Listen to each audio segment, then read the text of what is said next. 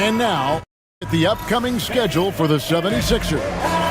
On Tuesday, they'll face off against Anthony Davis and the Dallas Mavericks. And then on Wednesday, they'll face off against Jimmy Butler and the Miami Heat. And looking at the Bucks matchup, that's one to mark on the schedule. It's their 5th game of the year, and we should start to see their lineups get sorted out. So here's Oklahoma City's starting group. Aaron Wiggins is out there with Chet Holmgren.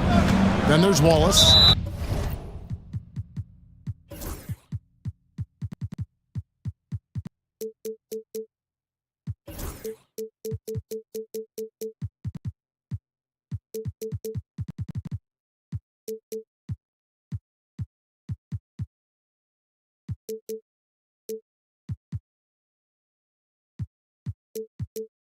Then it's Lou George, and it's Gilgeous Alexander in at the point guard. And for Philadelphia, Embiid is out there with Martin. Then there's Tyrese Maxey. Then it's George, and it's Oubre in at the small forward. You two players. Jump ball call.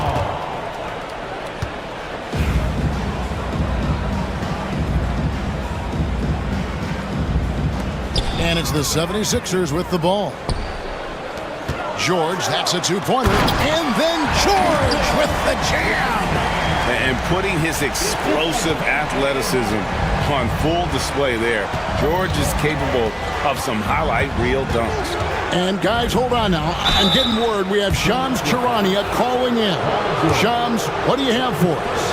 Thanks. Well, the Sixers this summer signing Paul George to create a star trio, along with the great value signings around the edges, Philly is widely regarded as one of the league's most improved rosters. And guys, this team is poised to compete with the league's best. They have a big three, and they have a real chance now to win a championship. No doubt about it. We appreciate the update. Thanks, Shams. To the middle. Kicks it out to Wiggins. And he can't answer back. The three-pointer offline. 76ers have gone 2 of 3 here to start out the game. Maxey against Wallace. Maxey attacking. 5 to shoot. Oubre inside the three-point line. Misses the chippy right there. And Gilgeous Alexander's got the ball here for Oklahoma City. It's a three-point game. Holmgren. It's good. And great job from Holmgren. I like when he shows confidence attacking inside. Philadelphia's gone 1 of 2 from long range in the first quarter. Martin with a screen on Gilgeous Alexander. Maxey passes to Embiid. Maxey against Gilgeous Alexander. Embiid kicks to Maxey. That's in, coming off the assist from Embiid. Maxey's got his second bucket of the night. The pure shooting stroke of Maxey, gifted at draining it from outside the arc. Pass to Holmgren. Here's Wiggins, stolen by Martin. First quarter of ball, almost 2.5 minutes in. Embiid dishes to George. For the three.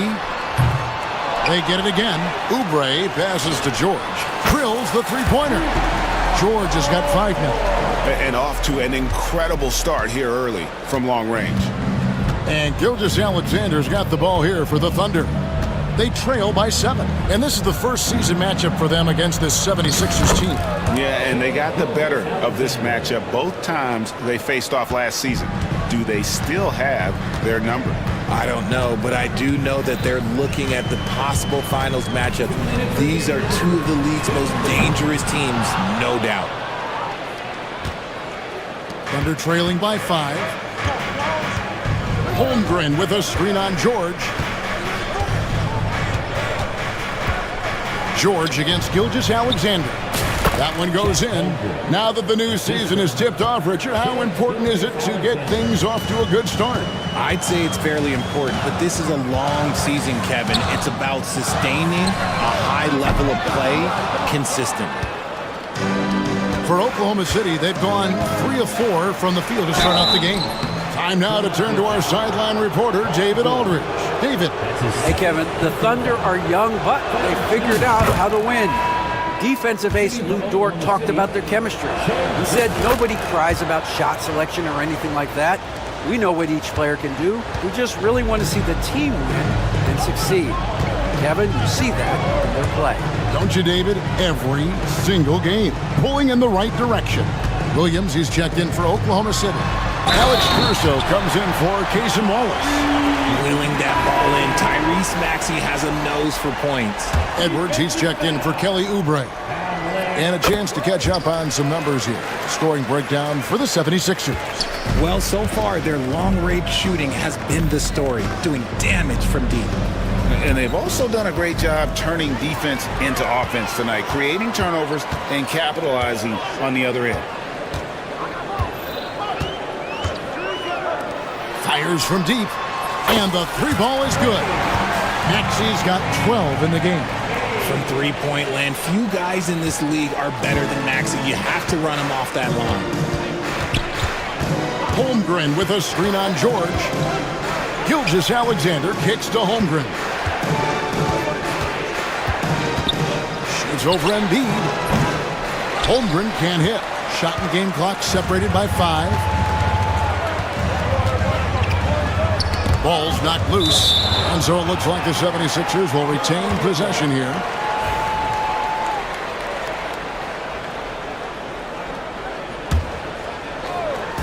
There's 21 seconds left here in the first quarter. Maxey passes to Embiid. Three-pointer. An elite defensive guard. Caruso sticks to his man and plays with fantastic energy on the defensive end. Gilgeous-Alexander kicks to Holmgren. Back to Gilgeous-Alexander. Tyrese Maxey. He's been the guy making things happen for Philadelphia.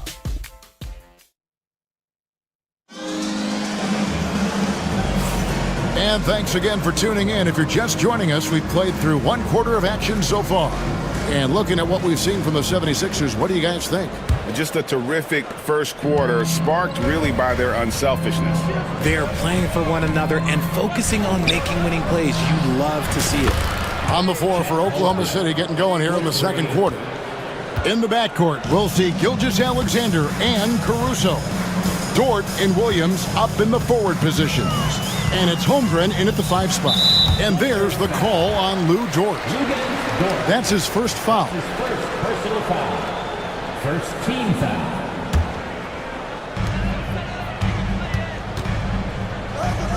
Embiid wide open. And they come right back with their own three-pointer. And how about the last 5 made shots have all been threes? The defense is just giving up a barrage. And here's Gilgeous-Alexander outside. Can't get it to fall, and he's missed the second after making his first. Edwards finds George. Goes up the baseline. Again, Philadelphia. And got to be confident in that mid-range, and Paul George certainly is. Gilgeous-Alexander against George. Williams for 3. The rebound by Paul George. The 76ers leading by 9. And Greg, despite not winning Rookie of the Year, Holmgren had a historic start to his career. And he would have won the award most seasons, but he obviously had some stiff competition. Regardless, he proved to be a versatile big man with star potential. Shot clock at 3. Williams with the steal. And now in transition, here's Williams. Here we go. Now in the scoring column with that bucket. 1 for 2 this game. How good is that? I mean, he can make a defender look foolish at times. Caruso against Maxey. Pass to George.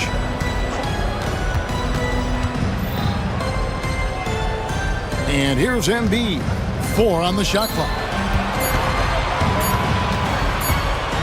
It's going to be a 24-second shot clock violation. They turn it over.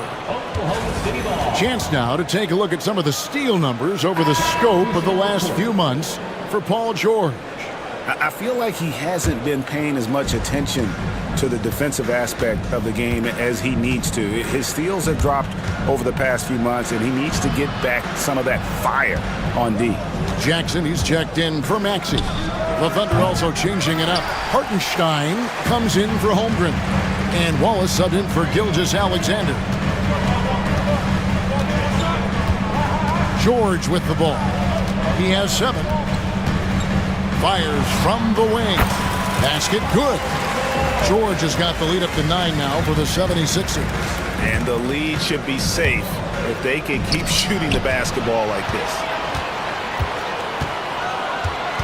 Got a piece of it. Caruso with the steal.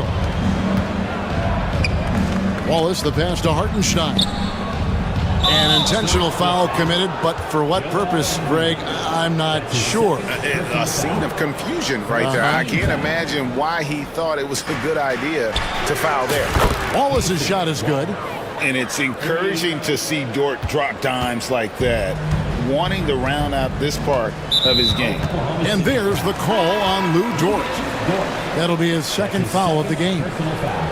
And the 76ers making a change here. Oubre's checked in. Jackson dishes to George. There's 1:47 left in the first half. He doesn't hit that one. And here's Wallace. He'll bring it up for the Oklahoma City Thunder. 6-point game. And now here's George, the fast break opportunity. Embiid in the corner. There's the 3. The shot's good on the assist by George. George has got 3 assists now in this one. And this is tough to stop if you're the defense. They have just gotten locked in from three-point range this quarter. Dort misses. The 76ers leading by 9. Jackson looking around. Pass to Edwards. Outside, George. 5 on the clock. Philadelphia needs to get a shot off. Pulls up on the wing. Edwards can't hit. Normally he drains that. Thunder trailing by 9. Here's Williams. And again, Oklahoma City, no good. Down low. Oubre against Wallace. Outside, George. Embiid with the screen on Williams. Edwards kicks to George. Shoots over Caruso. Off target there. That would have pushed the lead to double digits. Lets it go with the 3. Good on the triple. Caruso's got himself going there. His first points of the game on the deep ball. Here's Oubre. And he gets it to go from the corner. And the 76ers lead by 8. And so it's the Philadelphia 76ers holding on to an 8-point lead. Thanks for the great interview, David. And we'll be back for the third quarter of basketball following halftime.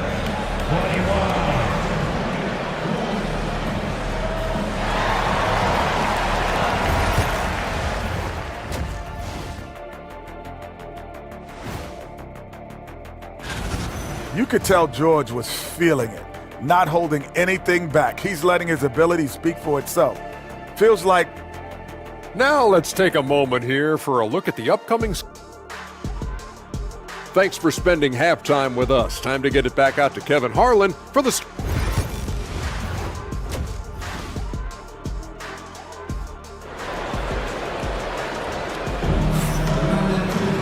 And we've got third quarter of basketball for you. 2 quarters in the books. You have to like what we're seeing from Tyrese Maxey. And how about the amount he's contributing in the scoring column through 2 quarters? He has been terrific. He always wants to be a go-to guy for them. I'm sure he'll be calling for the ball even more in this half. Edwards is out there with Oubre. Then there's Andre Drummond. And there's Jackson. And it's Maxey in at the shooting guard. That's the group on the floor for Philadelphia. And Drummond throws it down. Once Drummond gets the ball there, you can kiss it goodbye. And what about the evolution of Tyrese Maxey? Greg, according to him, he's just getting started. Well, Kevin, I'd have to agree. I mean, he's got some big shoes to fill with James Harden leaving, but each year this guy has just gotten better. And not only has he matched Harden's production in Philadelphia, I think he's exceeded it.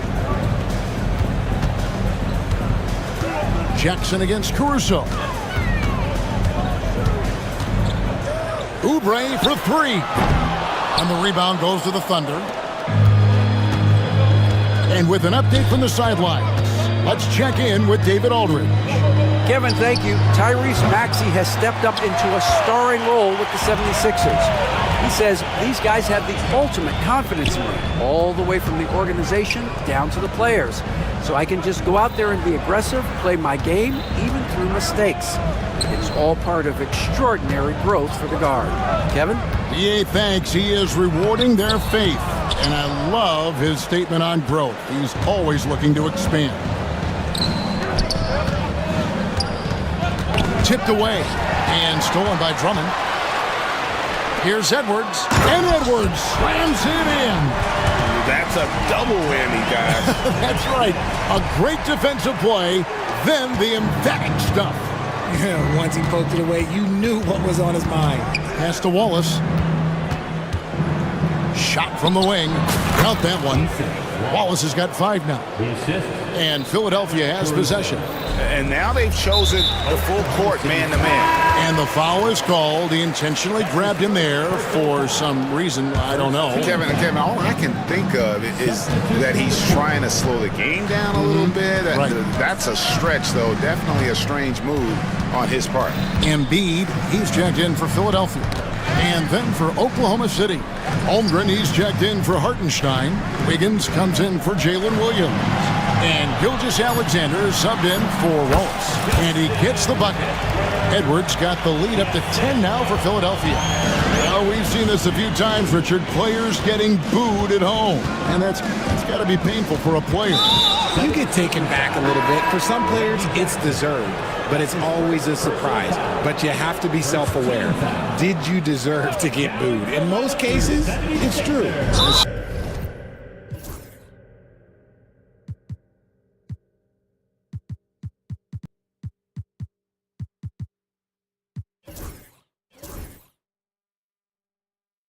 '76ers making a switch here. Harden's checked in, and now they decide to foul intentionally. In recent history, GA, we've seen some so-called redshirt rookies really thrive in their first season. Oh, great call, partner.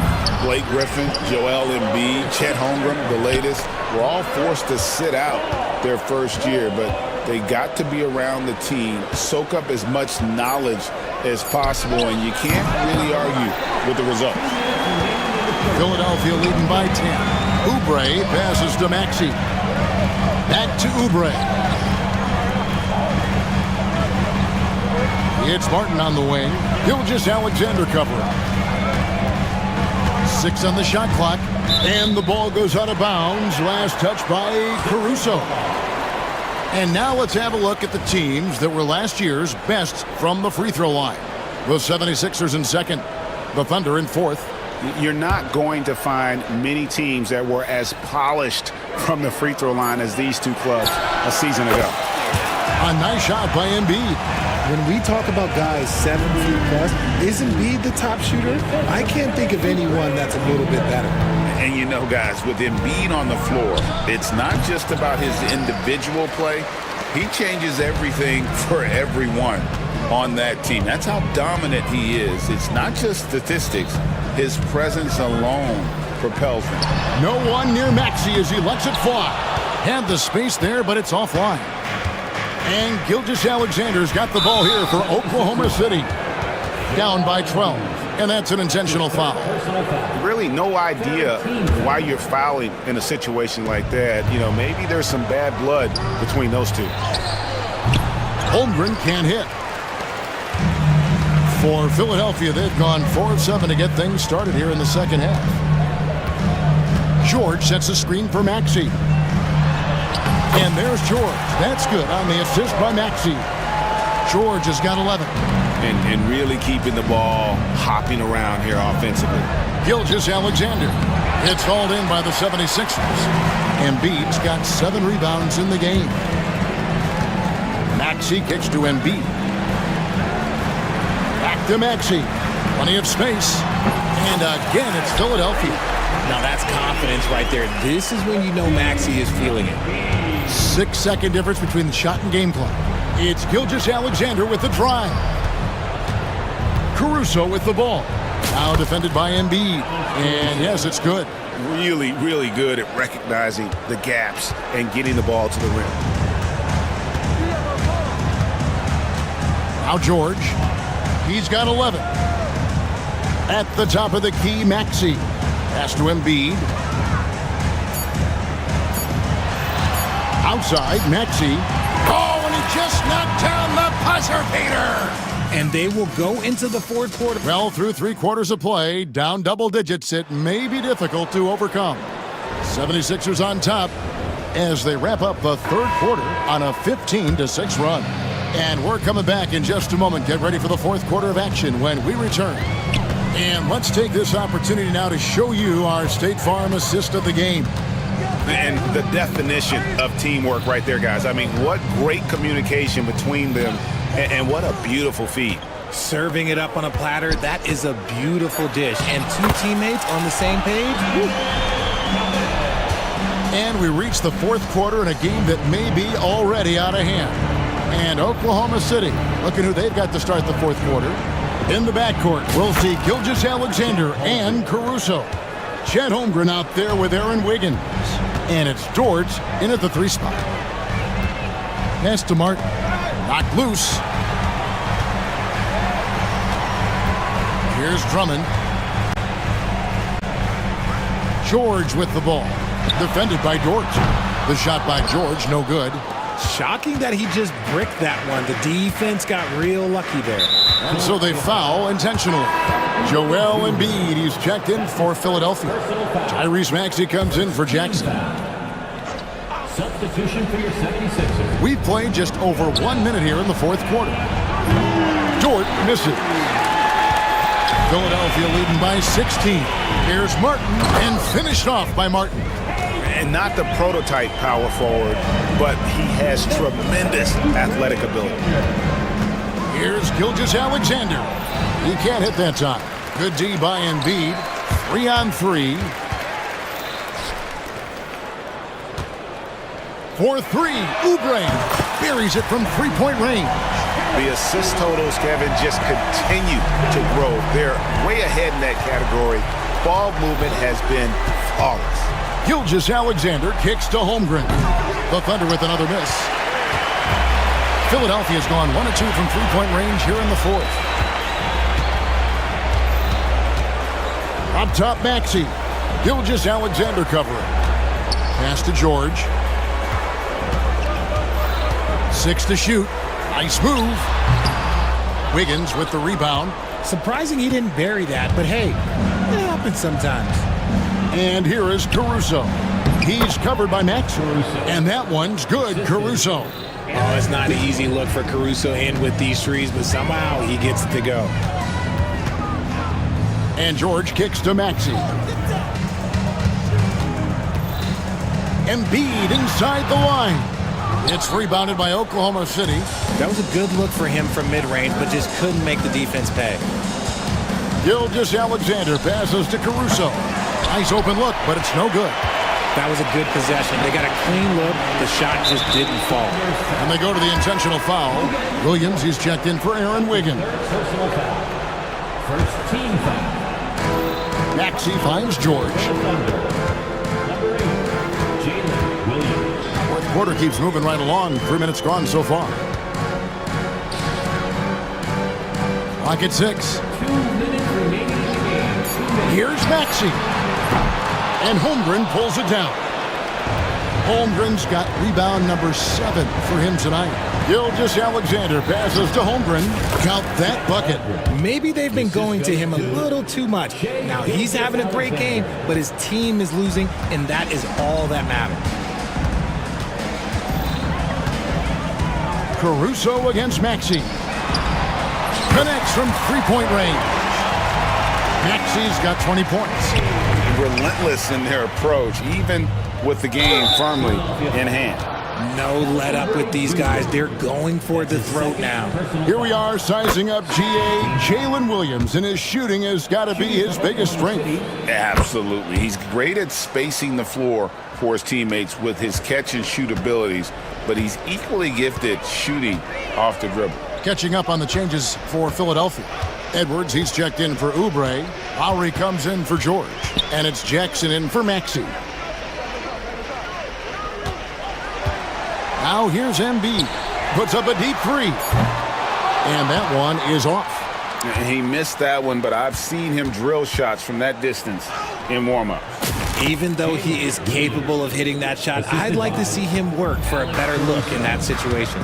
And this is what they wanted. I mean, to announce their presence in this matchup with authority, very decisive. It can definitely be considered a statement win for the 76ers. Tonight, they seem committed to the three-point shot. That was the bread and butter. Fortunately, they made enough of those, but sometimes it was quantity over quality. And it'll go down as their first official win of the new year. And after dropping game one in this matchup, they managed to take the second of a three-game season series. No question, that's a morale booster. And one of the key components to this victory, if not the biggest, was the incredible performance for Tyrese Maxey. There wasn't much they could do to slow him down as he was converting every good chance he got. And Holmgren possesses sky-high potential. His length and versatility making him such an intriguing prospect. Williams can't get it to go. And so Edwards will bring it up for Philadelphia. Their biggest lead of the game was 21. That's a fourth personal foul. Third team foul. That free throw, no good. At the line for two, Edwards. And he sinks the second.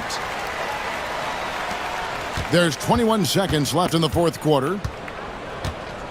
Here's Gilgeous-Alexander. And Gilgeous-Alexander throws it down. And here are the 76ers now. They lead by 14.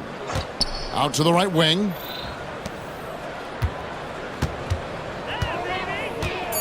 Here's Council. The 76ers again can't hit it. So it's Philadelphia winning this one easily. All right, David, thank you. Well, folks, that's going to do it for now. For Richard Jefferson, Greg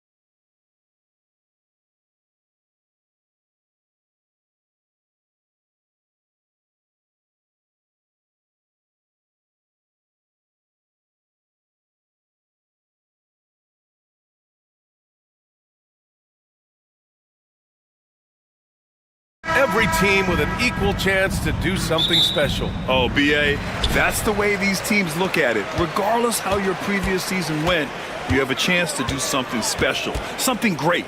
Time to start fresh and build on that optimism. So a look at our starters for Orlando. Suggs runs point with Harris next to him.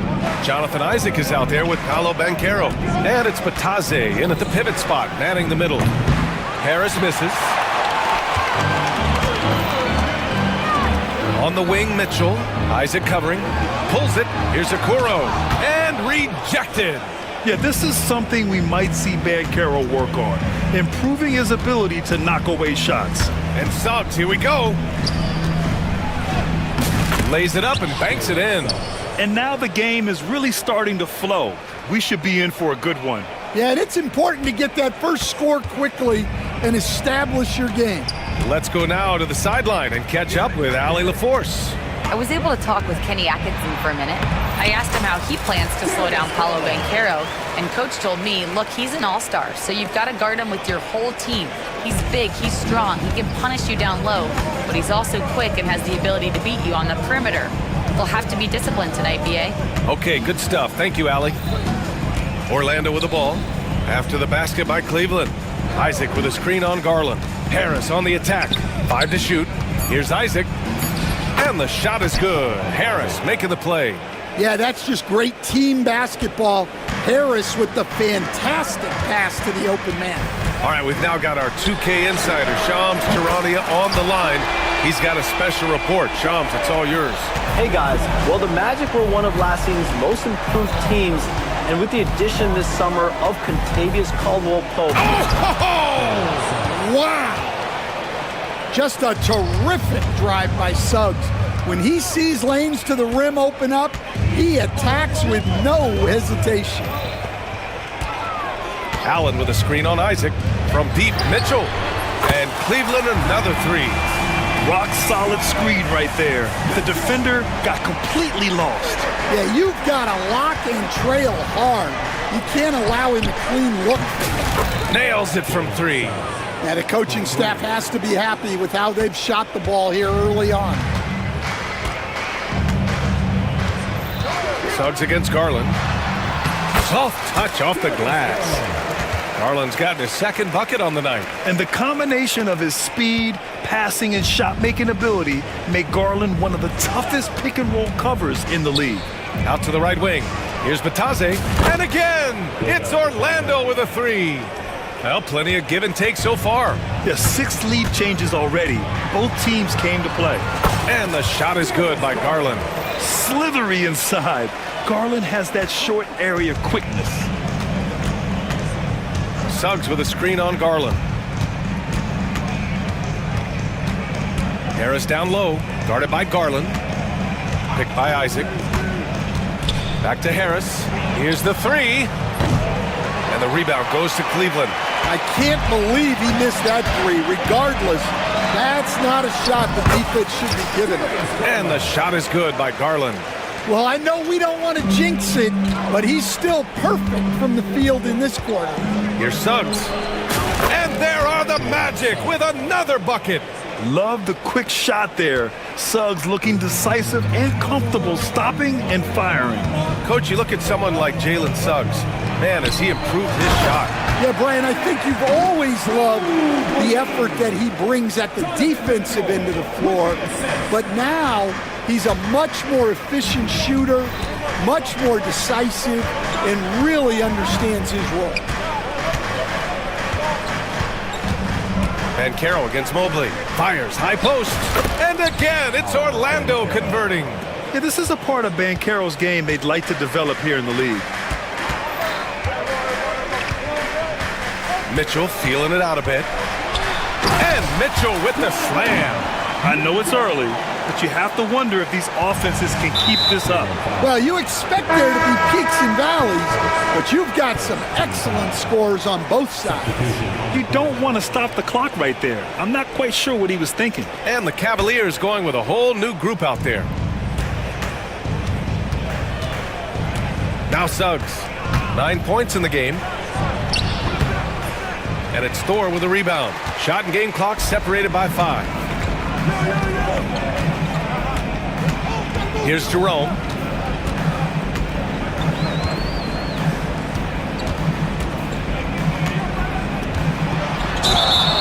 And that one goes in as he's fouled.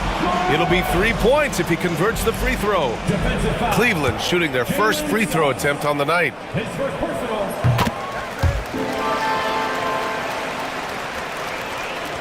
We've got 13 seconds left in the first quarter. Suggs outside. Oh, and he brings it down with a two-handed jam. And slammed that thing through. A nasty two-hander. Here's Jerome. That misses.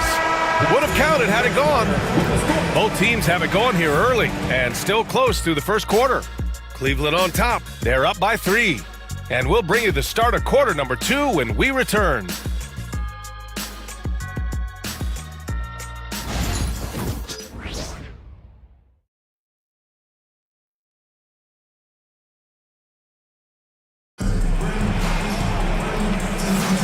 And close game underway so far. We'll see if either of these teams can jump out ahead in the second quarter. All right, well, a look at how the points have been generated so far. A scoring breakdown for the Cavaliers. Well, I like how they're going right at the defense, creating high-quality looks with that penetration. Another thing that's gone well for them is the mid-range jumper.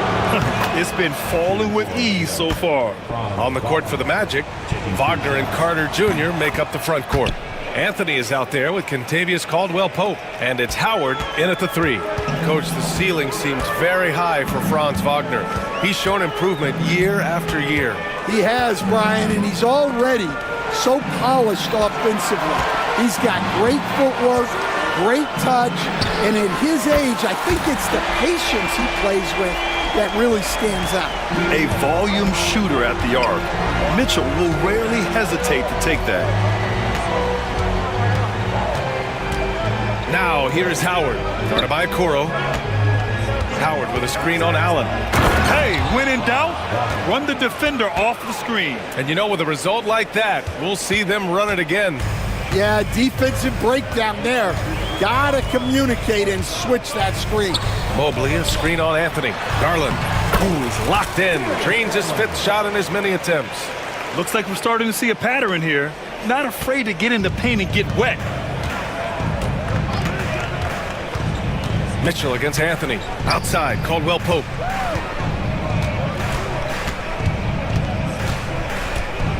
Here he goes. Yep, count it. Well, quick feet get Caldwell-Pope straight to his bucket. And it's Garland with the ball for the Cavaliers. Second quarter of action, about a minute and a half played. Off the mark, making him 5 for 6 now. Orlando trailing here. Howard, the screen. It's Anthony on the take. Can't get it to fall. Cleveland has gone 3 of 4 from distance in this game. Down low. Here's Allen. And it's Allen who slams it home. Yeah, I love how Allen controls his body, setting a solid screen and then just gliding into shooting position. The shot from 20 feet out. Yep, it finally drops after rolling around the rim. Anthony's gotten his first basket of the night. Well, Grant, with all the parity and competition in the league today, there's still those teams piling up losses. Yeah, B.A., and with teams like the Thunder excelling, it's almost like youth is no longer an excuse, but some rebuilds take longer than others. Defensively, gotta close out a little faster. That's a look he'll make with regularity. Here's Anthony, and the foul is called. He missed it, so he's got a couple of free throws coming his way.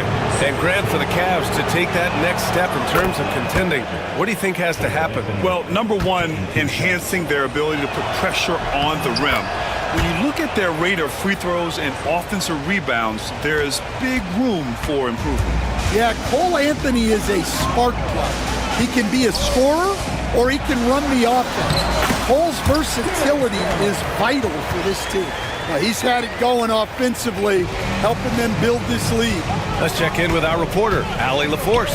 This Magic team is making moves in the East. Star forward Paolo Banchero said, "We're a lot more competitive. We know we're talented. We can play with anybody, and we've proven it. Just one game at a time." Brian? Got to take that simple approach. A team on the rise, Allie. Thank you. And what a night for Garland. He does this every once in a while. It just explodes. Wagner for three. Drops in the three. Wagner's got 7 points. Yeah, so skilled offensively. Getting the ball in his hands is generally a good idea. On the wing, Mitchell. Oh, Mitchell taking no chances. Look at Mitchell's commitment to his shot. Doesn't let the contact slow him down. They get it again. Anthony, the pass to Carter. Shoots over Allen. Carter can't get it to go. The Cavaliers lead by 6. Mitchell gets a step, and Mitchell with the slam. Putting his athleticism to great use. When Mitchell takes the initiative, he's hard to stop. Mobley against Wagner. Hey, how's that for an answer? Right back with the dunk. Oh yeah, that'll do it. Wow, an emphatic two-handed slam. From deep, Mitchell. It's hauled in by the Magic. When this game's over, they'll be off to Golden State as they take on the Warriors. It'll be the 5th meeting of a strenuous 7-game road trip. There's Howard with the three. Can't get his first shot of the game to fall. About 3 seconds between the shot clock and the game clock. Caldwell Pope against Mitchell. Floats one up. Caldwell Pope pulls it in. Wagner inside. He's against Allen. And the foul on the shot. So he'll take 2 from the free throw line. On the night, he's 2 for 2 at the stripe.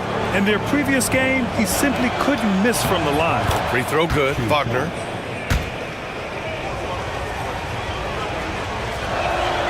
And both free throws good for Wagner. I'm sure they don't want to send him to the line. That has to be in their scouting report. Outside Mitchell. Oh, it would have counted had it fallen, but it is offline. And the first half comes to an end. We've got a close game going here. Cavaliers ahead, up by 4. And join us right back here after the break for the start of the second half.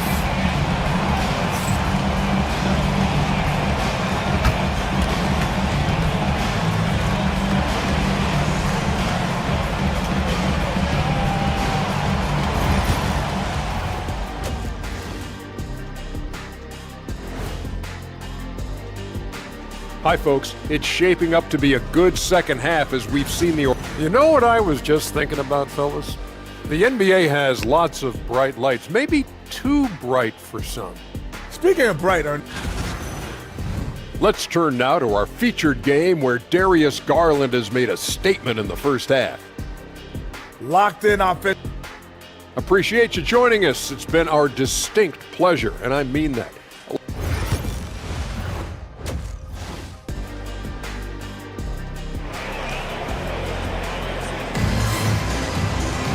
And we're halfway through this one. Plenty of basketball left in a game that's been a fairly even one. What a game we're seeing from Donovan Mitchell. Can they come up with an answer for him coming out of the half? They have to change something defensively. Yeah, I'd love to see what they drew up in the locker room, because you're right. He's the problem right now. Ty Jerome is out there with Karis LeVert. Then it's Max Strus, then it's Thompson, and it's Thor in at the 4-man position. That's the 5 for Cleveland right now. Took the opportunity when he saw it. Strus has got his first bucket of the game, and he's on the board for 3. Terrific ball movement leading to the basket. You love to see it. This Magic squad, Stan, has a great young core. What do you think they have to do now to take that next step? Well, Brian, they do. They have great depth and a lot of good young players, but they need more shooting around their core guys, and they've got to improve their backcourt position. Their front court is loaded.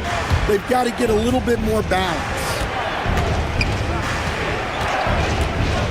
Suggs outside. It's stolen. Fires from deep. And Cleveland another three. Yeah, very hot start out of halftime. Making their first 3 shots, getting the looks that they want, and knocking them down. They need this. And he slams it in one-handed.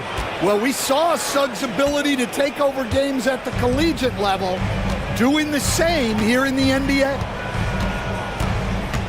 Left side, Strus.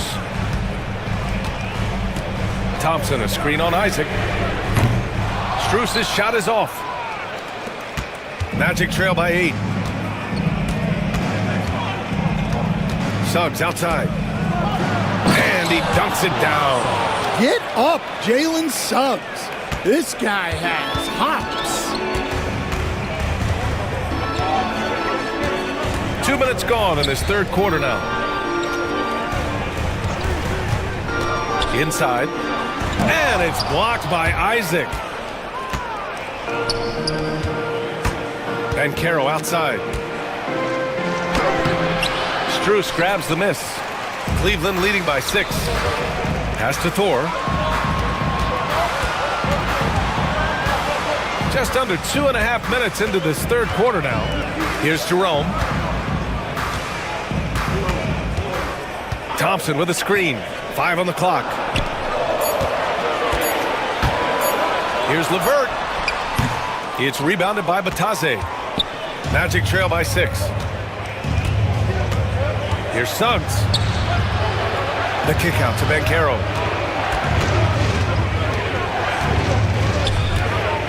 Lets it go from the wing. And no good.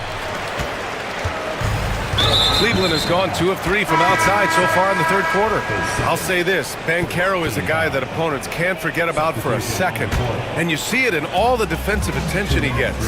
Teams show him all kinds of different looks, and he draws a bunch of double teams in isolation. A line change here for Orlando.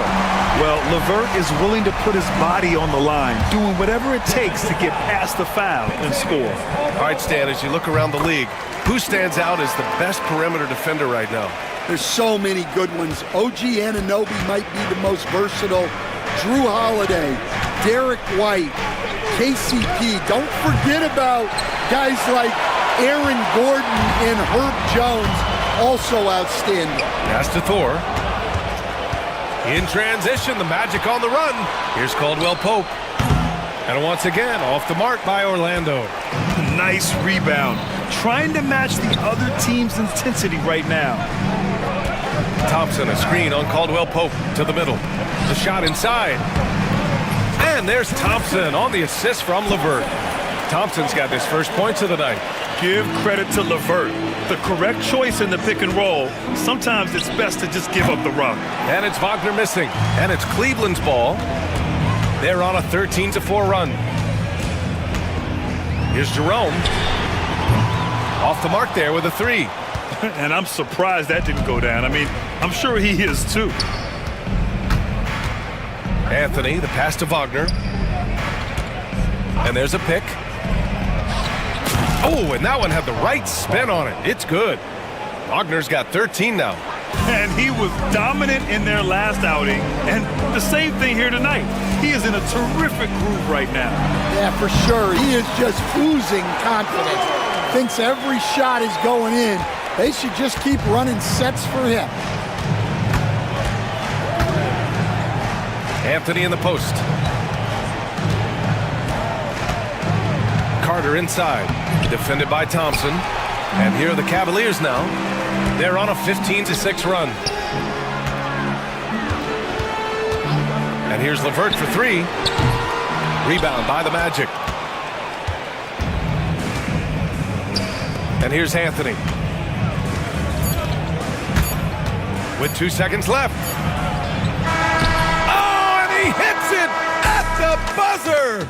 And credit him for understanding the situation and coming through. And so it's Cleveland. They have a nice 9-point cushion at the end of the quarter.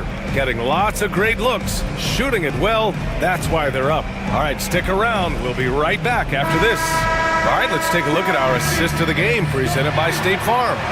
You know, I'm kind of stoked that this was a choice because I love this pass. A remarkable find. He put his court vision on full display. Yeah, he puts that pass right on the money and made things look easy for his teammate. Fourth quarter action is upon us. Thanks as always for joining us. Fourth quarter on the court for the Magic. Harris and Isaac, the 2 and the 3. Goga Batadze is out there with Paolo Banchero. And it's Suggs in a point guard. And the playmaking skills Banchero has already are outstanding. Just such a unique young player. How about Paolo Banchero, coach? What a special talent. The first overall pick back in 2022, and then the Rookie of the Year. Well, Brian, he's not just a scorer. He's a 6'10" playmaker, and getting that out of someone who plays on the front line and can also play as a small ball 5, Banchero's versatility makes him very valuable. Ooh, Banchero with the touch from deep. And Banchero has some range already. I mean, I want to see him continue to drain these shots. And stolen by Suggs. In transition, the Magic on the run. Oh, and that one, no question, powered it down. And when they need it most, they show us some clutch play on both ends of the floor. Allen with a screen on Suggs. Garland. And how about that? 8 for 9 now. Well, if you give Garland even the slightest lane, you can be sure that he's going to take it right to the rim. And Suggs, here we go. Oh, a nice one-handed slam right there. All he needed was a little separation. So effective. Boy, cleared the path, put him in position for a prime-time dunk. Well, give credit to the screener there. That's how you help. Wow! Put that in the dunk contest. Oh, guys. I mean, this crowd is in awe of that Mitchell dunk. Heck, I'm in awe, too. Banchero outside. He buries it from 3. And defensively, how do you leave him that open in crunch time? Outside Garland. To the inside. Here's Allen. Orlando with a rebound. Batadze's got 5 rebounds tonight. Suggs surveys the D. Pass to Batadze. To the paint. Oh, a great 1-2 punch. Beautiful pass and a nasty jam. And plays like that one can make the difference in a close game. And it definitely got the bench on their feet, too. And guys, you cannot allow that in a close game. You have to make it harder than that. When you need one bad, go to a high percentage shooter, and Allen is that guy. Here's Suggs. Oh, and makes it with the kiss. Suggs has got 6 in the quarter. Well, he's got that clutch gene in him. Suggs digging deep when they need it. On the wing, Mitchell. Mobley, a screen on Isaac. Mitchell with the ball. He's against Isaac. And it's Mitchell. The miss. Oh, this is exactly the kind of opportunity you don't want to waste. Suggs. And he takes that one up and powers it through. Putting this team on his back. I love seeing Suggs take charge like this. Garland, the pass to Mitchell. Allen with a screen on Isaac. Inside. And it's Allen who slams it home. Oh, man. He got fancy with that finish. He may be trying to provide the spark they need to break this one open. And Suggs, here we go. Mobley grabs the board. And so it's Garland who brings up the ball for the Cleveland Cavaliers. Offensive board. On the wing, Mitchell. Isaac covering. Mobley, a screen on Isaac. Clock at 4. Mitchell finds Mobley. Money! There is absolutely no fear in his eyes. He loves the moment. Yeah, and I can say from experience, his coach just breathed a huge sigh of relief. They can't afford to waste this shot. Moments like this are what it's all about. Okoro outside. Orlando grabs the miss. And this is so critical. They now have to score every trip up the floor. Yeah, they need everything to break their way at this point if they're going to rally back. And there's the foul. It's going to belong to Darius Garland. That's his third foul of the game. Orlando making some changes. Wagner's checked in for Bataze. Wagner comes in for Isaac. And Caldwell Pope is subbed in for Harris. Garland against Wagner. Allen, the pass to Garland. And the whistle blows. And it's going to be over the back here. I don't know what he was thinking about there. Easy over the back call. Yeah, come on. He knows better than to commit that foul. If you don't have position, they're going to call that every time. Suggs hits them both. Yeah, he's a guy you want at the line. And clearly not affected by the moment. Now here's Mitchell. Oh, he got it! He got it! See, now that layup isn't possible without the help of the pick. And so Jamal Mosley calls for the timeout. The pressure is on, and he's got a plan to share with his guys. What's the best strategy for him? They could actually go for a three and win here, but I think they may play it safe and try to send this game to overtime. Substitution on the court.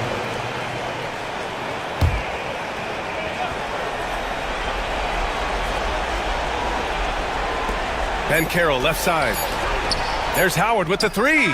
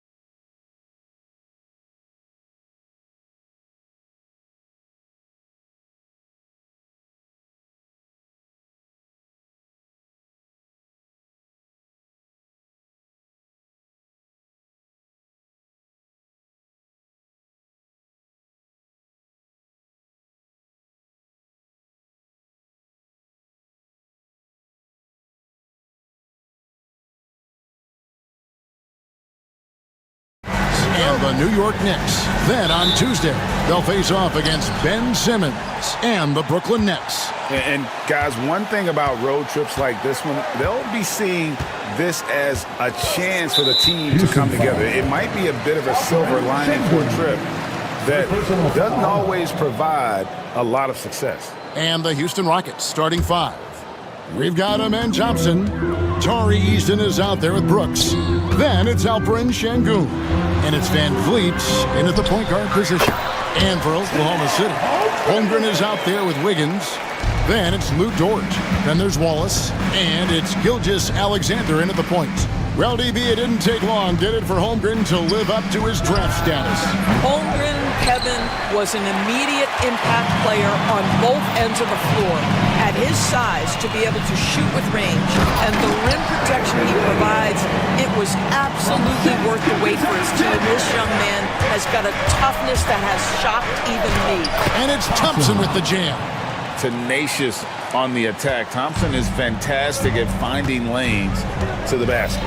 Time now to turn to our sideline reporter, David Aldridge. David. Thanks. Mark Dagnall and I got a chance to talk for a bit. He told me that Şengün won't be easy to contain. He pointed to his passing ability and said they can run their offense through him whether he's in the post or at the top of the key. You add in his scoring, and he presents a unique challenge. Devin? Okay, David, thanks. Now just show off that basketball IQ, Mr. Fred Van Vliet. Pretty pass, sir. Here's Gilgeous-Alexander. Here's Holmgren. The Thunder with another miss. And this is a shot he can definitely make, and the defense not a factor at all. Eason gets a wide open look. And again, it's the Rockets from deep. And he's not going to miss that sort of an opportunity from deep. Gilgeous-Alexander against Brooks. Gilgeous-Alexander kicks to Holmgren. Over Şengün. No good. In and out. Off the rim. And here are the Rockets now. They've got an 8-0 run. From outside the arc, it's Chet Holmgren with the rebound. Well, they are daring him to miss, and he obliges. On the wing, Gilgeous-Alexander. Brooks covering. Yep, that one goes. Wiggins has got his second basket of the game. Here on opening day, and what a great day it is. Greg, what are these players feeling as they tip off this new season? It is always exciting to start a new season. Players are just filled with hope and optimism, especially after putting in all that off-season work. And the call on the shot that sends him to the line. That one on Gilgeous-Alexander. And with his movement skills, Thompson routinely catches defenders out of position. And the second free throw, good. And now we're being joined by our 2K insider, Shams Charania, who's calling in with a good story. Shams, what do you have? Guys, thanks. The Thunder last season's top seed in the West, but they didn't rest on their laurels. They traded for a lockdown defender in Alex Caruso and signed hard-charging big man Isaiah Hartenstein. With their improvements, this is a team set to continue its upward trajectory. They have tons of draft capital moving forward and a ton of upside. Big moves indeed. Okay, Shams, thanks for the report. Timing and athleticism. That's how Thompson won himself the second opportunity. Gilgeous-Alexander passes to Dort. Holmgren in the corner. Back to Dort. Gilgeous-Alexander against Brooks. Clock at 4. Pulls up from the corner. That's good from Wallace on the assist by Holmgren. Oh, nice job there from Holmgren. His guys appreciate when they're open, he gets them the ball. On the wing, Thompson. He's got 5. Nailed from three-point land. And I like to see this. They're calling his number early, and he's delivering. They know that if this guy goes off, their chances of winning rise exponentially. Wallace's shot is good. And guys getting into a nice groove here, starting to feel it. And this is partly what the game has become, right? A matter of dueling three-point opportunities. How about he has yet to miss 4-4 to start?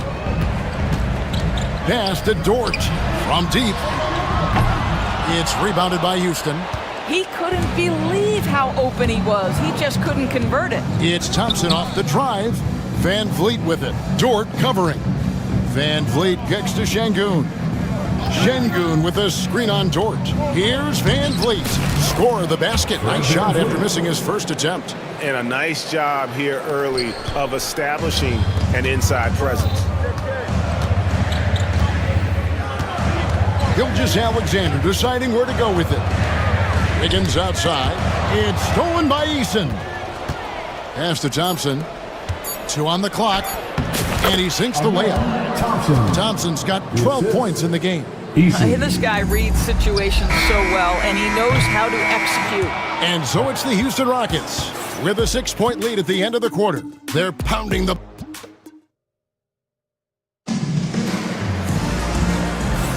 And for those of you just tuning in, the second quarter of action is where we're at right now. And guys, what do you think about the offensive approach we've seen so far for the Rockets? A huge part of their offense, pushing the ball, looking for fast break opportunities, always a good idea. Yeah, they've also been alert and active on the defensive end, creating turnovers and turning those into points on the offensive end. In the backcourt, we'll see Gilgeous-Alexander and Caruso. The post pair form will be Williams and Holmgren. And it's Dort in at the 3. That's the lineup in the game for Oklahoma City. Now, here's Green. They lead by 6, their biggest margin. And Chet Holmgren's been a great player from day one, Doris. What do you like most about his game? I don't know which aspect to pick. This guy is a great rim protector. He can shoot the basketball from three-point territory and with great range from 3. But maybe my favorite aspect is the competitive toughness he brings on a nightly basis. And with an update from the sidelines, let's check in with David Aldridge. Hey, Kevin, thanks. Chet Holmgren has a slender frame, but he's determined to still protect the rim. Coach Daigneault said he'll get dunked on 10 straight times if that's what the game calls for. He paused and then added, he won't actually get dunked on 10 straight times. He's going to get a couple of those too. Kevin, he certainly will. I agree. David, he is fearless.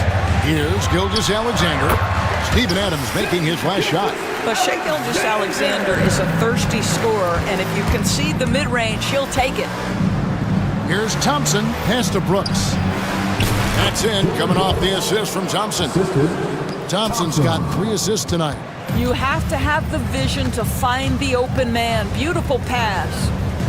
Now, here's Holmgren. He has 5. Back to Gilgeous-Alexander. Holmgren with a screen on Brooks. 5 on the clock. Offensive rebound. Williams with a clean look. Buries the long-range jumper. Williams has got 5. Jalen Williams, lethal from deep, folks. You can't allow him to get comfortable. They kick it out to Green. Shoots over Caruso. And Houston again with the bucket. Yeah, he's shown terrific control of the pace and the rhythm of this offense. And I think they count on him for that. He is a tone setter, extremely unselfish. Now, here's Dort. His last outing with 20 points. And the slam by Williams.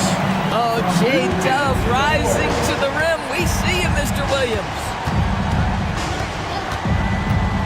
Here's Thompson. Pass to Adams. Over Holmgren. Back to Adams. His second shot goes in, off to a good start, 2 for 2. And guys, they continue to put a lot of pressure on the interior defenders with their work down low. Gilgeous-Alexander, that's a 2-pointer. Dort, wide open. And a miss there on the triple. Houston leading by 8. Here's Adams. And he can't extend the lead to double digits. Oklahoma City's gone 1 of 2 on 3-pointers here in the second quarter so far. GA, if you look back at the Rockets' history, so many all-time greats have spent time there. Yeah, it's an impressive list, right? Olajuwon, Moses Malone, Calvin Murphy, and Harden. Houston's well represented in the Hall of Fame. Here's Gilgeous-Alexander. Following the basket by Jabari Smith. And no doubt they'd love to see him get a lot more of those opportunities. And that deficit will go away quickly if he does, Greg. And Adams kicks to Green. Pass to Brooks. Now, here's Thompson, defended by Dort. Smith right side over Williams. And it's Smith that time on the assist by Thompson. Thompson's got 6 assists here tonight. And Gilgeous-Alexander's got the ball here for the Oklahoma City Thunder. It's a 10-point game. From downtown, the Rockets pull it in. Their last meeting was in Oklahoma City, where they were unable to fight off the Thunder. Yeah, I remember last time they met up, they just got ran out of the building. They weren't too happy with some of the calls in that game either. Yeah, their starters got into foul trouble, and it felt as if some of the calls were ticky-tack, no doubt, but nonetheless, damage was done. Just impressed with the teamwork out there, setting the table for one another. 7-second difference, shot and game clock. Now here's Holmgren from the arc. And a great assist by Gilgeous-Alexander as that one goes in. And I love the competitive edge Holmgren plays with, coming right back with his own triple. Thompson looking for an opening. From deep. Hands it from downtown. Thompson's got the lead up to 13 now for Houston. And an eye for an eye. Both teams working to stretch the floor. Well, that three-point shot just gives you so much room to operate on the offensive end. Yeah, you hate to give up a foul on a three-point attempt. The Thunder shooting their first free throws of the game on this trip to the line. At the line for your he hits the second from the line. Holmgren. 3 shots. And he can't make it. 3 for 3. And so we conclude the first half. Rockets on top. They're up by 11. And now let's catch up with David Aldridge, who's standing by. Okay, David, much appreciated. And now time for halftime. So we'll be back in just a bit to get the third quarter underway.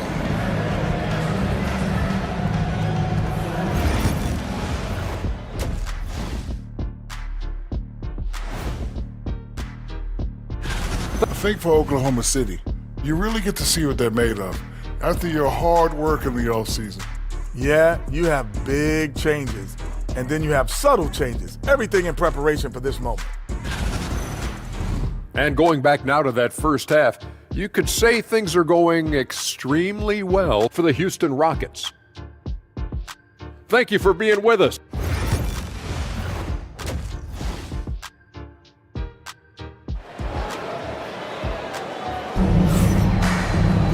And with the second half upon us, we'll find out if this game becomes the route that it's threatening to be. You know, Amen Thompson has been exceptional here tonight, guys. And those extra chances mean so much. And he has shaped the game with the way he's been pulling down those offensive boards. Really putting his handprint on this game. You love the hustle. You love the work ethic he has had on display. Starting the second half, here's Ime Udoka's 5. Thompson is out there with Fred VanVleet. Then it's Tari Eason. Then there's Dylan Brooks. And it's Şengün in at the pivot spot, manning the middle. When you talk about Jalen Williams, Doris, is it fair to say this guy has superstar-level potential? Without a doubt, Kevin. Jalen Williams is a 3-level scorer. He's fearless in the clutch. He has the hunger to keep improving, and he can be a lockdown defender. He's got all the tools to reach the level you're talking about. Hartenstein with the screen for Wallace. It's good from long range. Wallace has got 8 points. That makes 3 in a row to start the second half. The drive by Thompson. Şengün with the bucket. And the Rockets lead by 8. Well, check out that assist. That's a pair of teammates that are clearly on the same page. Outside Williams. Off the mark there with the 3-point shot. You know, missed that one, but still a really good start coming off the break. 3 for 4 now. A moment now to hear from our sideline reporter, Hall of Famer David Aldridge. David.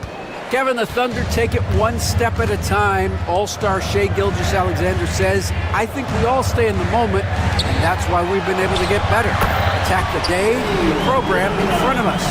We all have the right intentions and want to win at the end of the day. Kevin? Of that attitude, growing by leaps and bounds. Thank you, David. Thunder trailing by 7. Wallace looking for an opening. Pass to Hartenstein. And there's the call on Amen Thompson. That's his first foul. First team foul. Into the third we go. 2 minutes in now. A three-pointer is right on target. Wallace has got 6 here in this quarter. Well, great decision from Dort. If your teammate is open, get him the basketball. Nicely done. Thompson passes to Şengün. And Şengün throws it down. Yeah, I mean, maybe could have tried for a more memorable dunk than that one. And we know he's capable of those memorable ones. Here's Dort. No good on the three. And I think that one could have easily have fallen for him. Doris, do you think the Oklahoma City Thunder has the best young core in the NBA? Well, they are absolutely loaded with talent, Kevin. Not only that, they fit together.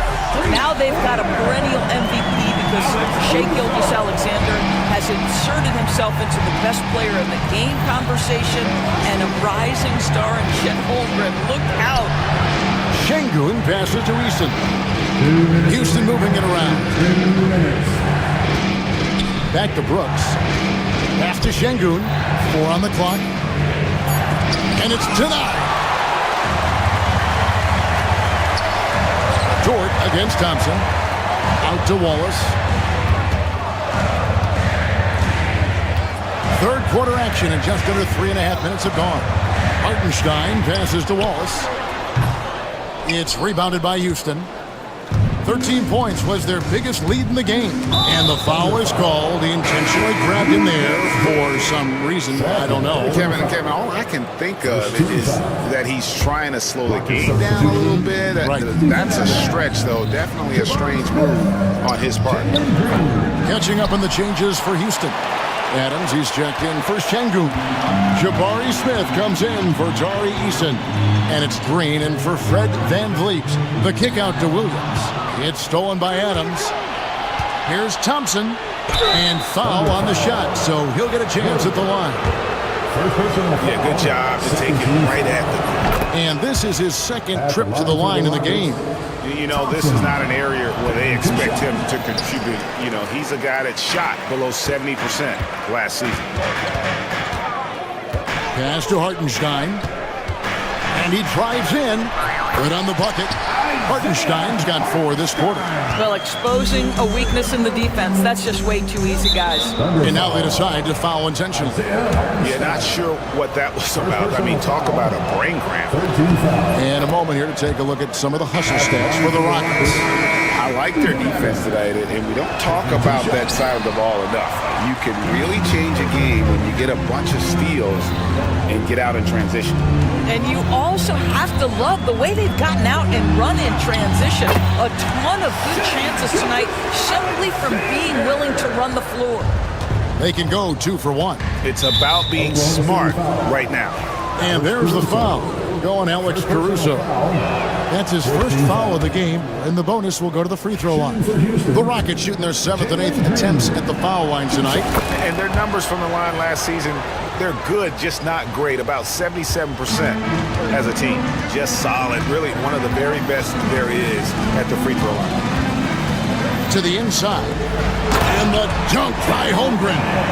And given that Holmgren is 7 feet tall, he's a threat to throw it down at any time.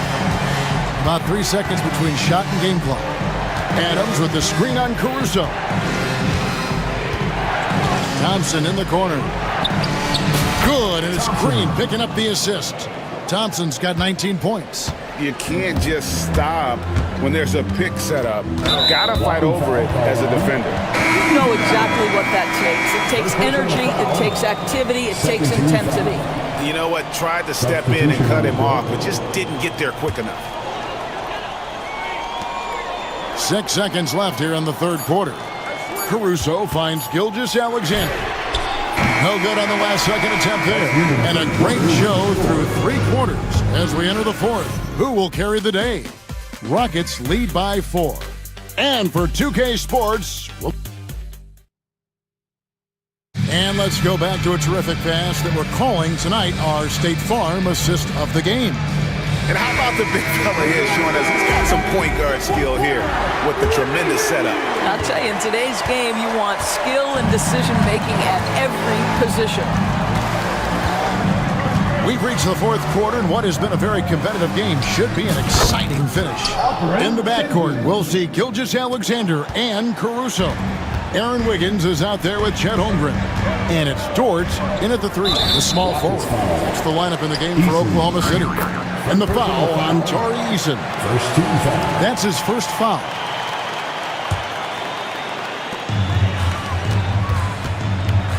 Holmgren in the post. Şengün's there. Dort misses. Rockets leading by 7. And here's Brooks from outside. Caruso grabs the miss. And Caruso's got the ball here for the Oklahoma City Thunder. And the shot goes in. Well, we've seen that movie a few times, haven't we? An easy bucket in the paint. And Thompson kicks to Şengün. Thompson outside. Back to Şengün. Van Vliet deciding where to go with it. Down to 5 on the shot clock. Tries again. Brooks with no one around. And he's good on the 3 ball. And the Rockets lead by 8. They've given up a lot of 3-pointers here today. Brooks against Gilgeous-Alexander. Holmgren finds Gilgeous-Alexander. And stolen by Eason. Here's Brooks. Finished off the break. And now a 10-point Rocket lead. And you have to like how active Brooks is on the floor. Working hard to be where his team needs him on that break. Back to Gilgeous-Alexander. Stolen by Brooks. Eason with it. Now defended by Wiggins. A shot by Thompson, and no one's around. That 3 off the mark. Eason passes to Şengün. From deep, Brooks hits it from 3-point range. Brooks has got the lead up to 13 now for the Rockets. Yeah, this looks like a pregame shoot-around with all the threes they're allowing. Here's Gilgeous-Alexander. And the dunk by Gilgeous-Alexander. Well, just get right up and over the top of the defense. Gilgeous-Alexander, no doubt. And they go to the intentional foul. Every year, Greg, we get a new batch of rookies into the NBA. And sometimes we're all guilty of judging them too early. Oh, absolutely. I think we need probably 3 years to evaluate a player. You know, fans and media can be a little harsh at times, but not everybody develops at the same rate. Gilgeous-Alexander, that's a 2-pointer. And again, it's Oklahoma City. It's been like this all night for both teams. The offenses having their way. And it is a major disadvantage down the stretch if you can't guard. This may just come down to who has the ball last. Pass to Eason. Here's Thompson. Softly drops in the floater. Thompson's got 21. We see this night in and night out. Thompson uses his size and elevation to make tough shots in the paint. That one's in there. Rocket lead is cut down now to just 9 on the basket from Gilgeous-Alexander. I mean, he's just been brilliant today, guys, and it was the same exact story last time out. Here's Brooks, and that one is hammered home. And you like to see this from Brooks, right? No need to fall in love with the jump shot. Give the defense different looks. Gilgeous-Alexander against Brooks. Doesn't go either for Gilgeous-Alexander. Boy, he won't miss many from that spot. The defense gets lucky there. Here's Thompson driving inside. And this one has been all about Amen Thompson, a freakish athlete. When he gets rolling, there's just not much a defender can do. Caruso, his 3-pointer's off the mark. Rockets leading by 13. And clearly, we will not be witnessing a spirited comeback tonight, albeit as exciting as that would be. This was an excellent all-around performance for Houston. This is a game where the defense, steals specifically, generating a lot of opportunities. And it created possessions for them, scoring opportunities, and that effort a big part of what will be a nice victory here tonight. And it'll go down as their first official win of the new year. And one of the key components to this victory, if not the biggest, was the incredible performance from Amen Thompson. This guy has been shot-making all night long. He commands the rock and takes over. Here's Gilgeous-Alexander. And a lot of contact on that one, so he'll shoot two here. It goes on Dylan Brooks.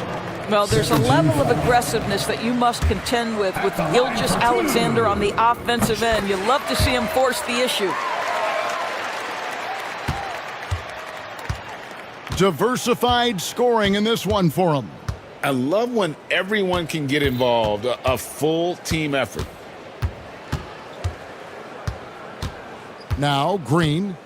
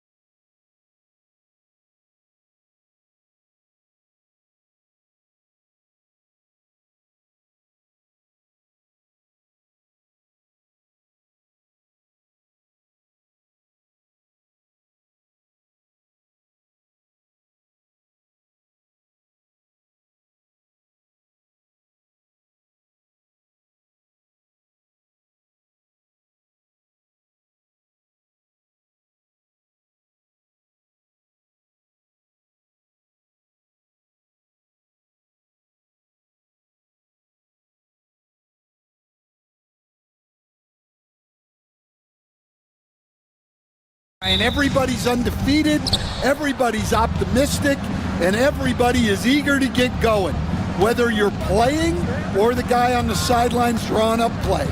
So let's take a look at the starters for the Philadelphia 76ers. They've got Joel Embiid, George out there with Maxey. Then there's Kenyon Martin, and it's Oubre in at the 3. Ooh, the range of Maxey is pretty impressive. He is consistent from beyond the arc. Suggs, no good.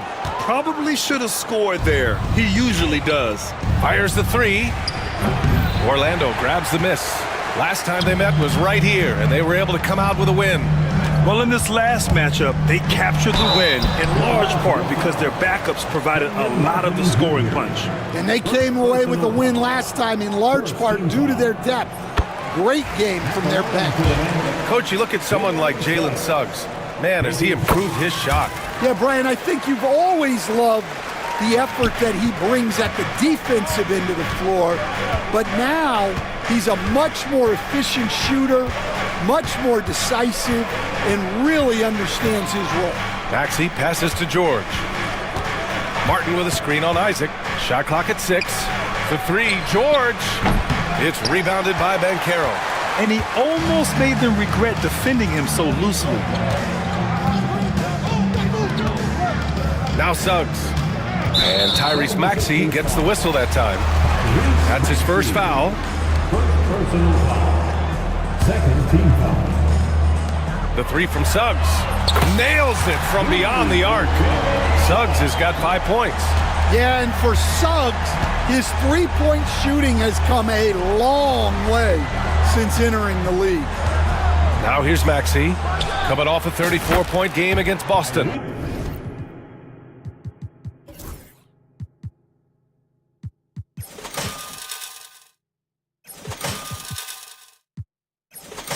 And he lived at the line. They could not find a way to stop him without fouling. And so it's Suggs. He brings it up for the Magic. And from the sideline, let's catch up with Allie. Jamal Mosley gave me a few minutes to catch up with him, and the conversation quickly turned to Embiid. Coach said we know he can be unstoppable, but we're hoping to slow him down just a little. Double teams might be a part of that, but I don't want to give away all of our tricks, so it sounds like Joel can expect a lot of defensive pressure tonight. And Allie, thank you for that. Now here's Suggs. Give him 8. Driving inside. Pass to Batase. All alone. And another basket for Orlando. And he did that so well in college. Suggs sharing it well in the league, too. Maxey with a screen on Harris. And here's Oubre from the arc. They get it back. Martin outside. George with it. 6 to shoot. Second chance effort. This one for 3. Oh, great D that time from Isaac. Magic leading by 4.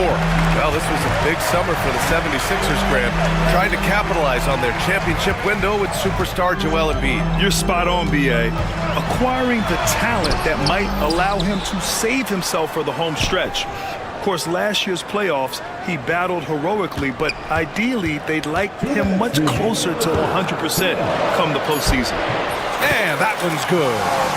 Their offense looking like a well-oiled machine. And Maxey's got the ball here for Philadelphia. George for 3. Maxey passes to Embiid to end the run.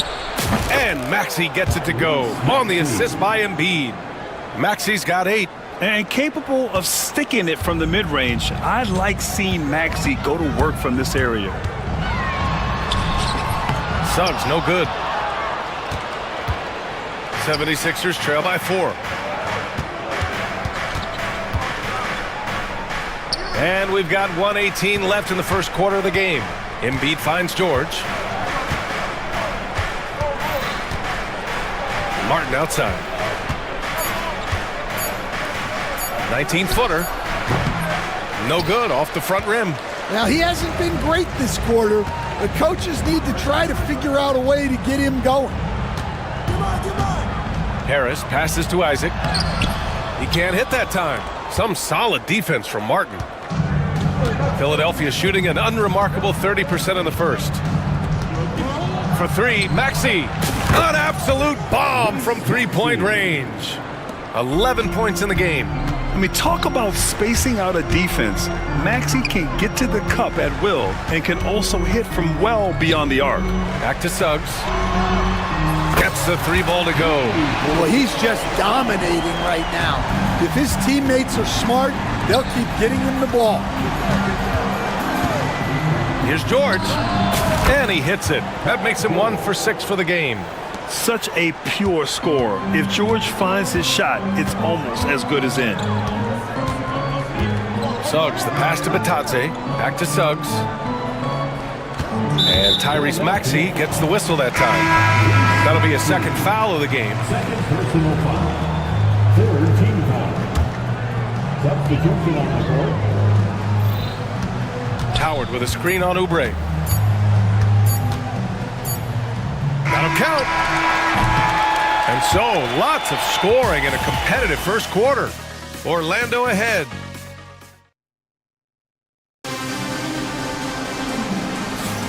And we hope you're enjoying the game. Both teams tonight keeping things pretty even on the scoreboard so far. All right, a moment to look at the scoring approach in terms of where the points are coming from here for the Magic. Well, I have to applaud their ball movement. They're moving the ball around, finding the best looks they can, and keeping everyone involved. And on top of that, they've been dialed in from deep. If they keep it up, it could be a big night for them. And the 76ers looking at who they've got.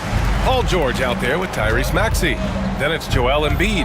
Then there's Kelly Oubre. And it's Martin in at the power forward position. Now here's Embiid. No made baskets yet. Outside Oubre. Pass to George. 4 on the clock. For three, Maxey. Orlando grabs the miss.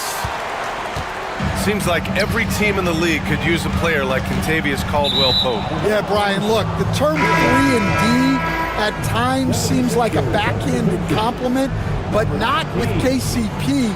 He does both the 3 and the D at elite levels.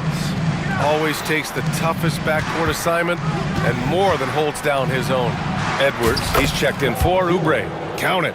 Yeah, muscling his way for the bucket. George doing what he does best. Anthony with it. Martin picks him up. Anthony against Maxey. Pass to Howard. Over Edwards. And he sinks that one, hitting the back of the rim on the way in. Howard's got his first points of the game. Well, that's probably not the shot they were looking for, but hey, when it goes in, everybody's happy. George passes to Embiid. Back to George.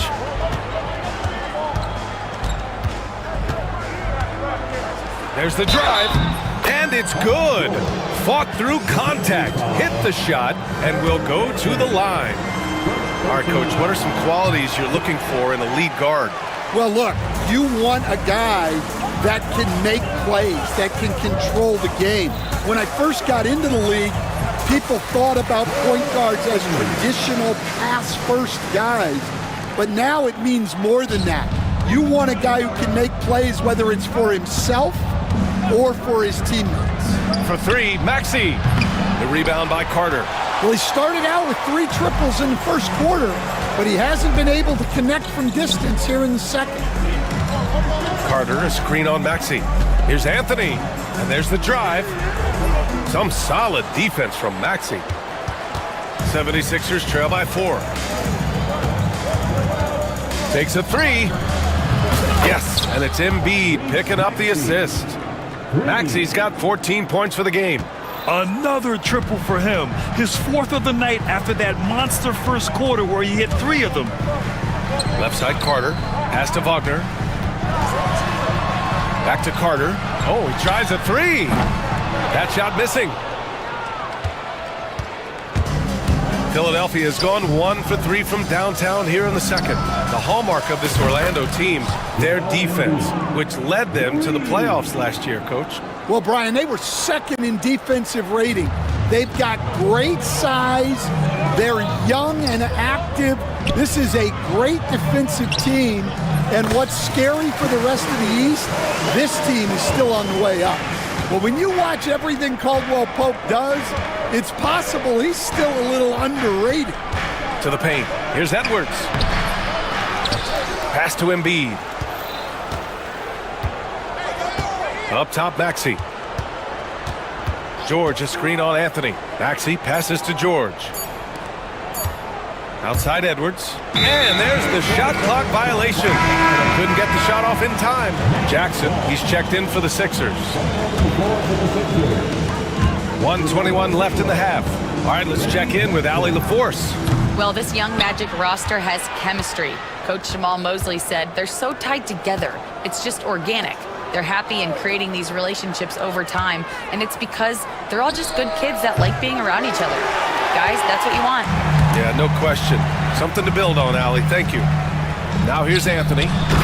23 points for him last game against Utah. Yeah, what about his work on the glass? I mean, he was an all-around contributor to a winning effort. So it's Philadelphia now. Orlando making their last shot. Here's Jackson. It's good. Set up beautifully by George. And challenging the defense inside, Jackson with no fear. To the middle. Here's Carter. And it's slammed in by Carter. Impressive one-hand slam right there, B.A. Man, as long as he's confident about it, I'm good with it. Maybe use two hands next time. He knows where he is. Yep, that one goes. Jackson's got his second basket on the night. And here's Anthony. He'll bring it up for the Magic. 5-second differential between the shot clock and game clock. Pass to Caldwell Pope. The three is up. And George with some nice D. Here we go. Fires from the wing. And he hits the jumper for two. George has got 6 points in the quarter. Yeah, so skilled offensively. Getting the ball in his hands is generally a good idea. And the first half comes to an end. We've got a close game going here. Philadelphia on top, up by 2. All right, now let's check in with Allie LaForce. Thanks very much, Allie. And folks, we'll be right back to start the second half of this game.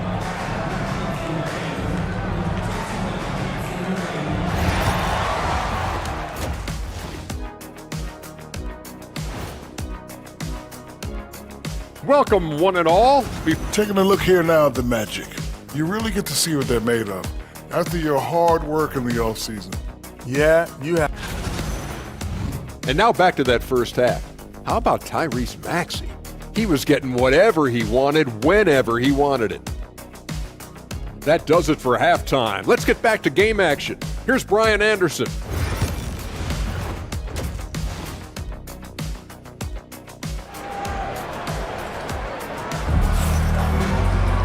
And after a fairly even first couple of quarters, this second half could turn out to be a great one, as both teams trying to gain an edge. Without question, Tyrese Maxey displaying all his skills today. Can they come up with an answer for him coming out of the half? They have to change something defensively.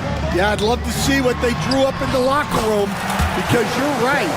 He's the problem right now. Harris and Isaac, the 2 and the 3. Banchero out there with Goga Batadze. And it's Suggs in at the point. So that's who Jamal Mosley starts the second half with.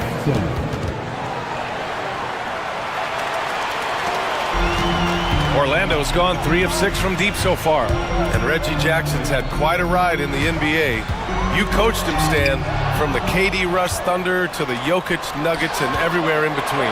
Yeah, I had him in Detroit, Brian, where he really had his best years.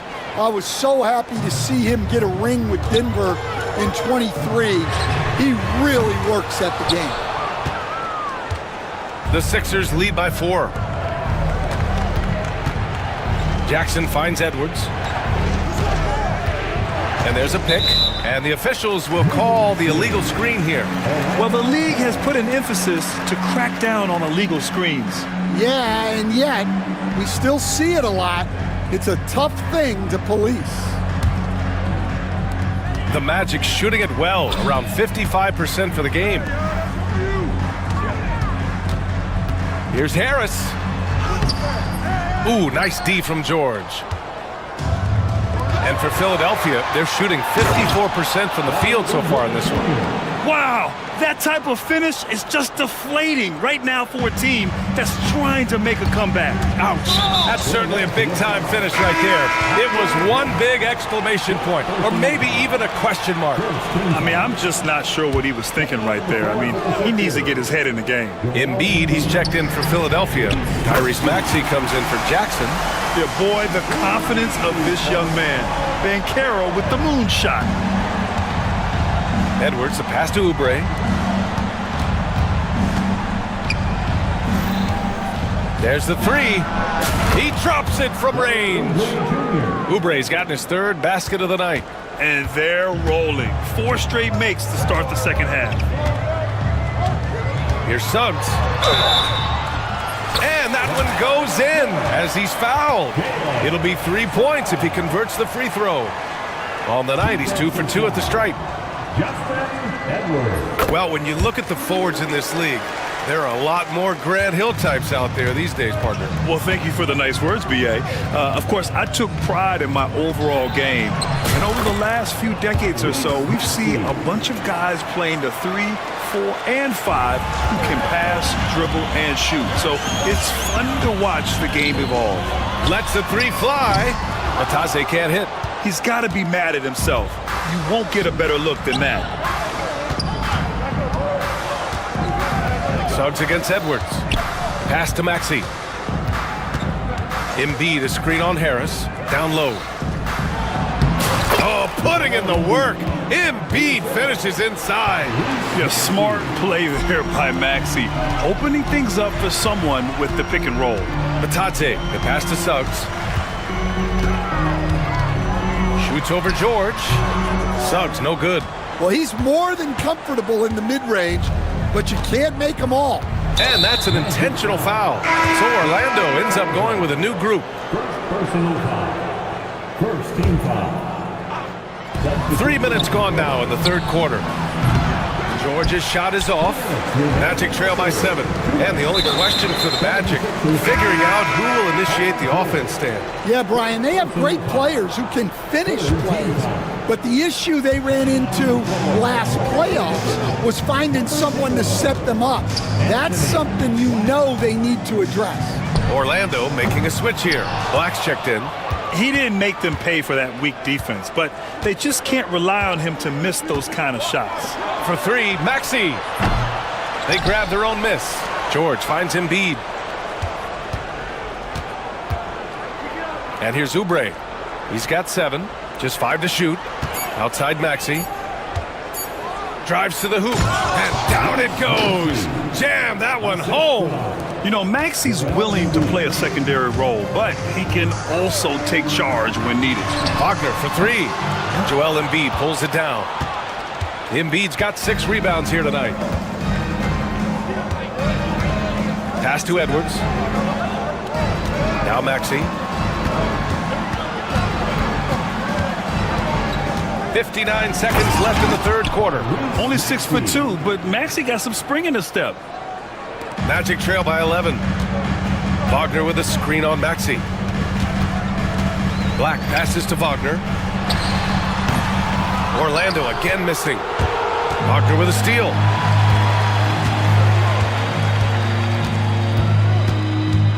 Carter on the wing to win the drought. Up again. Oh, he hangs in there and cashes in on the second chance points. Huge putback. This guy plays with so much energy. I don't know anybody that goes after the boards harder. And the jam by George. He's not going to take it easy when he gets to the bucket. George will hammer it home. Here's Wagner. Sinks that one from the post. I'd like to see them run more plays for him. Maybe something in motion to make it harder for the defense to deny the ball. Out to the right wing. Embiid finds Maxey. From the high post. And the 76ers tack on 2 more. Rock solid screen right there. The defender got completely lost. Yeah, you've got to lock and trail hard. You can't allow him a clean look from there. What a performance for Tyrese Maxey.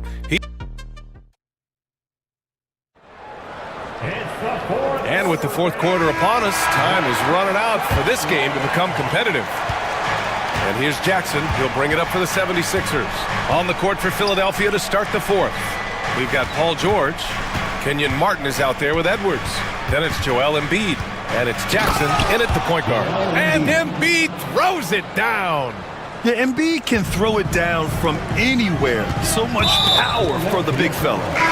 Not sure why he committed the intentional foul. No purpose. I think everyone's a little confused, but weird plays happen. Wagner's checked in for Bataze. Oubre, he's checked in for Philadelphia. Tyrese Maxey comes in for Jackson. Well, we saw Suggs' ability to take over games at the collegiate level, doing the same here in the NBA. Maxey passes to Embiid. Oubre against Harris. Shot from 12. And stolen by Banchero. And the Magic pushing it up now. And so they choose to intentionally foul. Wagner's checked in for Orlando. Caldwell Pope comes in for Harris. Second team foul. Substitution for your Magic. Outside, Caldwell Pope. Oh, and he brings it down with a two-handed jam. And Caldwell Pope is one of those guys who just loves to come after you. Martin against Banchero. Martin, the pass to George. Caldwell Pope pulls it in. Magic trail by 9.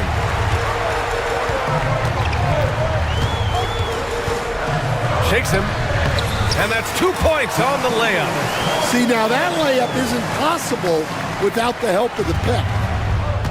And the 76ers shooting 61% for the game, knocking them down. Three-pointer Embiid. Oh, Embiid hits from outside. Without missing a beat, Embiid gets the shot up, and that's the work of an assertive offensive player. Here's Suggs. Rebound by Philadelphia. George has got his fourth rebound in this one. We're about 2 minutes into the fourth here. Here's Embiid. Clock at 4. Three-pointer. George, no good. It's impressive how they've overcome his cold streak tonight. Everyone stepping in to fill the gap. Well, look, you can't let Wagner get this deep. You deserve to get dunked on when you give him this position. Here's George. And George with the jam. Well, you can see why he's a go-to guy for them. They trust in his ability to shoulder the offensive load. Pass to Caldwell Pope.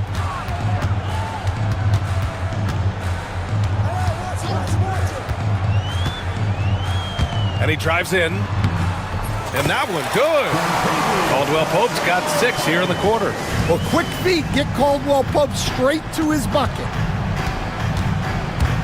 Outside Oubre. Here's George. He's covered by Caldwell Pope. George passes to Maxey. George, a screen on Suggs. Oubre on the wing. Lays it up and banks it in. Oubre's got 9 points now in the second half. Like a matador. Olay! There was no defense. That has to be one of the easier shots I've seen tonight. An unorganized defense like that is not going to help them close this deficit. Saw his teammate with a path to the rim, and boom! Lobbed it up there beautifully. Very smooth catch and finish. Up top, Maxey. He's covered by Suggs. George passes to Embiid. Here's Martin. Rebound by the Magic. Outside, Caldwell Pope. Paolo Banchero flushing it home. And stepping up when it's clutch time. That's a very mature play by the young Banchero. Edwards, he's checked in for the Sixers. Jackson comes in for Maxey. And Banchero, no good on that one. The 76ers have gone 4 of 7 from the field in the fourth quarter. The kick out to Edwards. Back to Jackson.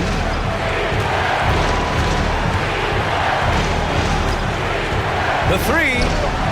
connects from downtown. Yeah, not as much of a three-point shooter early in his career. Jackson has developed that part of his game. Wagner up top. Wagner outside.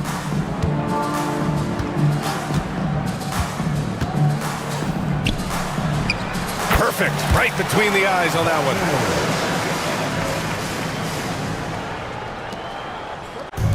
I think a bucket here, Grant, would end this game. Absolutely. That would put a bow on this one.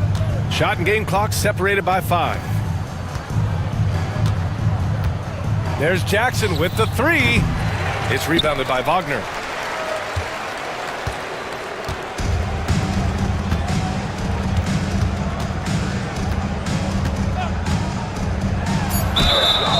And even from where we're sitting, you could clearly tell it was a foul. He drops the first one, and that trims the lead to 6. And both free throws good for Wagner.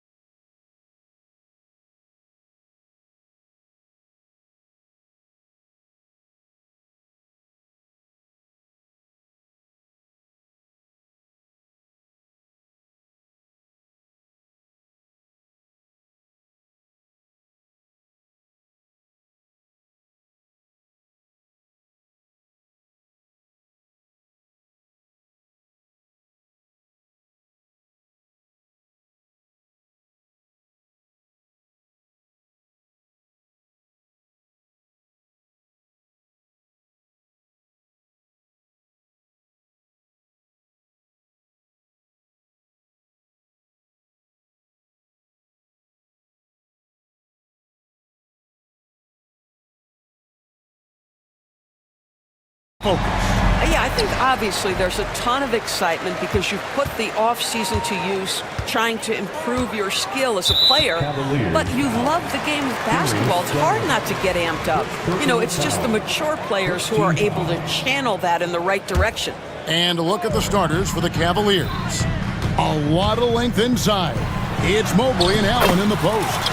A loaded backcourt. It's Garland and Mitchell. And it's Okoro in at the three, the small forward. And so the Houston Rockets get the first points of the ball game. Mitchell in the corner, stolen by Brooks. And it's the Rockets on the break. Şengün with the ball. Garland picks him up. Great positioning on the putback. And those second chance points really become almost like bonus points when you can get them. Here's Garland, and it's blocked. Thompson inside. Mobley's there. It's Thompson off the drive. Another whistle, and he's got to be careful with his foul situation. Rocketing off the deck. Thompson showing that youthful exuberance. First trip to the free throw line for him tonight. And Doris, the Cavs had a very successful 23-24 season. 37 wins and the number 4 seed in the East. And Kevin winning a playoff series, their first one without LeBron James since 1993.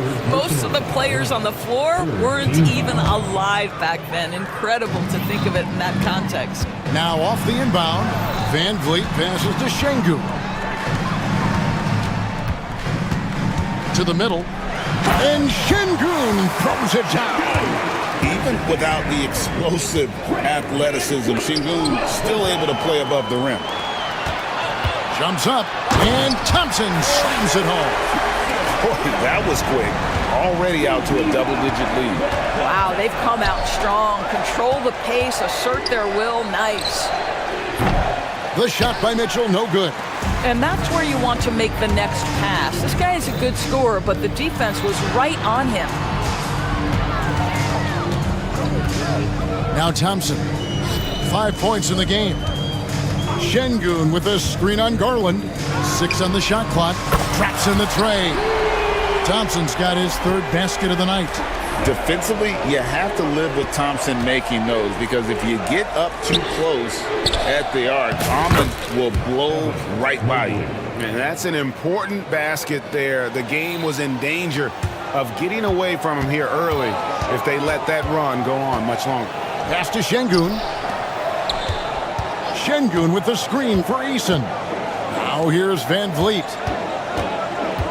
Back to Eason. Good, and Van Vliet gets the assist. Van Vliet's got 3 assists tonight. The ball movement on this run has been fantastic and is a big part of why they've been able to get these good looks. And here's Houston. What a stretch they've got going here. 17-2. Doris, you can just see in Isaac Okoro the confidence he's gained since his rookie year. Kevin, he's always had tremendous confidence on the defensive end. I mean, he's a lockdown defender at multiple positions. What you're seeing develop is more belief in his jump shot. And that confidence comes because he's been willing to put in the work. And there's a whistle. That goes on Dylan Brooks. That's his first foul. And the Cavaliers making a change here. Jerome is checked in. For 3, Mitchell. Cleveland moving it around. Okoro, wide open, he fires. Connects from 3-point range. This is something they could really use from Okoro, guys. Has to hit enough threes to help stretch that defense. And let's head over to the sideline and catch up with David Aldridge. I was able to talk with Ime Udoka for a minute, and his priority this time out is trying to make it hard for Donovan Mitchell. He told me Donovan is an elite 3-level scorer. It's going to take more than one player to slow him down. We need all 5 guys communicating and working together defensively. A big challenge. Guys? All right, thank you, David. And here's Thompson following the 3-pointer by Donovan Mitchell. Normally he'll drill that shot, and I'm sure they'll look to find him in that spot again. No doubt. Very good play call, good execution. Sometimes it just doesn't fall. Here's Jerome. 12 points his last outing from the baseline. And that one goes long. Rockets leading by 11. Thompson with it. Now defended by Mitchell. Van Vliet on the wing. And it's out of bounds. Last touch by Allen. All right, a chance to look at the numbers for Thompson. Last year, getting it done. He was around 9 points per last year, 6 rebounds and 2 assists. And he had to pay his dues that rookie campaign, earning his stripes. A lot of people think he could have a breakout year this season. Well, when you hear it from his coaches and his teammates, they've been singing his praises. So let's see if he can prove them right. And the Cavaliers making a change here. Thompson, he's checked in for Jared Allen. Wade comes in for Mobley. LeVert's checked in for Okoro. And it's Sam Merrill in for Mitchell. 6 seconds separating the shot and game clocks. And there's Van Vliet on the assist by Şengün. Van Vliet's got 6. And you can't help but pick their defense apart. They're completely in disarray.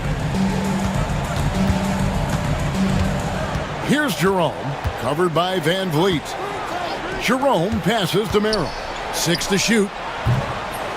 Here's Thompson, out to Wade. From deep, bangs home the trifecta. From deep three-point territory. And he got that one up in time, but doesn't go in. And so it's the Houston Rockets, enjoying a 12-point lead as they talk things over during the break. And their ability to get points.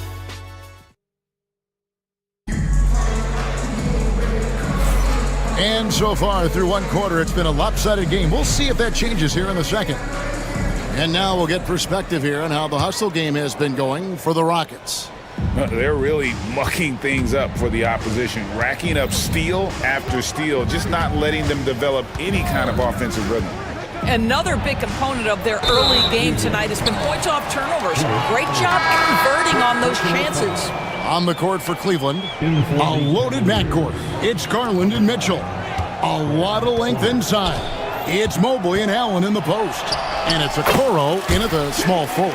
Another bucket down low. They've been the aggressors, taking the ball inside and attacking at the rim. Allen, a screen on Green. Porter, no luck. I'd love to see them impose themselves a little more on the backcourt. That's a great way to find confidence. Always a surefire way to get back in the game. First team foul.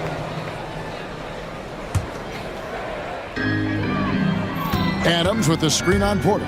Here's Green, and Green slams it in.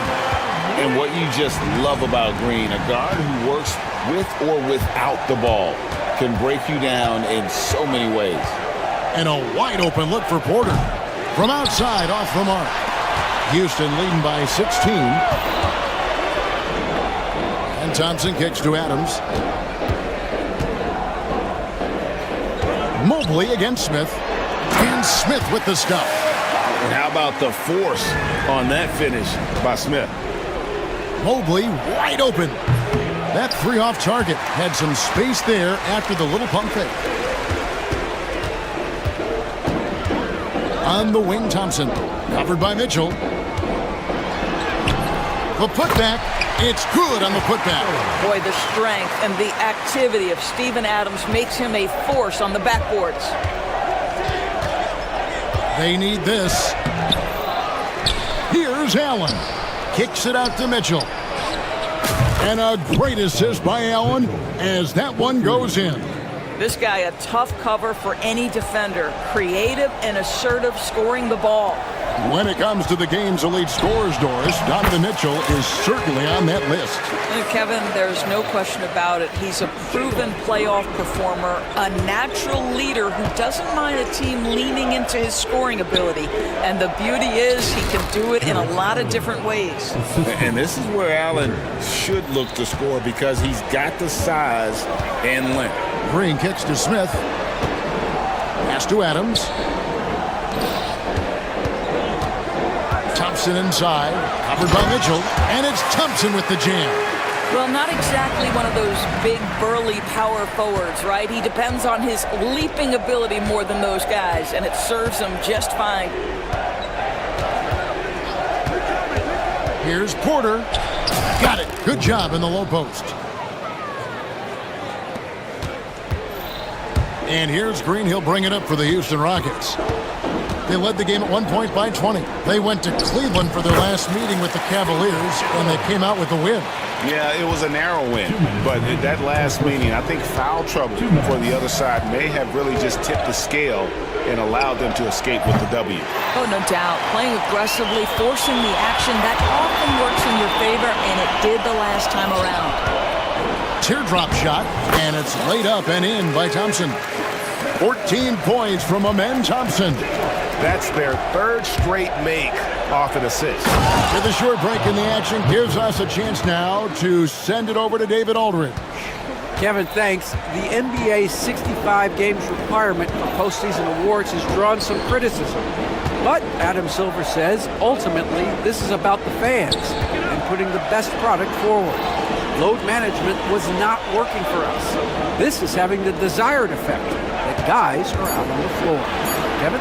They want to be on the floor, right? Keep them tuning in. Good stuff, D.A. Thank you.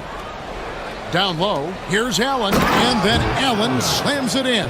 Well, why settle for the layup when you can finish with authority? Mr. Allen on the dunk. Here's Green, and he comes up with the deuce.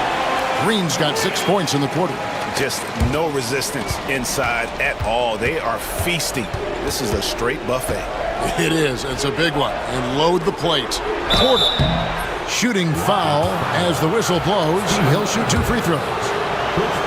All the officials are all over that one. The Cavaliers shooting their first free throws of the game.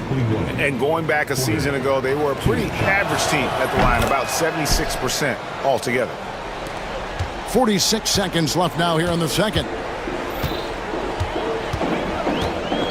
Green against Porter. And wrestling for it there, but no one has possession. We'll have a jump ball.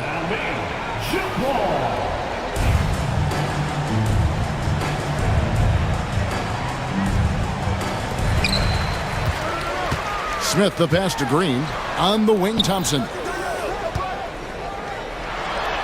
And it's sent back by Allen.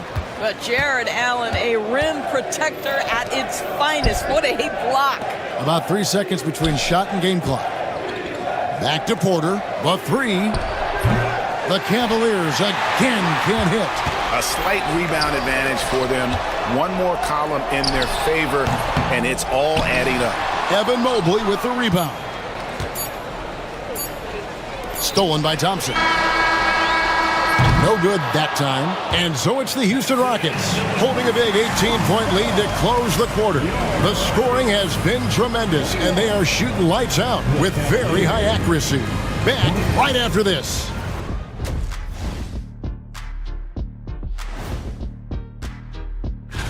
When players look ahead, how much are they circling particular games on the calendar? Well, I don't think this generation of players still use. And now, how about that first half? Talk about a dominating display for the Rockets. Their bench came in. And that'll do it for halftime.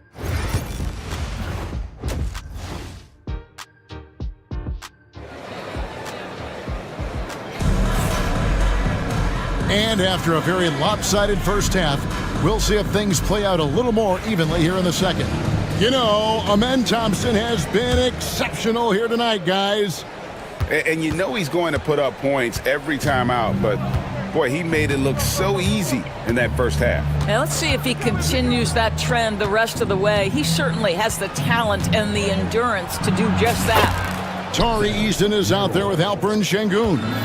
Then it's Fred VanVleet. Then there's Dylan Brooks. And it's Thompson in at the 2. And that's the group in there for Ime Udoka as we begin the second half. Really no idea why you're fouling in a situation like that. You know, maybe there's some bad blood between those two. Greg, what's the key thing Fred VanVleet brings to this offense? I feel like he's really a centering presence, Kevin. The guys can look to him to call the play, to give them their orders, and trust that he's setting them up for success. Wade, he's checked in for George Niang. How about this, guys? Only the 5th undrafted player in NBA history to be named an All-Star. What you love is Fred VanVleet every year has improved. He's fearless. He's tough. There's nothing not to like. Wade from outside. And Thompson kicks to Wade. Arrow on the wing, covered by Van Vliet. Clock at 4. The 3. Offensive rebound. And they're 1 of 4 here to start the second half. And Thompson gets it to go in on the assist by Şengün. 16 points from Amen Thompson. Here's Jerome. Still without a basket. Gets the three-pointer to fall. And that's got to happen if they want to have a chance to turn this thing around. I mean, he needs to just take the game over. I mean, it seems like he's been hesitant to pull the trigger. And another 3 for Cleveland. Man, the triples keep falling, guys. That's 3 in a row. Here's Thompson, and he uses the glass on the layup. Thompson's got 4 points now in the quarter. Well, this guy flat out carrying the load for them offensively. He is taking and making good shots. What a terrific job. Pass to Merrill. And stolen by Şengün. And here we go with Thompson running it up the court. Here's Eason. And that'll be 2 free throws coming up. Officials on the call with the foul. It's going to go on Tristan Thompson. And you don't ever want to get into the habit of letting the offense get to the rim. Greg, we know about the Euro step, but is the decel the next move that's getting more notice? I think it is, Kevin, and you can see players have quickly incorporated that into their arsenal. It's been fun to watch, man, and I tell you, it creates some uncomfortable situations. No good from Wade. Rockets leading by 16 from past the arc. And there's the call on Amen Thompson. That's his first foul.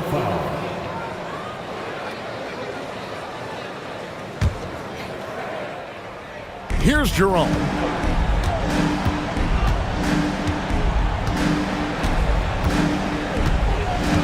Wade a screen on Thompson. Jerome passes to Merrill. Fires the 3. Brooks grabs the board. Brooks has got 4 rebounds in this game. Here's Thompson.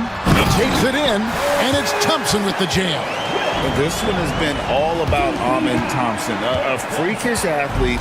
When he gets rolling, there's just not much a defender can do. Here's the screen. Jerome. Off target from outside. Rockets have gone 3 of 4 so far in the third quarter from the field. Pretty good start to the half. And they pick up 2. Thompson's got 22. He has not missed a shot in this quarter. They've tried running different things at him, but he's been unstoppable. Third quarter action, and just under 3.5 minutes have gone. They can't stop the run with that one. I know he's got to be frustrated right now, but the team is fighting from behind. He's got to stay with it. Brooks with the bucket. Yeah, they're rolling right now. That lead continues to grow. And one of the things that's helped that is they're getting it done on both ends. Terrific focus on offense, and they're locked in defensively. Rockets leading by 21. Nice shot by Thompson. Thompson's got 10 points now just in this quarter. I'll tell you, the team is simply riding the hot hand. This guy has been lights out. And there's the call on Amen Thompson. That'll be his second foul of the game. So for the Rockets, Steven Adams, he's checked in for Şengün. Smith comes in for Tari Eason. And it's Green in for Fred Van Vliet. A switch here also for Cleveland. Strus is checked in. Offensive rebound. Boy, with his shot not falling right now, it might be time to look in a different direction. See if you can get your teammates started. Oh, selfless play right there from Green. He's all about getting it to the open man. Strus in the corner. And they come right back with their own three-pointer. Strus has got himself going there. His first points of the game on the deep ball. About 7 seconds separating the shot and game clocks. Nice shot by Thompson. And now you see them starting to really work the ball inside. Here's Jerome, guarded by Green. Jerome, good. Jerome's got 7 points. And that's what the pump fake's there for. Get your man off his feet and drive right around him. Green drives in, and the shot goes in. And with the lead, I like the strategy here. Continue to get the ball to guys who can do something with it. One thing we've learned in the NBA, the game is never over. So you've got to continue to score, continue to build your lead. Amen Thompson, he's feeling it tonight, and he has been the drive. And with the fourth quarter upon us, time is running out for this game to become competitive.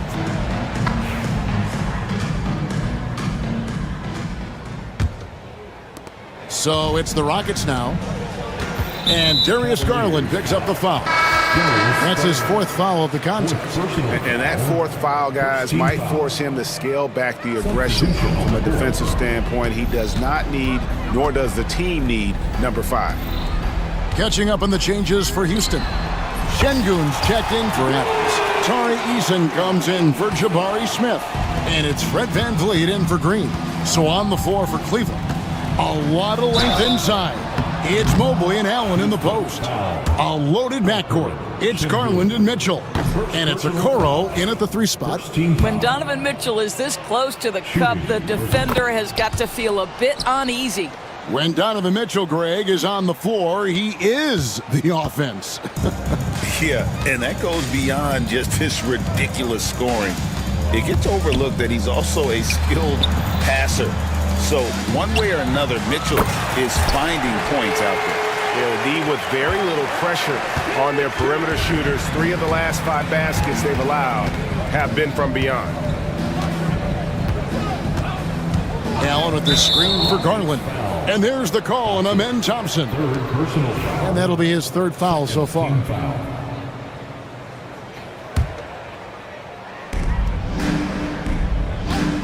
Now, here's Mitchell. They get the rebound. The edge on the glass is the difference. It's allowed them to build this lead. Garland against VanVleet. And a rebound goes to the Cavaliers.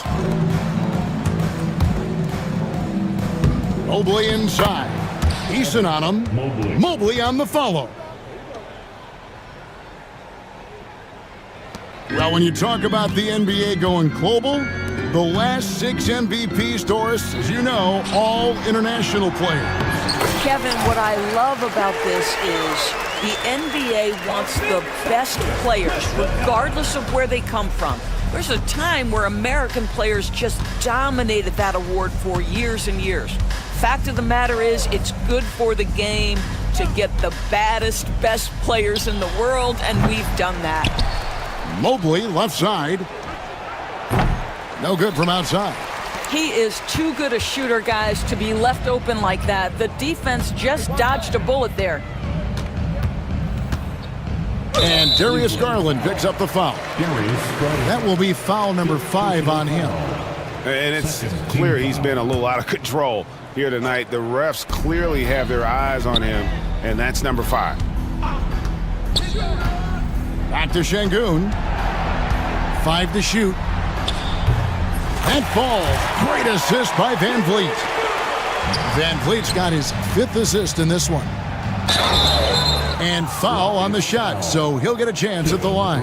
Nice job drawing the contact on that move. Jared Allen, very difficult to contain because of his length. Jerome, he's checked in for Garland. And Allen drops them both. Just a little under 2.5 minutes have passed now here in the 4th. And there's the call on Ty Jerome. And that'll be his 3rd foul so far. You know what? You've got to always be in control of your emotions. Jalen Green's checked in for Fred VanVleet. To the inside, here's Thompson, and it's Thompson with the jam. And he's got rocket ship-like takeoff. Thompson can flat out fly. Here's Jerome. You know, Doris, we know how physical the NBA is, but can you talk to the importance of mental toughness as well, and what it means for a player? Kevin, I don't think a player can be successful in the NBA, and certainly a team cannot, without some level of grit and mental toughness. And what does that mean? How does that manifest itself? It means handling adversity. It means overcoming a key injury. There's a toughness required to be amongst the smartest, most resilient players or teams in the NBA. A minute 50 left here in the fourth quarter. High arcing shot. 2 free throws coming up, and they call the shooting foul. And once the G League took it to another level, Green skipped college, became the #2 overall pick in the draft, and that's really changed the landscape. And there's a minute 45 left in the game. And he banks in the layup. Well, they're trying to establish their attack down in the paint, and make no mistake, these help their overall confidence. Green kicks to Brooks. Şengün against Allen. Şengün, no good. Cleveland has gone ice cold from three-point land, 0 of 4 since the start of the final quarter. Well, guys, this was never really a contest, just a total obliteration, if you will. And you can safely say mission accomplished now for the Rockets. As one-sided as it gets today, you know, there were some dominant moments in about every facet of this game for that team. Yeah, I mean, Kevin, it's hard to think of what didn't go right for them. Game planning by the coaches, execution by the players, everything was just on target. And it'll go down as their first official win of the new year. They were really smart in the use of that game plan tonight. Used it in their first 2 games against this team, which equaled to 2 wins. And you know, looking back at all the contributions tonight, it was a really phenomenal all-around game for Amen Thompson. What a relentless scoring night for this guy, in attack mode all evening. Finishing strong. This is how you want to close things out. No question, they've got hot at exactly the right time. Clutch play on a team level. Well, this is what they needed earlier on. At some point, it's too little, too late. Yeah, but then again, this run came against a team that may have felt it had already won, and you get the sense it let its guard down. Cleveland with the ball, and here comes the break. From outside the arc, drills it from outside. And so many teams now look to establish the perimeter to set up everything else. No doubt it's a growing trend, Greg, and he is highly accurate tonight.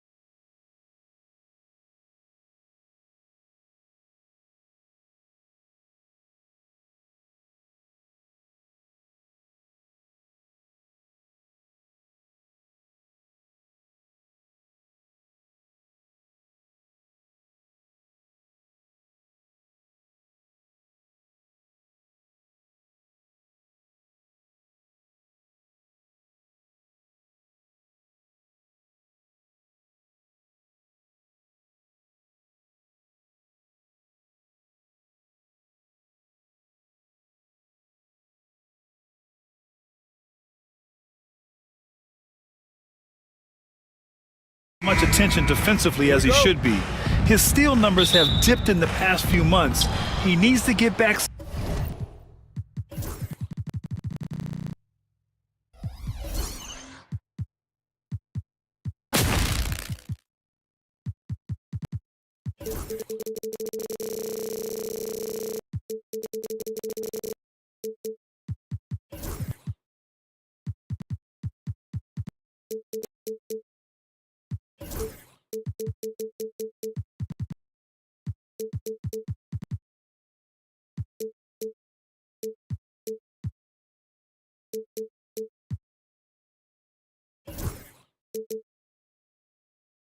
Some of that intensity on defense. A look at the 76ers starting group. We've got Maxey, Kelly Oubre out there with Kenyon Martin. Then it's Joel Embiid. And it's George in at the shooting guard position. And for the Thunder, Luguentz Dort out there with Aaron Wiggins. Then it's Cason Wallace. Then it's Shai Gilgeous-Alexander. And it's Holmgren in at the 5. Oubre passes to George. Pass to Maxey. It's still early in the season, Grant, but most coaches have their rotations worked out by now. They really do, but if they don't, they better figure it out soon. You don't want to be tinkering with your lineups any later than this. Now here's Gilgeous-Alexander. We saw him with 29 points in his last game. Here's Wiggins. Oubre with a steal. On the break. Here's George. Played it in with a nice touch off the window. And George really good at recognizing his fast break opportunities and torching the defense with his speed and athleticism in transition. And the shot goes in. I like the play call. Very solid, making perfect use of the pick to get a great look. George passes to Maxey. Dort with a steal. Wallace outside. First minute and a half of basketball played here in this one. Shoots over Maxey. It's wide right, hits off the rim. Philadelphia has gone 1 of 2 from three-point land so far. Martin finds Embiid. Up top, Oubre. Pass to Maxey. Here's Embiid. And Embiid throws it down. I've got pity for that rim right there, Joel Embiid. That's a big man banging that thing down. Here's Wallace. No good with the triple. Yeah, and the defense has really got to tighten up on him. I mean, he's just too dangerous from the three-point line. Here's Embiid. Here's the 3. Nails it from 3. Embiid's got 8. Their ball movement on this run has been tremendous. It's led to a lot of good, clean, open looks. Gilgeous-Alexander passes to Dort. Inside. Wallace misses. That's the shot you hope for. Right at the rim. Just couldn't capitalize. Gives us a chance to catch up with Allie LaForce. Well, the Thunder head coach had a few moments to share with me. Talking about Tyrese Maxey, he voiced how crucial it is to make sure that his defense doesn't allow him any breathing room. He told me, quote, Maxey can get hot in a hurry, so we can't afford to give him open looks. And with his speed, we definitely want to limit his opportunities in the open court. We'll see if the defense can slow his pace, guys. Thanks for that, Allie. I mean, I'm just not sure what he was thinking right there. I mean, he needs to get his head in the game. Yeah, completely a brain fade. I don't know where that came from. Just lost sense of time and the situation. Hits the trifecta. Not afraid to shoot. Dort has become more confident in his jumper, and you see why.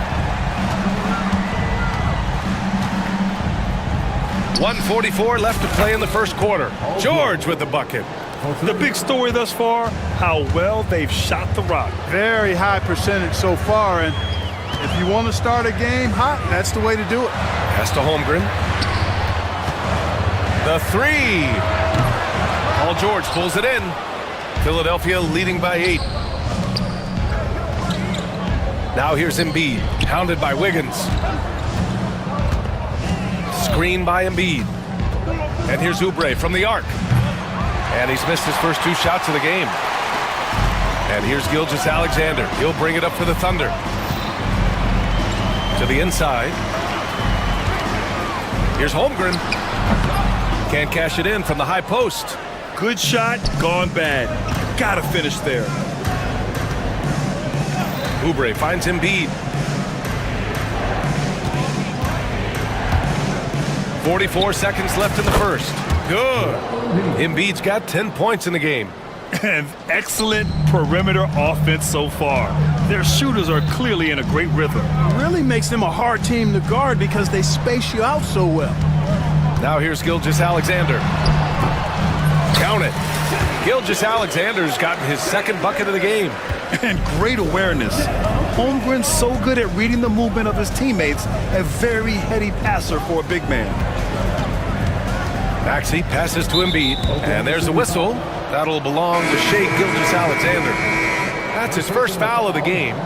First team foul. Substitution for your Thunder. 19 seconds left to play in the first. Outside Oubre. Pass to George. 6 on the shot clock. The shake. 2 points. That one goes. 7 points in the game. So far, they're owning both ends of the floor. We'll see if they can keep this going. And, you know, nothing like getting an opponent on the ropes early. You love that if you're on that side of the scoreboard, and they are landing some haymakers now. Joel Embiid, he's feeling it tonight and has been the driving force for Philadelphia. He put together 10 points in the quarter. And don't go far. We'll be right back.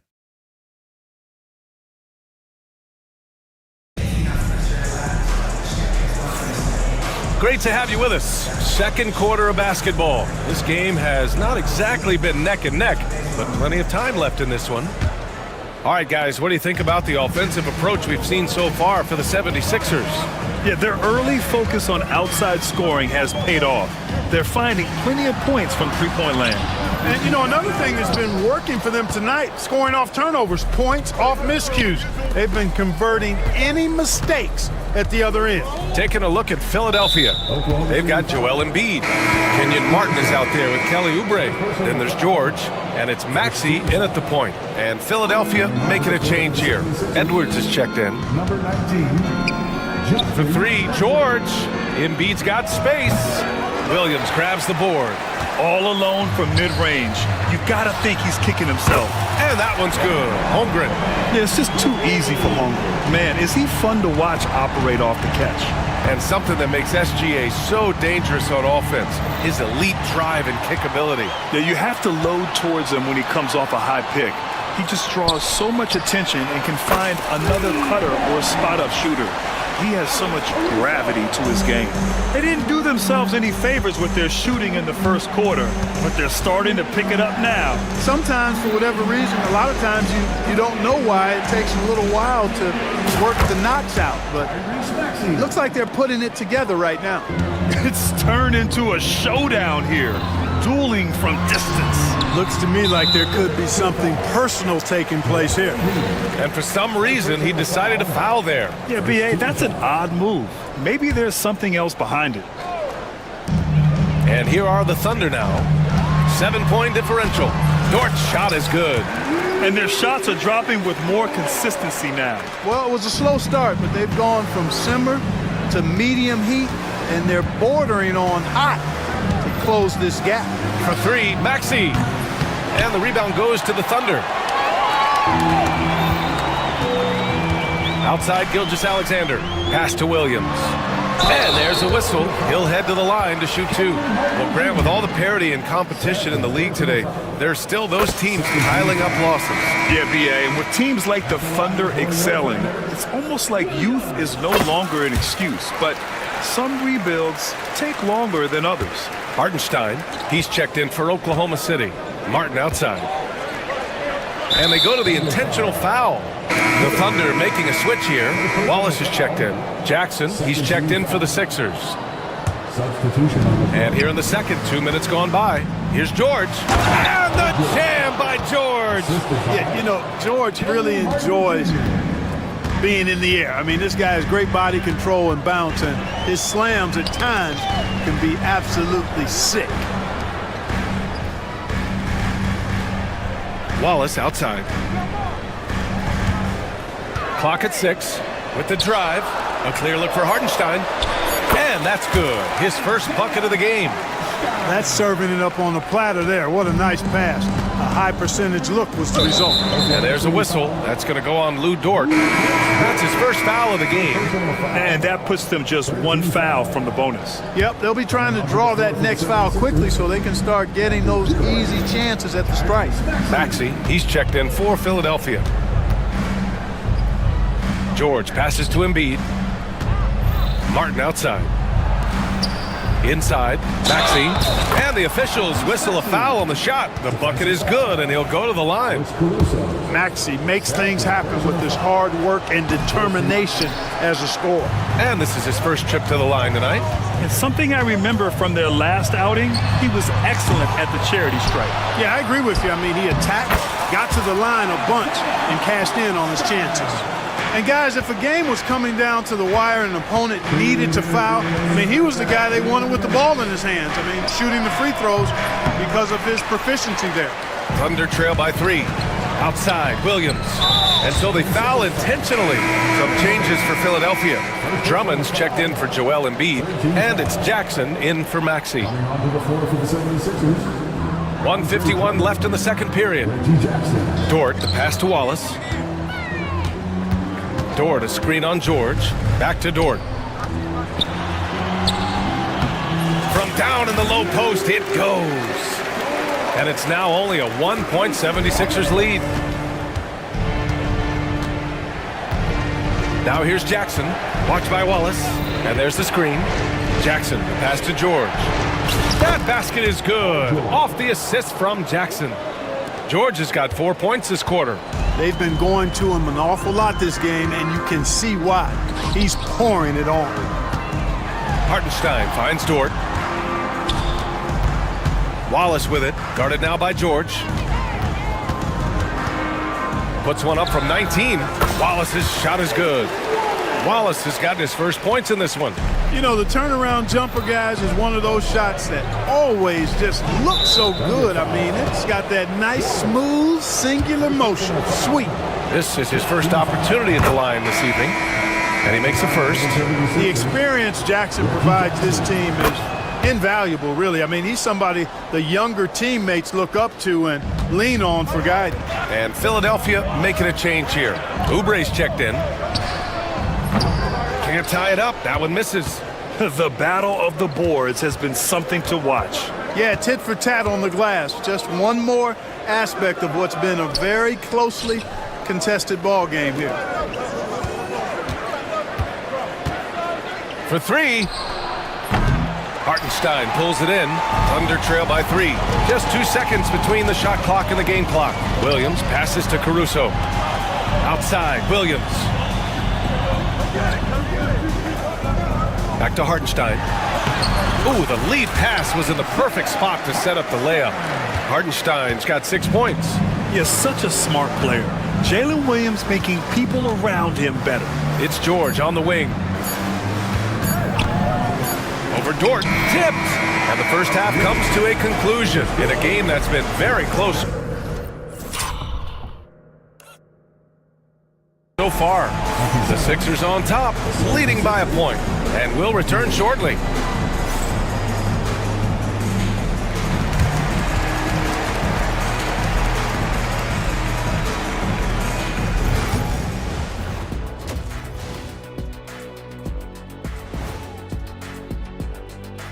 Welcome, folks. Playing well on the road can be very difficult. They're doing a good job despite the challenges. Away from home, they aren't led.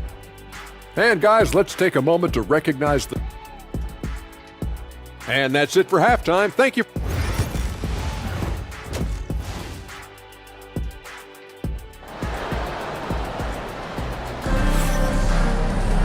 And we've got second half action for you. Thus far, a pretty evenly contested game. Paul George has been sensational. They've leaned on him to provide a lot of offense, and that's how he likes it. And you know what? They've come at him a few different ways defensively, and nothing has slowed him down. In it forward, it's Dort and Williams. Case and Wallace out there with Alex Caruso. And it's Hartenstein in at the center position. That's the lineup for Oklahoma City. Williams' shot is good. and force-feed him the ball inside. I mean, no reason to go away from what's working. And when you make 5 in a row in close like that, it also takes pressure off your perimeter guys, too. Maxey, a good look. Hartenstein pulls it in. No defender in sight. He tries to take initiative, but ultimately comes away empty-handed. Exactly. The defense determined not to allow the easy layup right there. They'll settle for making him earn the free throw. First trip to the free throw line for him in this one. Yeah, those were fine numbers he posted at the line. It was hard to find fault with anything he did from the stripe. Embiid, he's checked in for Drummond. Puts up a deep three. Hartenstein pulls it in. Hartenstein's got 4 rebounds now. And about a minute of action so far in the third quarter. And it's good. 2 points. They just look so overwhelmed inside. You know, that's why they continue to get attacked. Yeah, I think they've got to ramp up the aggressiveness. If they don't, things are just going to get worse from here. Maxey, that's good. He's somebody that's really comfortable carrying the offensive load. Oklahoma City leading by 3. Wallace outside. Pass to Caruso. Back to Wallace. Oh, and there's the whistle on the shot. So 2 free throws for him coming up. It's going to go on Tyrese Maxey. Oklahoma City shooting their 5th and 6th free throw attempts tonight. And that one goes in. 2 from the line that time. Third quarter of basketball. We're about a minute and a half in. To the paint. Boom! He jams it straight down. Check out Maxey with the throwdown. Boy, he can get off the ground quick. Maxey's gone 50% shooting tonight. 4 of 8. To the middle. Here's Caruso. And a nice finish on the layup. Caruso's got 5 now. Excellent execution coming out of the break. They've taken 3 shots and made 3 shots. Oh, gritty defense. Protecting the rim at all costs against a guy who has all sorts of ways to finish. Boy, that foul looked intentional. Not exactly what you'd expect here. Yeah, I know. It just doesn't make sense given the situation. And the 76ers with some changes. Martin comes in for Edwards. And it's George in for Jackson. Wallace, the pass to Caruso. Good on the bucket. And now it's a 7-point Thunder lead. And why go away from attacking inside if the D has no answer for you? Maxey passes to Embiid. And the foul on Alex Caruso. That's his 3rd foul of the game. A different look for Oklahoma City. Holmgren, he's checked in for Hartenstein. Wiggins comes in for Williams. And Gilgeous-Alexander is subbed in for Wallace. Gilgeous-Alexander with a steal. And a fast break now for the Thunder. The shot by Dort, no good. And that's their first miss after hitting 4 in a row to start the half. For 3, Maxey. Pass to Martin. Oh, and that one, no question, powered it down. Well, Maxey has proven he's got a good eye out on the floor. He'll spot those gaps in a minute. Gilgeous-Alexander passes to Holmgren. Bam! Chad rocket the rim. Slams it down with 2 hands. Man, they're really getting aggressive now. Now's the time to do it. Keep attacking that rim. Pass to Embiid. We've got a minute 48 left in the third. There's a screen. Wing shot on the way. And it's Holmgren with a rebound. Oklahoma City leading by 7. What a 22-23 season it was for Joel Embiid. Named MVP with the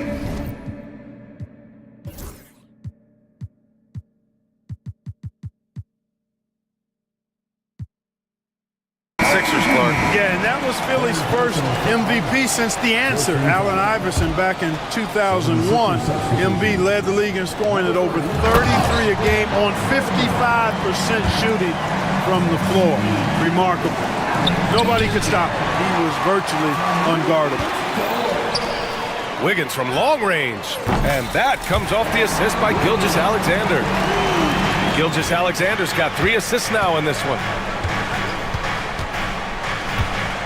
Pass to George. Martin with the ball. A shot to stop the run. And it's Holmgren with a rebound. Holmgren's got his 4th rebound in this one. Here's Gilgeous-Alexander, and here's Holmgren. Outside for Gilgeous-Alexander. And there's a 3-second violation. Now, since we have this break, here are the teams with the most points off turnovers last season. Oklahoma City, number 1. In 3rd, the 76ers. Here you have two offenses that feasted off turnovers. Every opponent was a little nervous with the ball around him. Because he's quick and aggressive, Maxey draws his fair share of fouls and gets to the line. He's had just 1 attempt at the line earlier. Shooting for Philadelphia. And good on the 2nd, so he makes them both. 43 seconds left to play in the 3rd. Gilgeous-Alexander feeling it out a bit. Yeah, what's special about Gilgeous-Alexander is how shifty he is, which also makes it so tough on defenses. Oklahoma City shooting their 7th and 8th free throw attempts of the game. You know, something you can point to when you're talking about their areas of success last season, free throw shooting. Edwards, he's checked in for the Sixers. Jackson comes in for Tyrese Maxey. Martin finds Edwards. Over Gilgeous-Alexander. Philadelphia with another miss. I'll tell you what, they've rebounded the ball tremendously well. Yeah, you look across the board, it's actually sizing up, shaping up to be a great game. I mean, strong performances throughout, and they've really been strong on the glass. Back to Holmgren.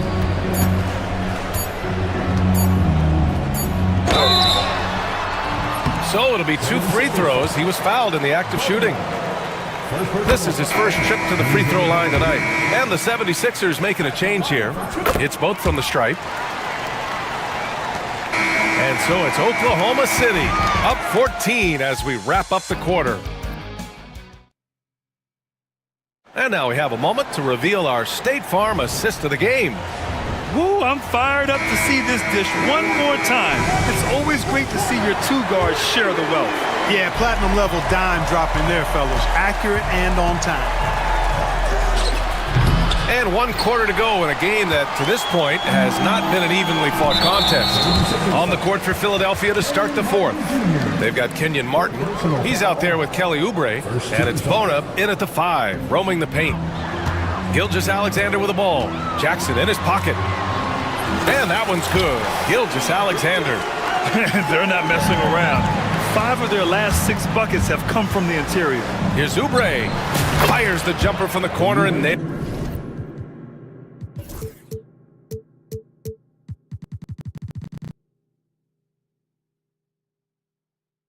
it. Not the best of shot selection there, but you know what? You do not look a gift horse in the mouth.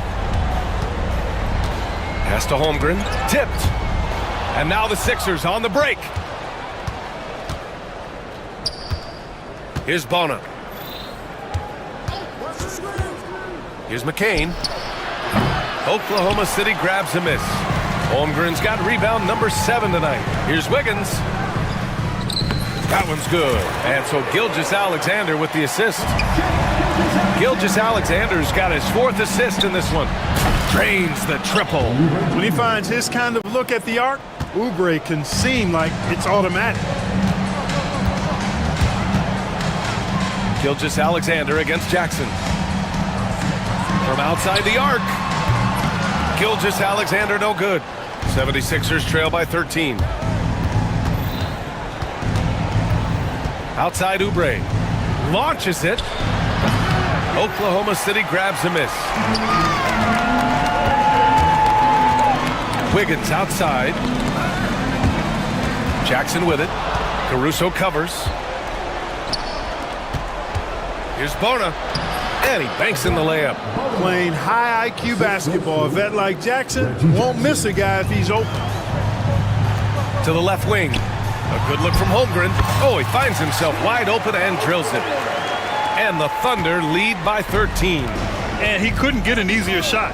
The defense right now just looks defeated. Well, that's exactly the kind of defense that's gotten them into the hole. Dort against Oubre. Here's McCain. 3-pointer off the mark. Thunder leading by 13. Fourth quarter play. We're about 2.5 minutes through it now. The shot that time not on target. And now they decide to foul intentionally. So for Oklahoma City, Hartenstein, he's checked in for Holmgren. And Williams is subbed in for Wiggins. And the 76ers making a change here. Pulls it from the top of the key, and the jumper falls for him. Showing off the superb handles for a 7-footer, Joel Embiid handles that thing tight. Dort, the pass to Hartenstein. And Hartenstein slams it in. Elevates and detonates the one-hand stuff. Picture perfect. I'm glad he didn't go overboard and try to do too much there. He almost brought the basket down on top of himself. Oh, there's hang time, and then there's a time to hang.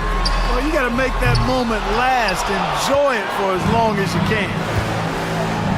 Outside Maxey. Off the mark. Had a chance there to trim it to single digits. And so it's Gilgeous-Alexander with it. He brings it up for Oklahoma City. They lead by 11.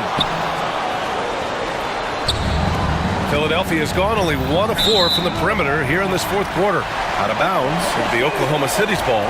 And that's just another mistake. I mean, they've got it on autopilot, and they look totally dejected. Well, if you're just tuning in, welcome. We played about 3.5 minutes into the fourth quarter here. And we hear about the unwritten rules of sports sometimes, Clark. What are some of those in the NBA? Well, you try not to ever foul an airborne player. I think most players are really sensitive to that. Don't disrespect the other team. Be professional and sportsmanlike when you've got a margin of victory that doesn't need to be added on to. In other words, don't run up the score. Don't try to get numbers for the sake of numbers. Play the game, play to win, and do it with respect at all times. Outside Edwards. Fires the three. Hits a three-pointer. Edwards got his first 3 points of the game. In order to create effective spacing, you need enough guys on the floor that can hit from downtown. And that's out of bounds. Oklahoma City will keep it.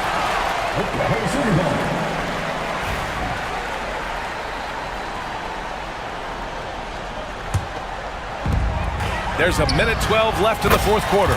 Gilgeous-Alexander's shot is good. And they had an advantage tonight. Came out sharp and did what was needed. Nice win here for the Thunder. It's impressive how the reserve players stepped up and delivered in this one. They didn't just help out. They made a big impact and really secured the win for their team. And so this win marks their first victory of the new year. The chess match between these coaches just getting started. They face off 3 times, so we'll see how they both adjust when they meet later in the year against Philadelphia. And as it was happening, as it was building, you knew this was a monster game for Shai Gilgeous-Alexander. An unbelievable scoring performance. He absolutely took over and never let up. Edwards, that's good. 3 points. Here's Gilgeous-Alexander. Pass to Caruso. Tried to answer back, but that three is off the mark. It's Edwards on the wing.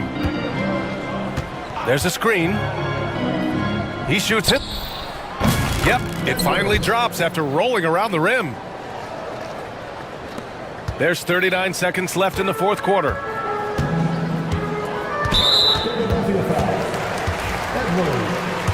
Third personal foul. 15 foul. Oh, the first of 2, no good. A heartbreaker. He hits the second from the line. He did enough to put this one away. Just a hard-fought battle. To the left side wing. Pulls up. Drummond, high post. Yabusele. Off target from 3-point range. And Andre Drummond is going to pick up the foul. So that'll be a second foul of the game. We're in the bonus. We'll go to the line to shoot 2. And Dort hits them both. Philadelphia with the ball. Here's Edwards. And Edwards slams it in. Here's Gilgeous-Alexander.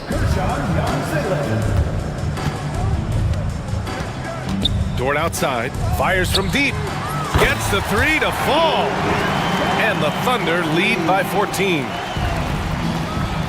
Dort with a steal.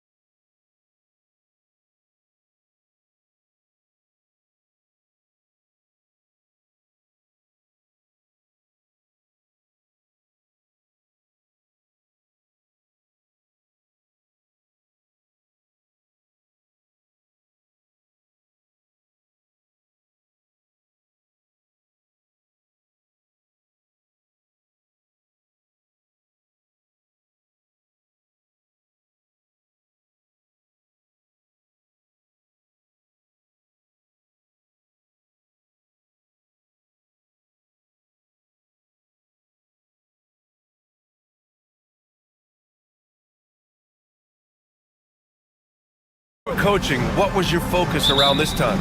Early in the season, Brian, really in the entire season, but especially early, you just want to try to be getting better every single night, making the corrections from one night to the next, and just keep growing as a team. A look at Cleveland's opening lineup. Garland and Mitchell, the talented 1 and 2. At the 4 and the 5, the lengthy pair of Mobley and Allen. And it's Okoro in at the 3. Now here's Harris. Takes the 3. Mobley grabs the board. Outside Mitchell. Launches a 3.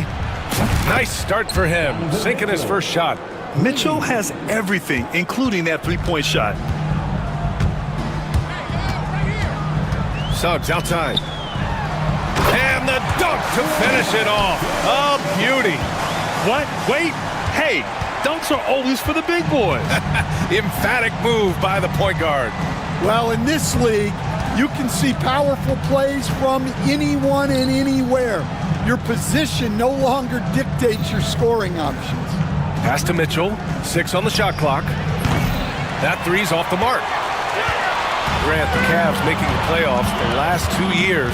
A big deal in Cleveland. Well, outside of years with LeBron on the roster, they hadn't made the postseason since 1998.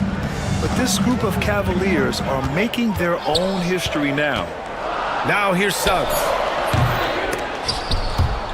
No good from the wing. All right, let's get a report from Allie. I briefly spoke with Jamal Mosley, and I wanted to know, how do you slow a guy down like Jarrett Allen? Coach said we have to hassle him as much as possible on both ends of the floor. We really want to limit him, not just his points, but more importantly, his rebounds. So keeping Allen off the glass is a primary focus. All right, appreciate it, Allie. Far from an ideal start, only 1 for 5. Let's see if they can turn it around. That falls. Nice setup by Harris. Suggs has gotten his second bucket on the night. Yeah, finessing his way around down low. Suggs found an opening for the score.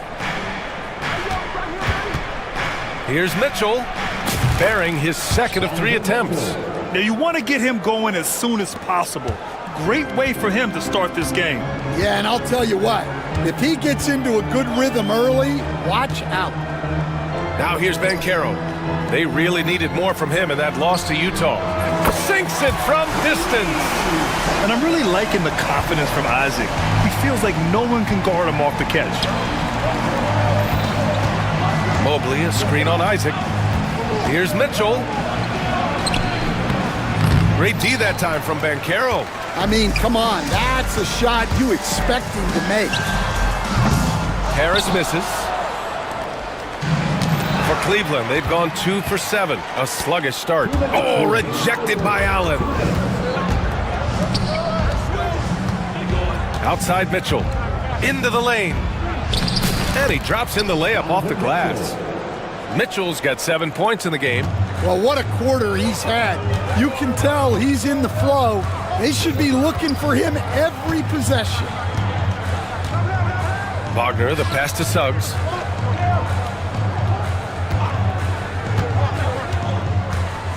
Back to Isaac. And the layup is good off the glass. 5 points in the game.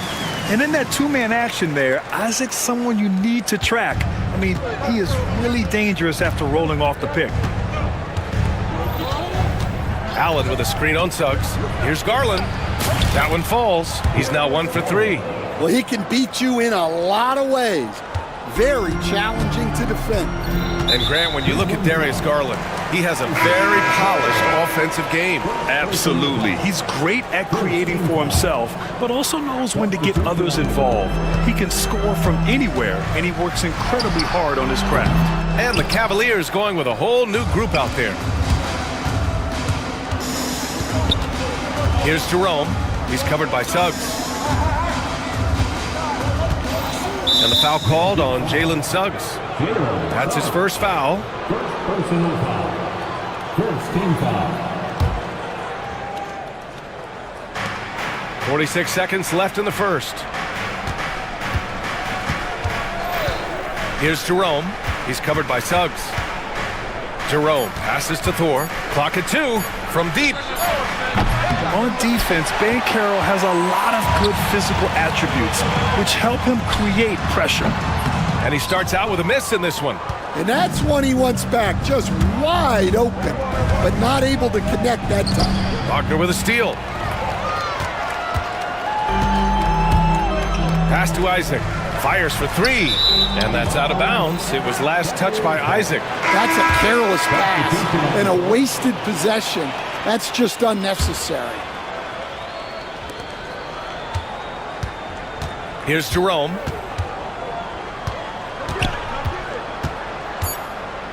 Floats one up. Doesn't go for him. It's all tied in Orlando. And we'll be back right after this.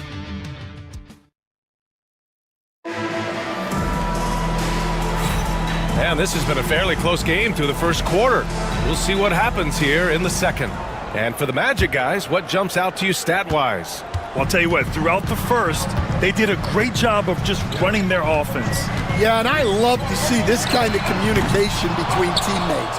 Great player movement, great ball movement. We've got Kentavious Caldwell-Pope, Franz Wagner out there with Goga Bitadze. And it's Black in at the one. That's the group starting the second quarter for the Magic.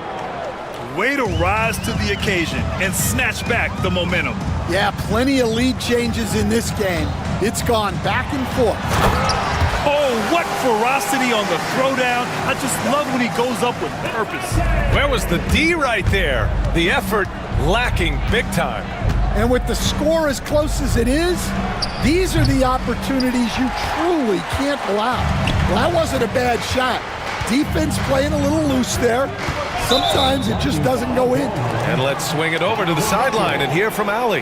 This Magic team is making moves in the East. Star forward Paolo Banchero said, "We're a lot more competitive. We know we're talented. We can play with anybody, and we've proven it. Just one game at a time."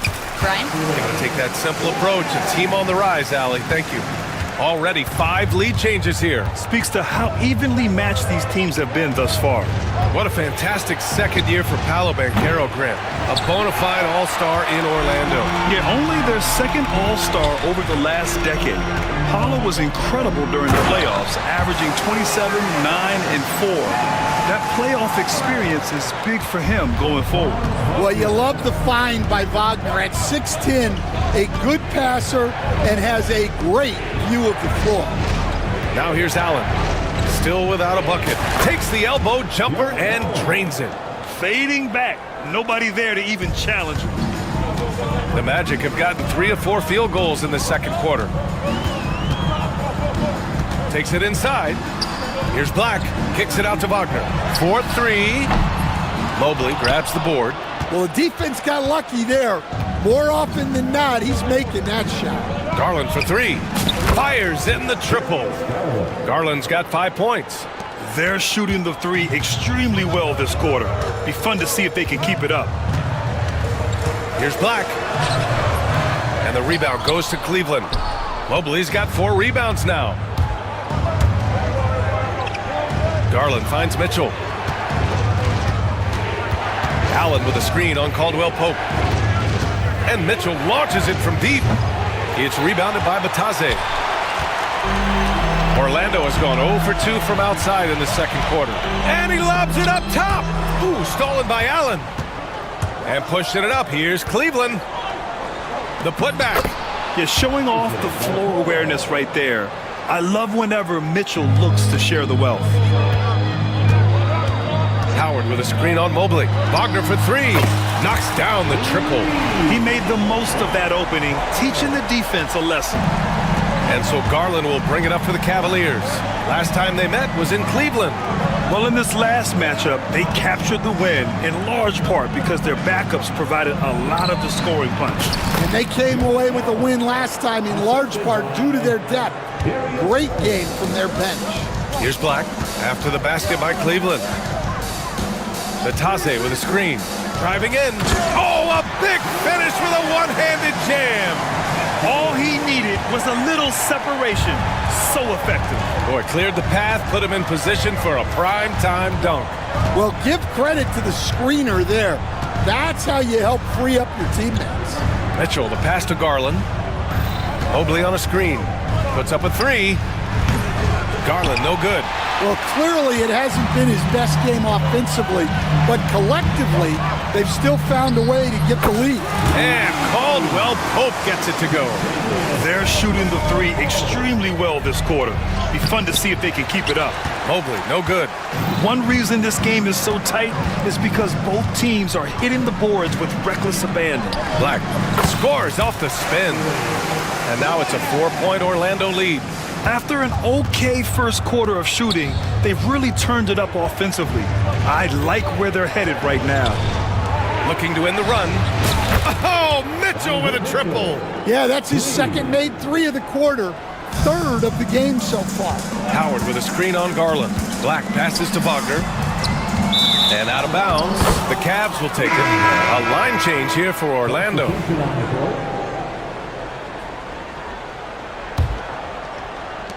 And we've got 28 seconds left in the second. Garland against Suggs. Garland, no good. And guys, his shot hasn't been falling this quarter. Time to settle down, refocus, and get a really high percentage look.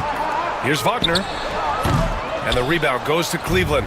Those are precisely the looks this team is trying to create. Yeah, quality offense will serve you well in the long run. You can't settle for bad shots. And we're through the first half of play here in what's been a good one. It's the Magic leading by a point. And we'll see you back here after the break. Third quarter action in just a bit.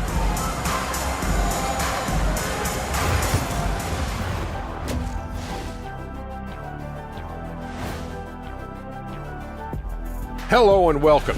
Glancing at the upcoming schedule when you guys played against one another, did you always have your games circled on the calendar?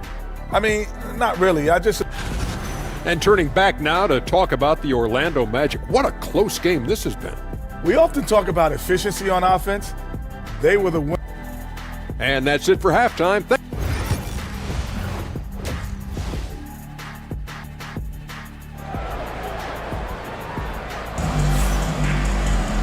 And as we get into this third quarter, as we've seen so far, neither team able to create much separation on the scoreboard. What a game we're seeing from Donovan Mitchell. And the bulk of his production has been generated along the perimeter. And defensively, they're giving him too many good looks out there. They need to start running him off the line. So for Cleveland right now, Karis LeVert is out there with Ty Jerome. Then it's Thompson, then it's Max Strus, and it's Tyson in at the 4 spot. Great open look there. Jerome's got his first bucket of the game, and he's on the board for 3. Stan, you started as an assistant in the NBA back in 1995. Now, all of these years later, for a coach, what's been the biggest change, you think? Well, I think the biggest change, Brian, has been that we don't practice as much. There's much less time spent on the court with your team. It's more done in terms of film and individual work and not 5-on-5 type practice like it was back in 1995. You mean to say we're talking about practice? That's exactly right. Well, you couldn't ask for a better look. That's one he's got to knock down. They swipe it. And pushing it up. Here's Cleveland. Pass to Jerome. Beyond the arc. The rebound by Carter. Jerome's gone 1 for 3 on the night. Oh, it's stolen by LeVert. And pushing it up. Here's Cleveland. Ahead. And the fast break ends at the rim with a jam. Got to give him credit for jumping on the ball and making the most at the other end. Boy, inexcusable at this point of the game. They got to be more composed in these moments. Well, as a coach, turnovers will drive you nuts, but sometimes that happens when you're aggressive. So there's a balance. Well, we've all had those as coaches. That's a no, no, no, yes type of shot. Here's Jerome. The baseline J is off the mark. The Magic have got 2 of 3 from the floor in this third quarter. Here's Carter. Uses the glass on the layup. And the Magic lead by 2. Well, there's no question Carter can play strong inside. He has the build for it. Here's Jerome. He's covered by Suggs. Jerome passes to LeVert. Thompson with a screen. Down low. Shot clock at 6. Stolen by Carter.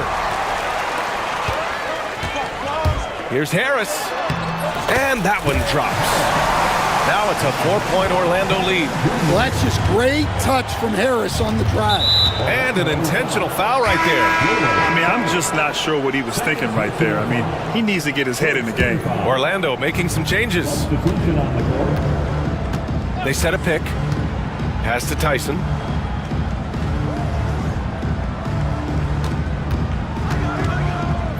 LeVert outside.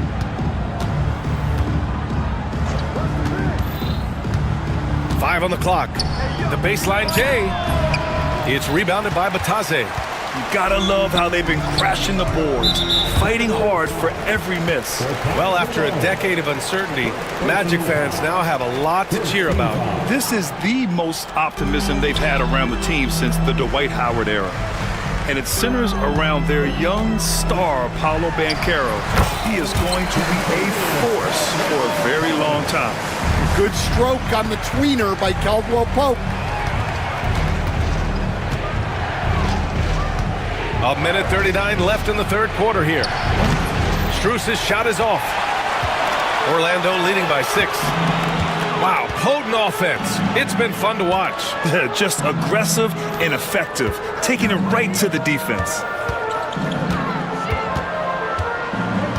Outside, Caldwell Pope over LeVert. Caldwell Pope's shot is off. Cleveland has gone only 1 of 3 from deep here in the third. Jerome, deflected. Well, that's impressive defense by Wagner. He gets himself into great position. Pass to Jerome.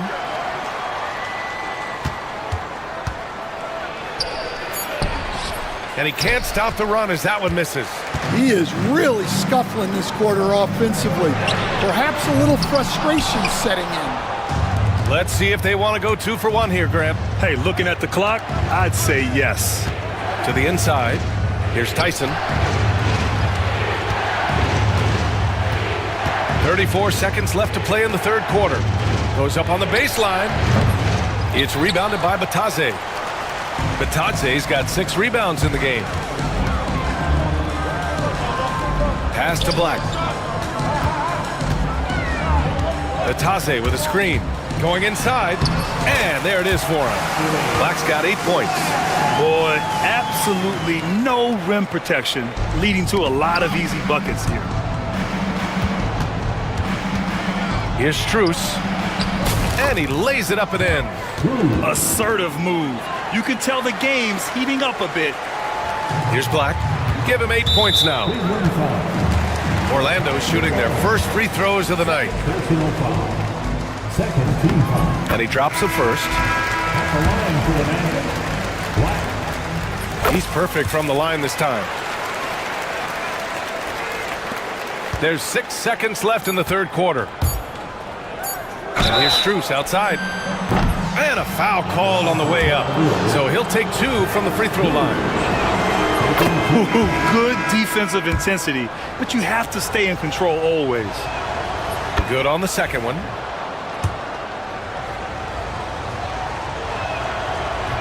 And he makes all 3.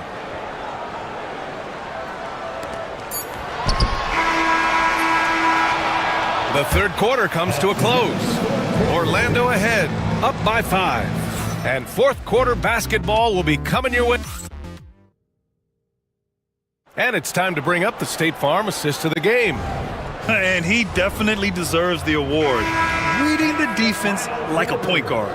Well, his height gives him the ability to see the floor, and he makes a quick decision and a great pass. And it's been a very competitive game so far as we get rolling here in quarter number 4. Suggs runs point with Harris next to him. Paolo Banchero is out there with Jonathan Isaac. And it's Wagner in at the 5 spot. That's who's out there for Orlando. And a moment here to take a look at the scoring breakdown for Orlando. Well, I love how they're attacking the rim. That will usually force defenses to collapse and open up a lot of outside shots. Another thing they're doing well tonight is shooting from long distance. All game long, they've been finding openings at the perimeter. And that's a foul called on Donovan Mitchell. That'll be a second foul of the game. I have to admit, I mean, it's always a tough decision for the ref on the block charge call. Wagner's checked in for Orlando. Caldwell Pope comes in for Harris. And Cleveland with a change here too. Evan Mobley, he's checked in for Thor. And their offensive game plan is clear. Get it inside and go to work. And here's Garland. Here's Mitchell, and that's a foul called on Donovan Mitchell. That's his third foul so far. And great job to establish position and square up. Here's Wagner. And Caro outside. Wagner up top, guarded by Garland. Back to Wagner. 6 to shoot. The 3 from Bankero. On target from range. And now an 8-point Magic lead. His ability to shoot off the catch is a big plus.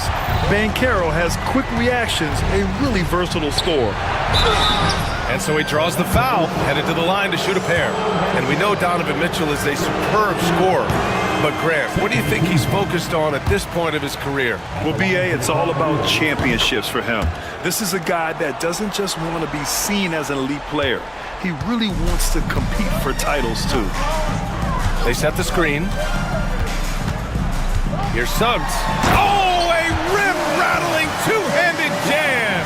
Well, look, you can't sleep on Suggs' athleticism because the second you do, he explodes to the rim. Oh, swiped away. Here's Bankero. Kept alive. Out of bounds. It'll be Cleveland ball.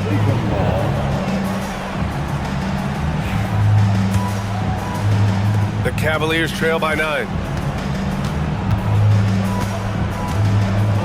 Last quarter of play, about 2 minutes in now. Mitchell against Caldwell Pope from downtown. And that one's good. Donovan Mitchell for 3. And normally Mitchell wants his shot head on.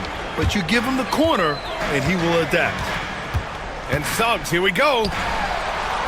Good. That's his 5th bucket in 9 attempts.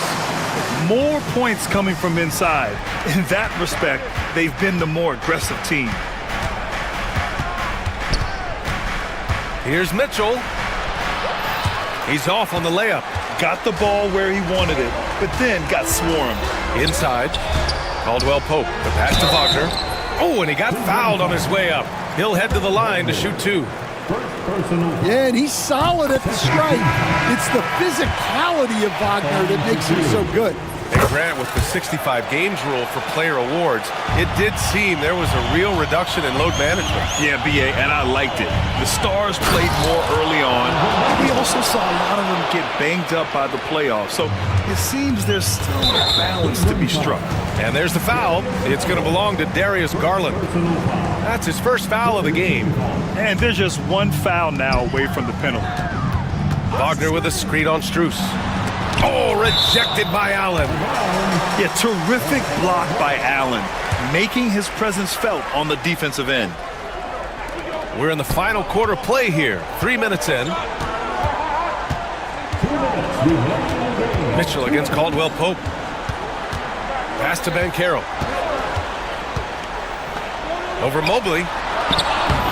And it's all about length for Mobley on defense. He can trap you with those long arms. On the wing, Strus. No good on the triple. And here's Wagner. He'll bring it up for Orlando. Here's Suggs. And Carroll left side. And a foul called on Evan Mobley. That's foul number 2 for him.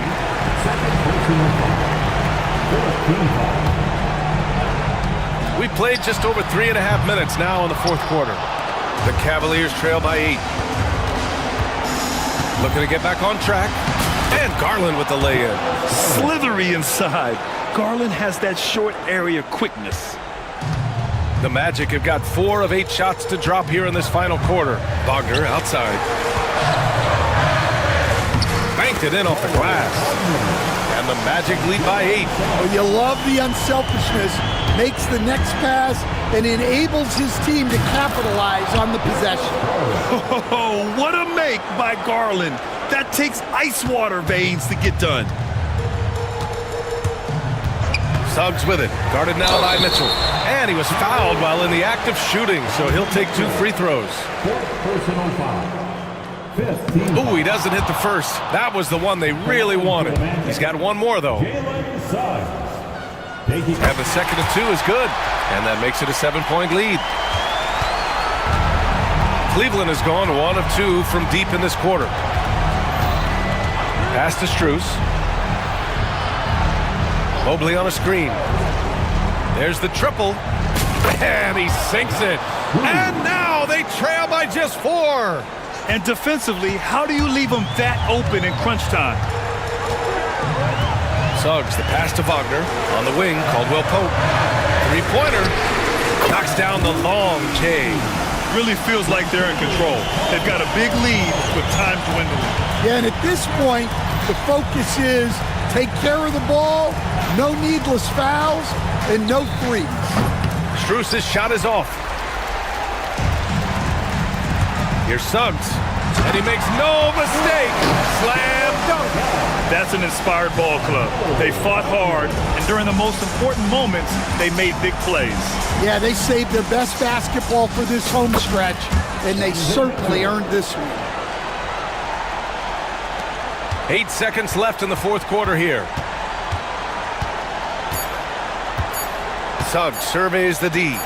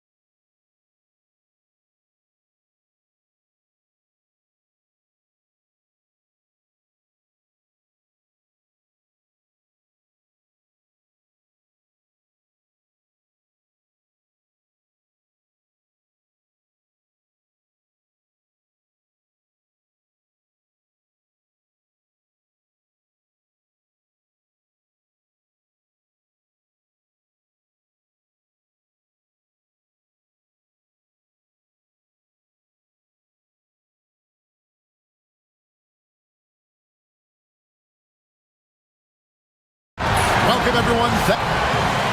Here's what Oklahoma City's schedule is looking like. On Monday, they'll be playing against Damian Lillard and the Milwaukee Bucks. And then on Wednesday, they'll go up against Bradley Beal and the Phoenix Suns. And no secret that this team can be very tough in their own building. And that's good news as they are loaded up with home games over the next stretch. This is the chance to create some separation. So here's Oklahoma City's starting group. Gilgeous-Alexander out there with Wallace. Then it's Wiggins. Then it's Lou Dort. And it's Holmgren in at the 5 spot. And for the Rockets, we've got Amen Thompson. Alperen Şengün out there with Tari Eason. Then it's Brooks. And it's Van Vliet in at the point guard. Gilgeous-Alexander finds Wiggins. All right, Brent, a fresh season of NBA basketball. How excited are you? Oh, man, Kevin, on a scale of 1 to 10, can I go 20? I mean, we've been waiting for these games to start for months. The offseason seems endless, and there's always drama about player movement, who's going where, and expectation, but nothing better than getting that ball thrown up. And let's see these guys go at it.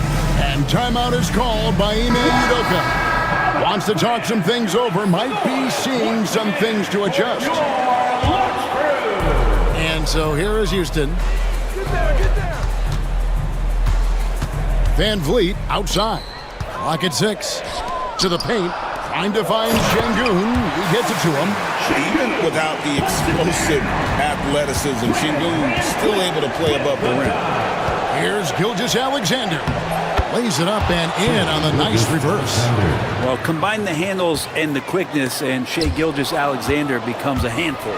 Takes it inside. His shot is good, making him a perfect 2 for 2 from the floor. And I like to see this. They're calling his number early, and he's delivering. Well, he's going to just keep going now. That's early confidence for him. A shot by Eason, no good. Gilgeous-Alexander surveying the D. Lets it fly. Rockets with the rebound. I saw a green light there. The D's not going to get away with that kind of lapse all that often here tonight. Brent, it seems like throughout his career, Gilgeous-Alexander has an answer to whatever the defense might throw at him. Well, the defenses don't have answers to stop him, Kevin. I know that. This guy is so quick with the basketball. He's so good at adapting on the fly with the ball, getting around the initial defender to make plays. Superstars have that quality. SGA has it in spades. And there's the call on Lou Dort. That's his first foul. On defense, Oklahoma City. They trail by 3. And yes, it's good. Şengün's got his second basket of the night. A guy who is ready to fight for it. Şengün using that strength to get that one to go. Gilgeous-Alexander, that's a 2-pointer. No good. He has missed 3 of his 5 attempts this game.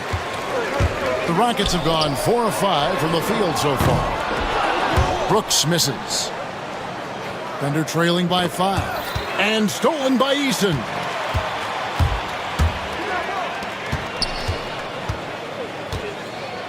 Got a piece of it.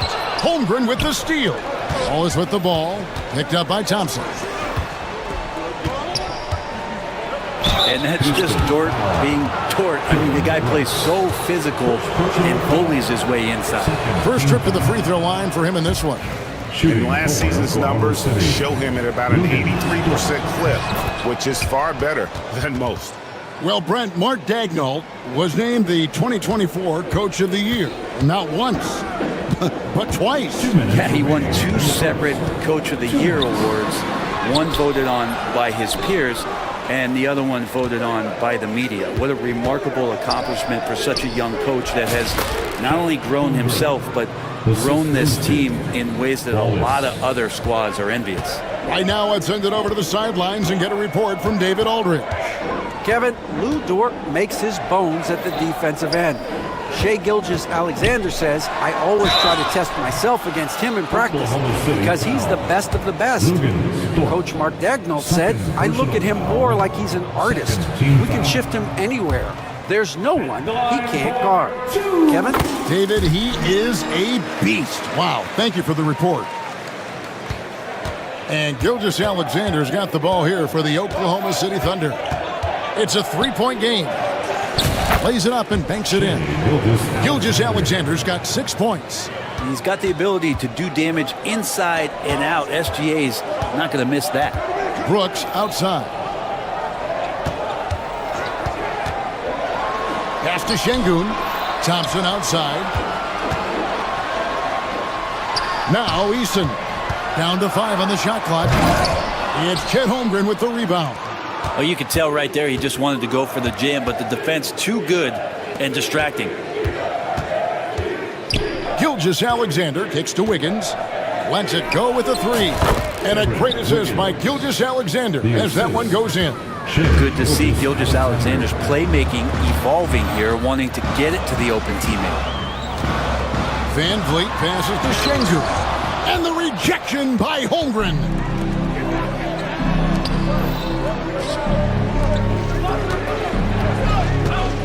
Pass to Wallace. Launches a 3. And the 3 ball is good. Oh, nice job there from Holmgren. His guys appreciate when they're open, he gets them the ball. And Thompson kicks to Van Vliet. Screen by Şengün to end the run. And Van Vliet lays it in. Van Vliet's got his second bucket of the game to go. Well, that's how you draw it up right there. A screen to shed the defense, a quick move to the bucket, and you get the lay-in. Gilgeous Alexander, that's a 2-pointer. And still a close game as the first quarter comes to a close. Oklahoma.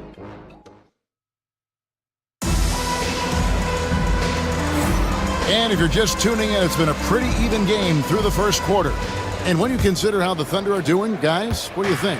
Well, they used the fast break to generate some easy buckets before the defense could get set. Yeah, they did a great job. Just the initial thrust of that attack, as soon as they got the ball, constantly in transition. The forwards for him will be Brooks and Smith. Green is out there with Thompson. And it's Adams in at the 5 roaming the paint. That's the group starting the second quarter for the Rockets. Now, here's Gilgeous Alexander. Pass to Holmgren. On the wing, Williams. And the rejection by Smith. A relentless defender. Smith proving how disruptive he can be on that end. And foul on the shot. He'll shoot 2 at the free throw line. Over the course of a season, each team takes on a certain personality. Brent, do coaches try to shape that personality based on their roster? Well, Kevin, it's a great question, and I think the best coaches in our league adapt to the personality of the team as it starts to formulate throughout the season. You lean in to what guys naturally are. Some success comes with that. And here are the Rockets. Their last meeting was in Oklahoma City, where they were unable to fight off the Thunder. Yeah, I remember last time they met up, they just got ran out of the building. They weren't too happy with some of the calls in that game either. Yeah, they wound up with a lot of foul trouble, but that's on them. The officials were calling it tight, and they never really adjusted. They kept committing fouls, kept complaining, and the game kept getting out of control. Rockets leading by 4. Here's Thompson, and Thompson slams it home. Rocketing off the deck. Thompson showing that youthful exuberance. Gilgeous Alexander against Brooks. And they get it. Trying to break that ice-cold streak. Rockets have gone a nice 3 of 3 to start the second. Here's Thompson, driving the lane. Tenacious on the attack. Thompson is fantastic at finding lanes to the basket. Quarter number 2, we're about 2 minutes in. Brooks against Gilgeous Alexander. And he makes good on the layup. Gilgeous Alexander's got 8.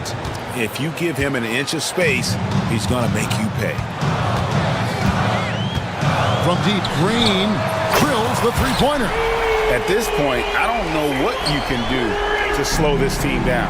Well, nothing that they're doing seems to be making an impact. And there are some nights where you just run out of options, whether it's by personnel or by tactic. Now here's Thompson. They lead by their biggest margin of the game, 9. Well, he wants that one over again, I guarantee that. Nobody's even in the neighborhood. Here's Caruso. Hits it from three-point range. Sometimes trailing in the game, players get sucked into trying to make that home run play. Green against Caruso. Floats one up. And Adams kicks to Brooks.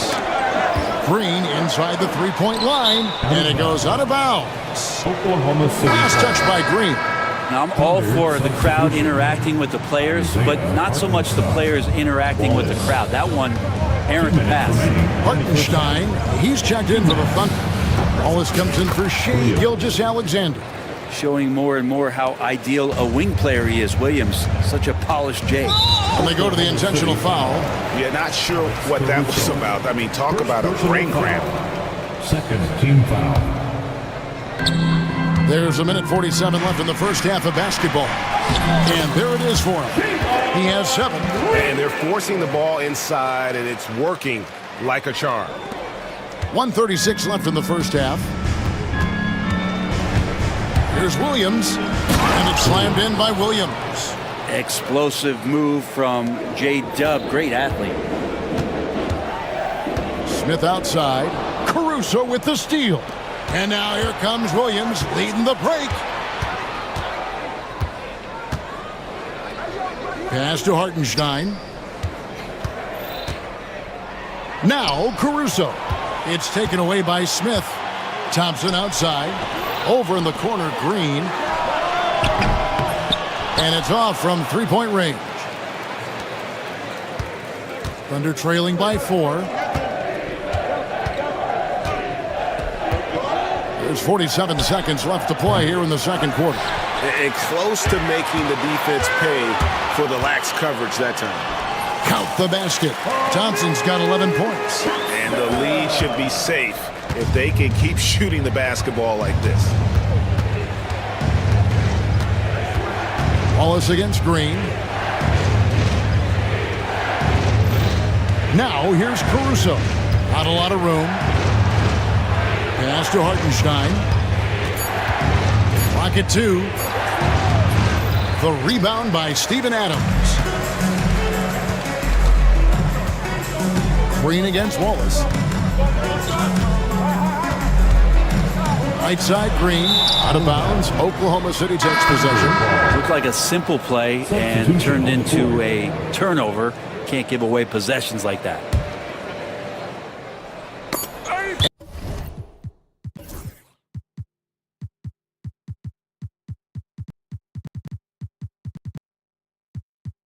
And it's going to be out of bounds. The Thunder will retain possession. I'll tell you what, they're really fortunate there. Those long bomb passes usually spell disaster, but they get away with one there. And that one goes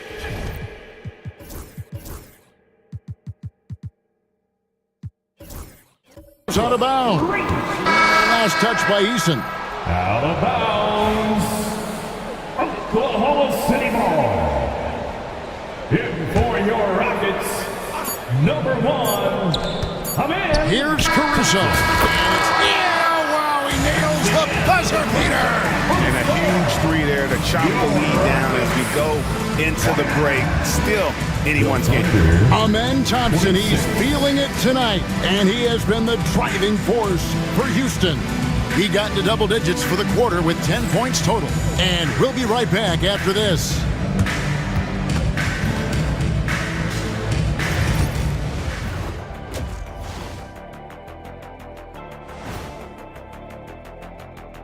Welcome, everybody. And we need a department store intercom. Attention all ballers, attention all ballers.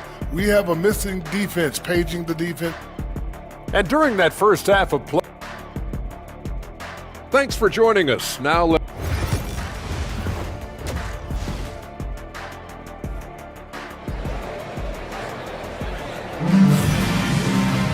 And as we get into this third quarter, as we've seen so far, neither team able to create much separation on the scoreboard yet.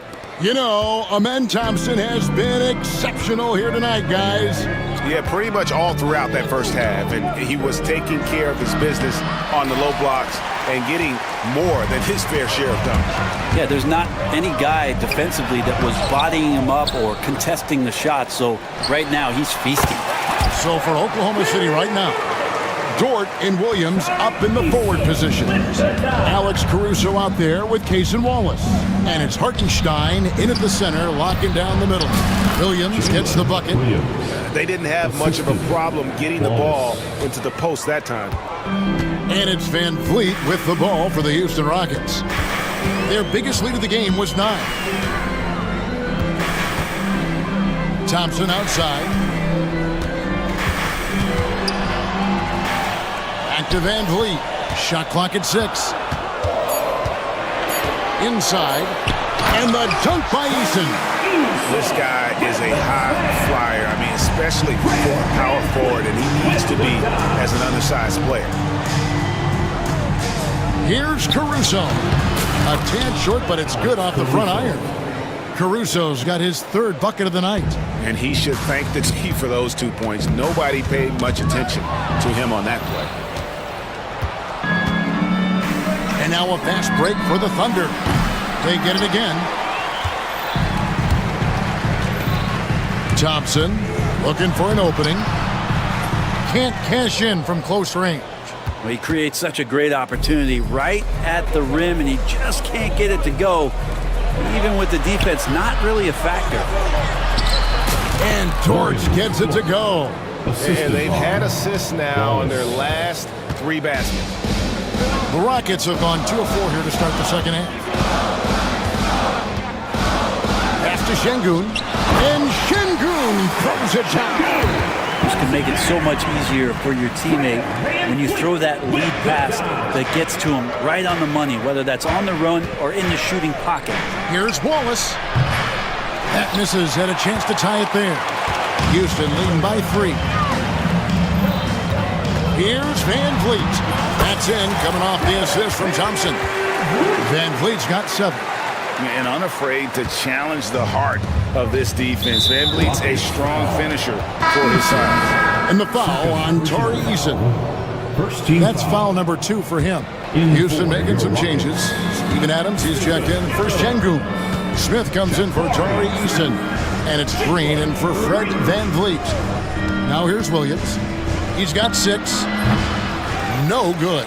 Oh, can't punish the defense for leaving him open that time. That's a frustrating miss for a really steady jump shooter. Oh, selfless play right there from Green. He's all about getting it to the open man. Hartenstein with the screen on Green. Wallace. The long distance 3 is buried. 6 points for him. Yeah, here's a list of things I don't want to do, and right at the top is guard that guy. And now we've got the intentional foul. For the Thunder, Chet Holmgren, he's checked in for Hartenstein. Wiggins comes in for Jalen Williams. And Gilgeous-Alexander is subbed in for Case and Wallace. And Green with the basket on the assist by Adams. And the Rockets lead by 6. Fantastic ball movement. They're picking them apart with their passing. Here's Gilgeous-Alexander. Dort passes to Wiggins. Driving to the basket. Good work there as it goes. Wiggins has got his 2nd bucket of the night. Well, wanting to do whatever is good for the team on any given possession. That time, Dort playing unselfishly. Here's Green. He can't get that one to fall. Nice defense from Dort. And here is Gilgeous-Alexander. He's got 8. There's 57 seconds left in the 3rd. Pass to Holmgren. Shoots over Adams. Holmgren can't hit. Rockets leading by 4.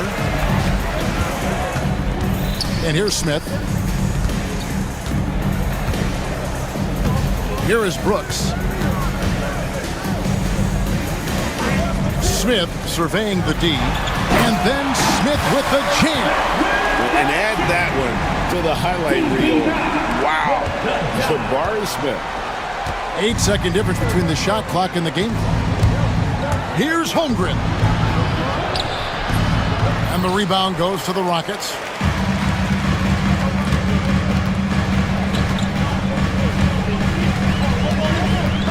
Here's Thompson. He's got 13. Pass to Adams. over Holmgren. Buries it down low. Adams has got his first basket of the night. Now that's the kind of passing right there that makes a difference, not just in that possession, but maybe on your play for the entire game. And a great show through 3 quarters as we enter the 4th. Who will carry the day? And I know I speak for all of us when I say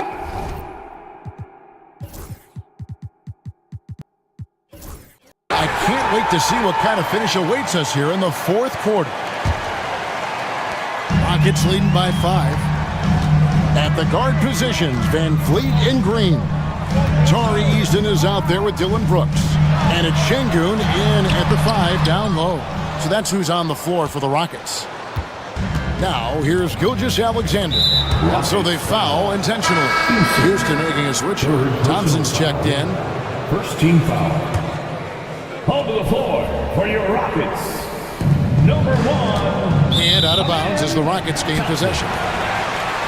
Out of bounds. Houston ball. The Rockets shooting an impressive 65%, having their way with this defense. And pushing it up here. Here is Oklahoma City. Holmgren gets the bucket. Oh, the long strides of Holmgren on display. This is why you can't give him the lane. Pass to Thompson. And it's Thompson with the jam. Man, he sure can get off the floor. One of the best in the business, absolutely. Dort passes to Holmgren.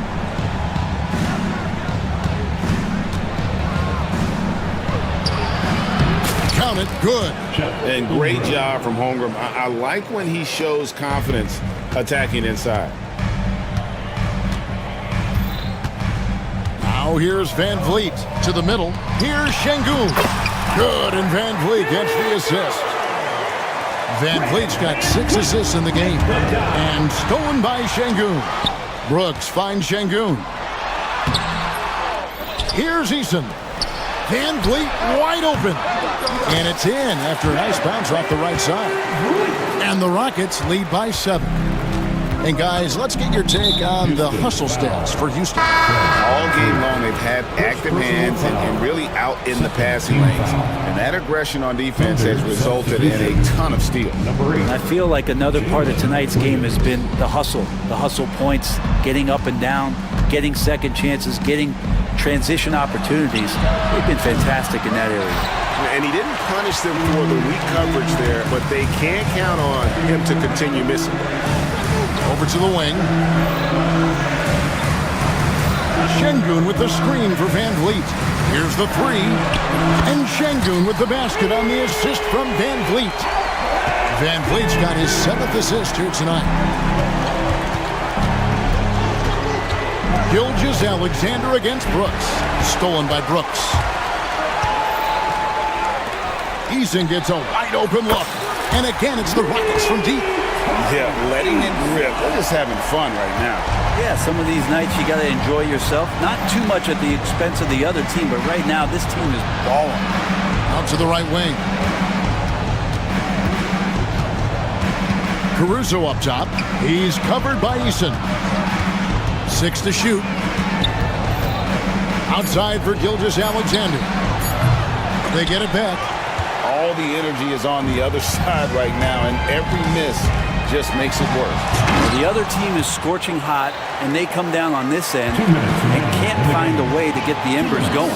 Second chance effort. Şengün, and he gets it to go. Şengün's got 7 now in this quarter. Not giving up on the play. Şengün locked in. Şengün with a screen on Gilgeous-Alexander. And the officials will call the illegal screen right there. When a pick like that is questionable and creates that much of an advantage for the offense, you have to blow the whistle. Yeah, a quick little lean like that is going to get the ref's attention. Foul call. Houston making a switch. Green's checked in. He's listed at 6'5", but Brent, Jalen Williams seems so much bigger than that on the floor. Yeah, Kevin, one of those guys that has more presence on the floor than the measurements you look at on paper. This guy plays bigger. He's got a great frame. He's got great strength. He's got great poise. And there are a lot of people who are going to recognize just how talented Jalen is. Give them credit. They've worked hard all game, now looking to finish it. No, great job of getting in position to win a game. It's been an all-out effort from the squad. Brent, there can't be any question now that Shai Gilgeous-Alexander has arrived as an NBA superstar. No doubt about it, Kevin. I mean, you finish in the top 3 of MVP voting. That is a stamp of approval. SGA, one of the more feared players in the game, and this guy is on his way. Fourth quarter of play, and over 3.5 minutes have gone by. There's Green with the three. And guys, what we saw here tonight is one side having everything going for them. Huge margin of victory for the Rockets. And they're fully in control now, but there were some tense moments, I thought, for them throughout this game. Listen, they certainly weren't coasting, despite what the score looks like. I love the way they came together, though, when everything started to look a little dire and really put the hammer down. And it'll go down as their first official win of the new year. And guys, one of the steady and outstanding players putting in another impressive performance, it was a big-time outing for Amen Thompson. Just really loved his activity level here tonight. Constantly mixed it up, and he threw himself into a lot of plays. This arena was rocking throughout the night. You could really feel the energy. Yeah, huge motivation, always great for a young team, but veteran players also appreciate when fans come with that kind of energy and get into the spirit of the game. 8-second difference between the shot clock and the game clock. And as it goes out of bounds, Houston able to keep the ball here. Houston ball. And here's Green outside, sinks the three-pointer. Green knows that he needs to take and make threes at a good clip. Nice shot there. Brooks against Gilgeous-Alexander. Pass to Holmgren.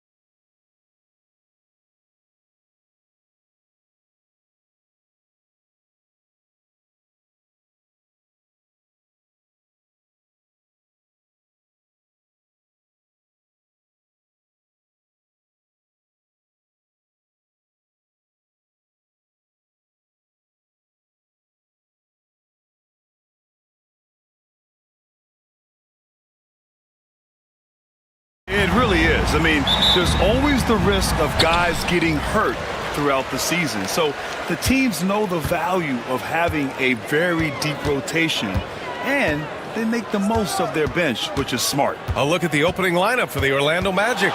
Suggs runs point with Harris next to him. Banchero out there with Jonathan Isaac. And it's Bataze in at the 5 spot. Now here's Suggs.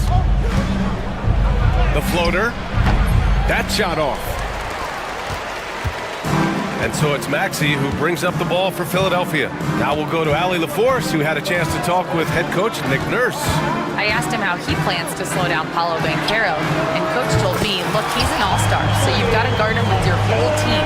He's big, he's strong, he can punish you down low, but he's also quick and has the ability to beat you on the perimeter. We'll have to be disciplined tonight, BA. Good job there, Allie. Thanks. Don't test Embiid now. An impact defensive player is what he is. George, a screen on Suggs to the middle. Isaac with the steal.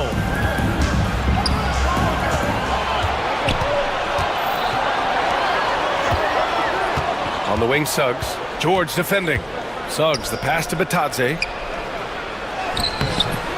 And it's Martin with the rebound.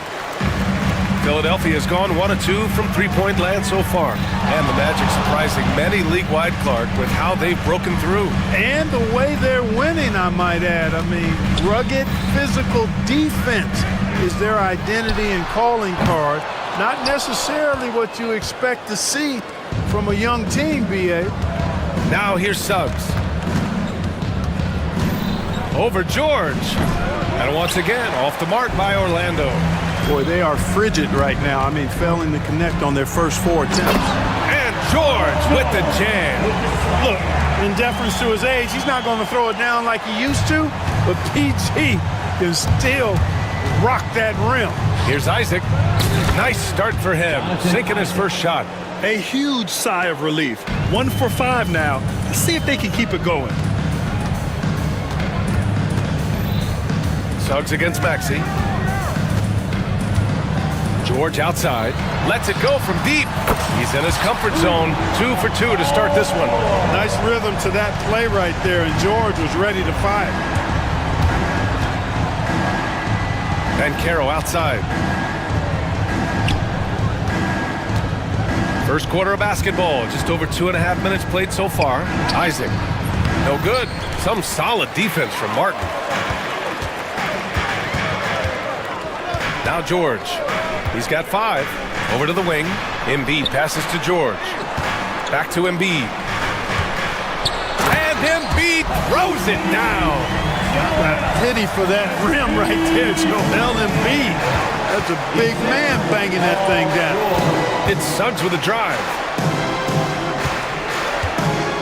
Harris a screen. Knocked away. And it's out of bounds. Last touch by Maxey. Okay, let's fire up the 2K leaderboard. Last year, you really had to protect the ball against these teams. The 76ers, number 1. 5th on the list, the Magic. Both teams were very aggressive defensively, and that led to a lot of steals and a lot of runouts. Now here's Banchero. He's definitely not pleased how he played against Utah. Just 4 to shoot. And he's going to the line for 2. The official saw contact while he was going up. Clark, he's a former 1-1 back in 2022. The league better watch out. Paolo Banchero is coming. And he's coming with force, BA. Loved him his 1 year in college. Loved his mobility, his strength, his savvy, and all of that on display as he's going to be one of the bright stars in the years ahead in the NBA. Mid-range, no problem for PG. He's really improved as a shooter. Here's Bataze. Oh, and he blocks it off the glass. Wow. Martin finds Embiid. Jacks up a 3. Count it. All 3 of his attempts have gone in. I just love the ball. Magic trail by 12. Suggs outside. Here he goes. Pass to Bataze. Now Suggs. George defending. Suggs against George. The three from Banchero. Knocks it down from distance. And Banchero has some range already. I mean, I want to see him continue to drain these shots. Maxey passes to Oubre. Screen by Embiid. The three is up. Oubre can't hit. And Suggs has got the ball here for Orlando. 9-point game. We've got a 9-second difference between the shot clock and game clock. Here's Philadelphia. They're on a 15-6 run. So far, they're owning both ends of the floor. We'll see if they can keep this going. And, you know, nothing like getting an opponent on the ropes early. You love that if you're on that side of the scoreboard, and they are landing some haymakers now. Shot is good by Isaac. Great work collapsing the defense, then kicking it out. Oh, stolen by Harris. He can't get it to go. Joel Embiid, he's feeling it tonight and has been the driving force for the...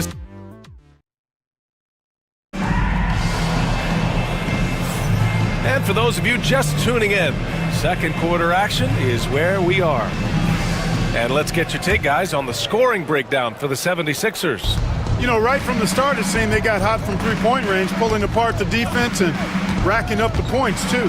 You know, they've also been very effective at running the floor. Just a ton of points in the fast break. It's been a big part of their success. They've got Tyrese Maxey, Kelly Oubre out there with Kenyon Martin. Then it's Joel Embiid, and it's George in at the 2. That's the group for Philadelphia to kick off the second quarter. Now here's Embiid. The rebound by Carter. A rare miss for him at point-blank range. That's one he'd like to have back. Caldwell Pope against George. And he got the whistle on the way up, so he'll be headed to the line for a pair. It's going to go on Paul George. Nice job grinding through and earning the whistle. Caldwell Pope felt it coming and just pushed through it. And he knocks down the first one. You know, Clark, something Kentavious Caldwell-Pope brings, that championship experience. And every championship team has a guy like KCP, a guy who can make shots, who's always there, ultra reliable, plays both ends, doesn't step out of his role, and all he does is help you win championships. I love watching guys like that contribute in a meaningful way to championship teams. And he's a fun guy to watch because he does his job at a high level pretty much every night. Wagner will battle you inside now. He's not afraid to embrace and even initiate contact. That's exactly how you have to defend him on the perimeter. Can't allow any space. Howard against Oubre. Carter, a screen on Oubre. There's Howard with the three. And it's Martin with the rebound. Impressive closeout on a skilled shooter. That is how you defend shots from downtown. George's shot is good. You've got to be alert to where George is out on that perimeter because that jumper of his has become dangerous. And for some reason, he decided to foul there. Yeah, B.A., that's an odd move. Maybe there's something else behind it. I mean, I'm just not sure what he was thinking right there. I mean, he needs to get his head in the game. Yeah, completely a brain fade. I don't know where that came from. Just lost sense of time and the situation. They have a decent advantage in regards to... Oh! What a hammer! Oh, man! George continuing to become a better passer. That's one area that's clearly improved over his career. Here's Black. George defending. Shot from the wing. And once again, off the mark by Orlando. Here we go. The Sixers on the break. Softly drops in the floater. George has got 14. He's lighting them up. Tough to strategize a comeback when you're being run over. Despite Joel Embiid missing more than half of their games, Grant, the Sixers still won 47 games last season. Yeah, B.A., and lots of credit goes to Tyrese Maxey, averaging over 26 points a game. Philadelphia also had some good depth, and that really helped. Philadelphia leading by 9. Pass to George. That's tipped. The Magic have got 3 of 6 shots to go here in the second quarter. And he commits the intentional foul. Edwards, he's checked in for the Sixers. That's his second personal foul. Third team foul. And about 3 minutes played now in the second quarter. Howard with a screen on George. Here's Black. Got it. And you like the balance here. Not just falling in love with the 3-ball. Philadelphia has gone 1 of 2 from deep in the second quarter. Here's Embiid. Oh, nice job, Embiid. Once he gets that low, there's nothing you can do about it. Embiid is a major handful inside. Here's Black. Uses the glass to finish the layup. Black's gotten his second bucket. Reliable approach. Getting the ball in the paint and going to work. Right side Maxey from the arc. The rebound by Carter. And he probably thought he was going to bury that one. Wagner with it. Martin picks him up. Basket counts. Wagner's got 6 in the quarter. He's finally leaving that dismal first quarter behind him. Took him a while to get going. Yep, that one's good. And the 76ers lead by 7. Boy, I like it. Quick, aggressive move by Maxey. Here's Black. George defending. And it falls for him. He's hit 3 of his first 4 attempts. They didn't do themselves any favors with their shooting in the first quarter, but they're starting to pick it up now. Sometimes, for whatever reason, a lot of times you don't know why. It takes a little while to work the knots out, but it looks like they're putting it together right now. And one move ahead of the defense. A solid pick. And then the monster dunk to complete the play. Well done. Boy, picture-perfect teamwork that time, guys. One guy sacrificing for the other. That's how you succeed in this league. So it's Philadelphia now. Orlando making their last shot. Maxey surveys. It's hauled in by Black. He struggles shooting the rock, yet they're still winning. It's a good thing his teammates have played well. Howard, the pass to Caldwell Pope. Carter, a screen on Embiid. Caldwell Pope for 3. It's hauled in by the Sixers. Their last meeting was in Orlando, where they were unable to fight off the Magic.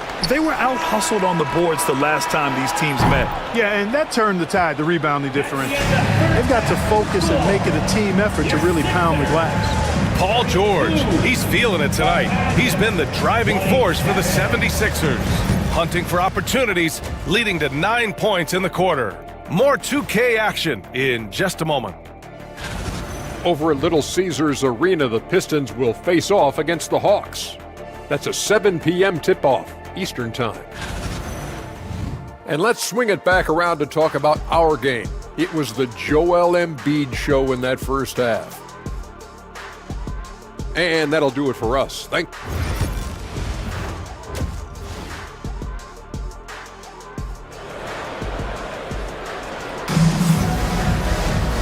Second half of basketball is upon us, and we may be in for an exciting finish based on how close of a game we've seen so far. Paul George has been sensational. Yeah, they've done an amazing job of creating room to operate for him. And then, of course, executing. You know what? It helped that they had a few guys with very hot hands on the perimeter, too.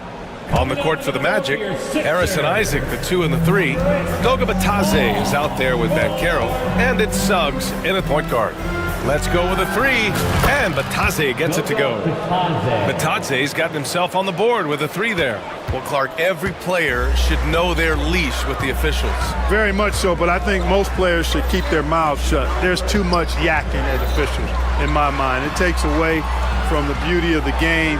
It's an eyesore, and I wish more players would just play and keep their mouths shut, especially when it comes to talking to the official. The defense couldn't collapse quickly enough. And the whistle blows on a backcourt violation. Went over and back.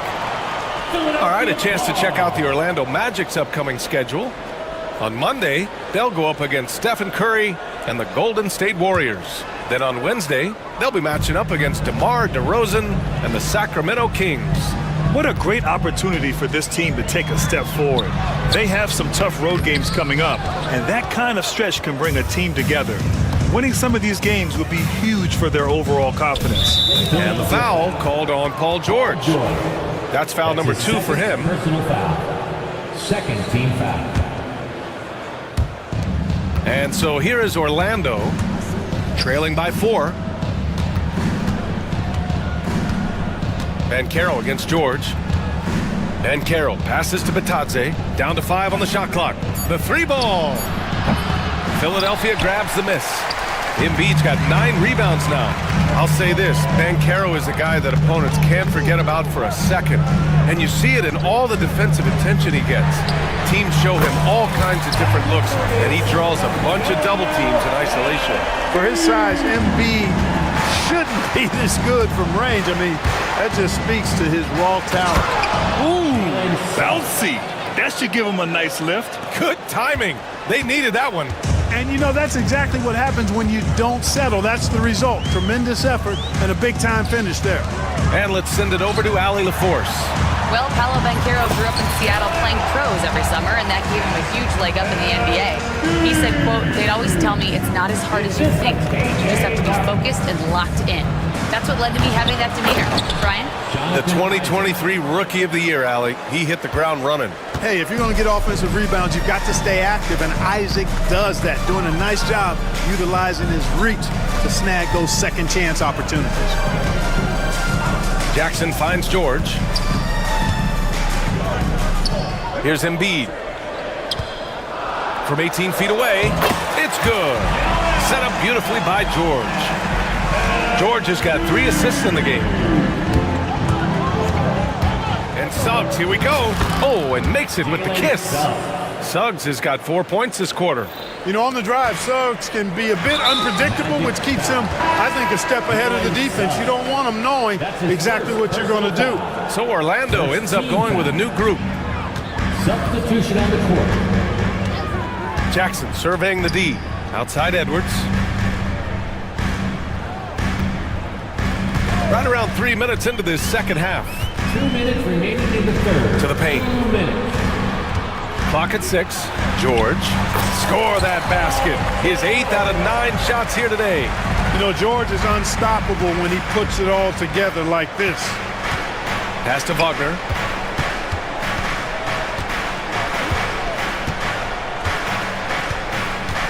Now Carter. Lays it up and in off the pretty assist. Carter's got his first bucket in this one. He can really read the floor. Precision pass in rhythm. George against Caldwell Pope. George passes to Jackson.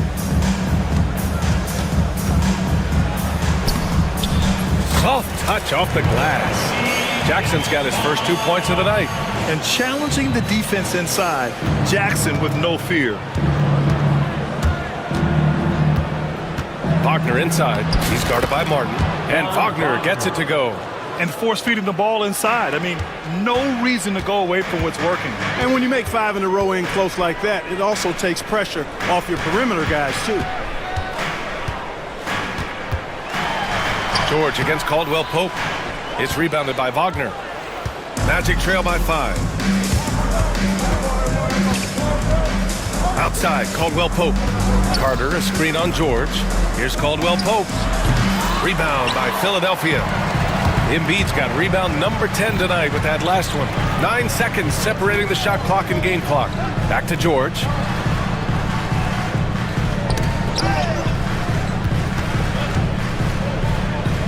Embiid passes to Edwards.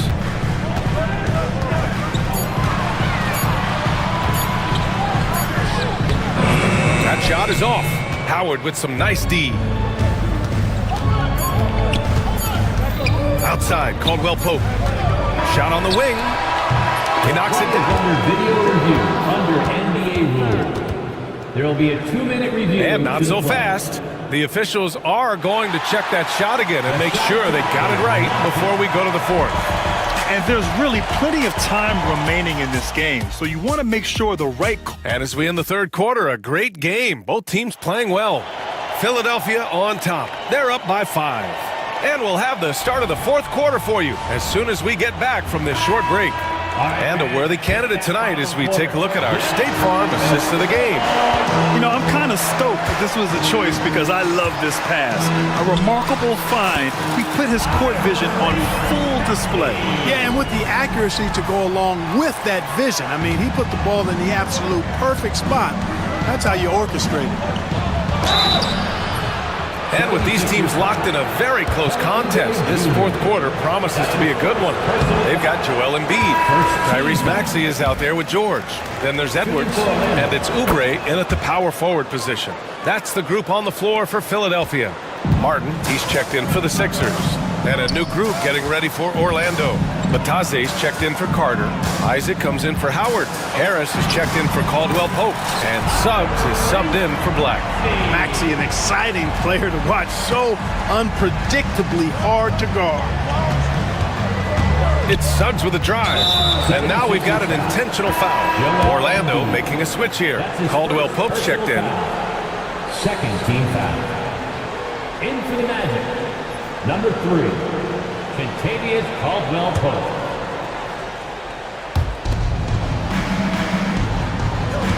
And Tyrese Maxey gets the whistle that time. That's his third foul of the game. And that puts them just one foul from the bonus. Yep, they'll be trying to draw that next foul quickly so they can start getting those easy chances at the strike. Caldwell Pope with it. Guarded now by George. Clever, crafty defense. He saw that pass coming before it was even made. Maxey with a screen on Caldwell Pope. Pass to Embiid. Martin outside. 5 to shoot. For 3, Maxey. That one doesn't drop. Boy, I'm absolutely shocked he didn't get that one to go. Usually he's money from deep. Poke loose. It's stolen by Maxey. For the finish. Rips down the breakaway slam. Terrific two-way play from Maxey. And Suggs has got the ball here for the Magic. It's a 10-point game.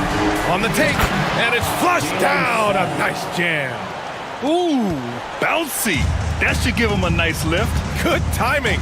They needed that one. And, you know, that's exactly what happens when you don't settle. That's the result. Tremendous effort and a big-time finish there. Outside Maxey. Shot clock at 5.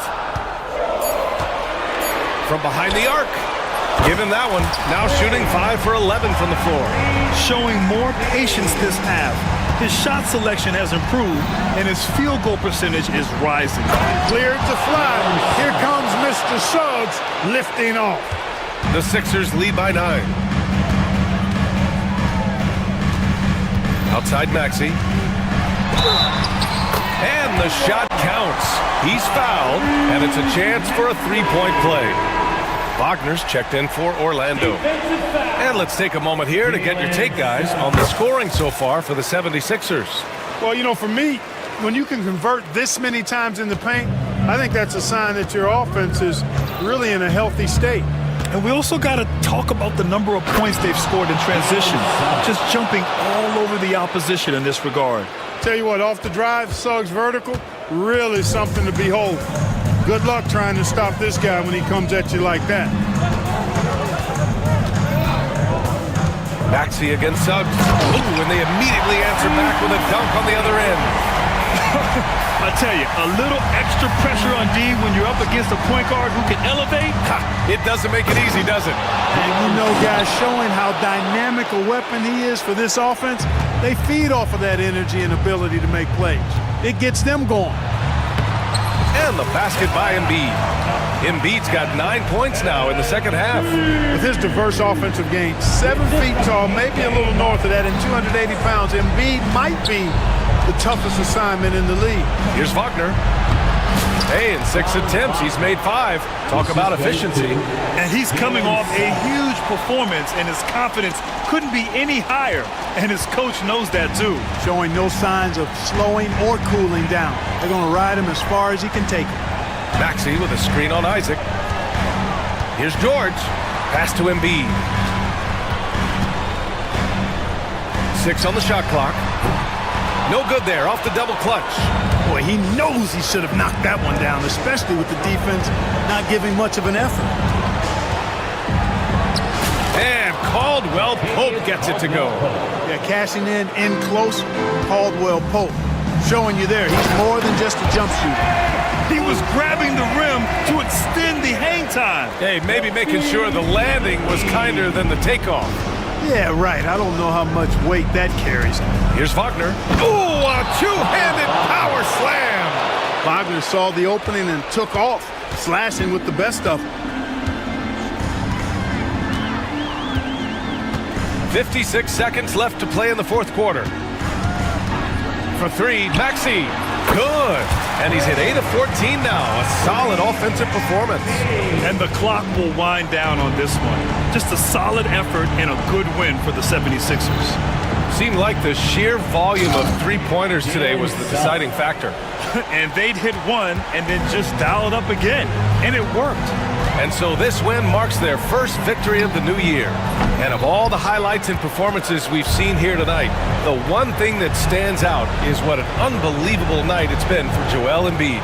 And you can't put a price on the value of his rebounding in this game. His effort on the glass was a game changer. Here's George. We've got 22 seconds left in the fourth. Maxey on the wing. He's covered by Suggs. Every time Maxey steps on the floor, you expect a big scoring night. Tyrese can explode offensively at any time.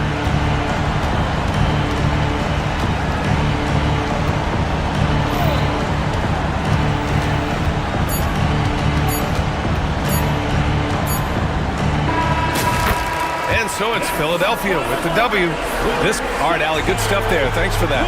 Thank you for joining us. That'll do it for now.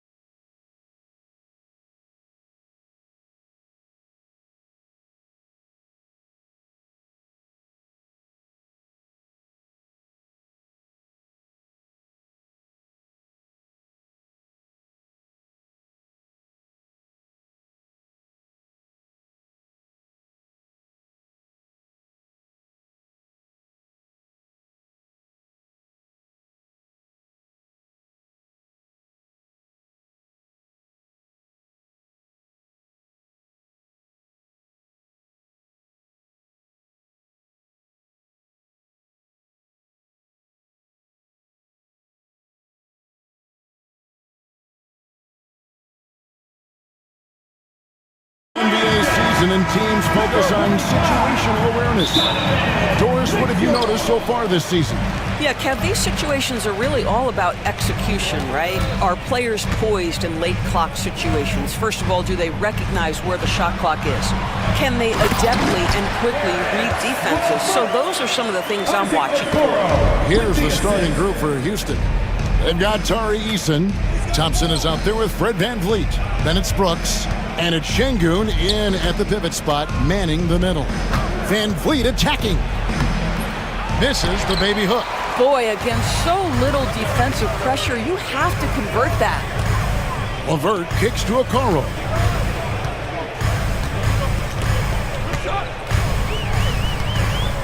Back to LeVert. Clock at 6. Shoots over VanVleet. That's a miss. He's made one and missed one. And so it's Thompson with it. He'll bring it up for Houston. They went to Cleveland for their last meeting with the Cavaliers, and they came out with a win.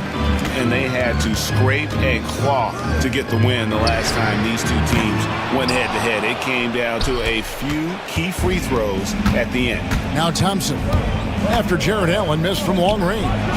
That one falls. Tenacious on the attack. Thompson is fantastic at finding lanes to the basket. It's stolen by Eason. Right on the bucket. Just setting the tone with an aggressive move to the rack. And where's the help defensively? To me, that's a complete lack of communication on that side of the ball. These guys need to be talking to each other. Allen, a screen on Brooks. And that one's good. Mitchell. From three-point range, Donovan Mitchell attacks with reckless abandon. He'll just keep firing, folks.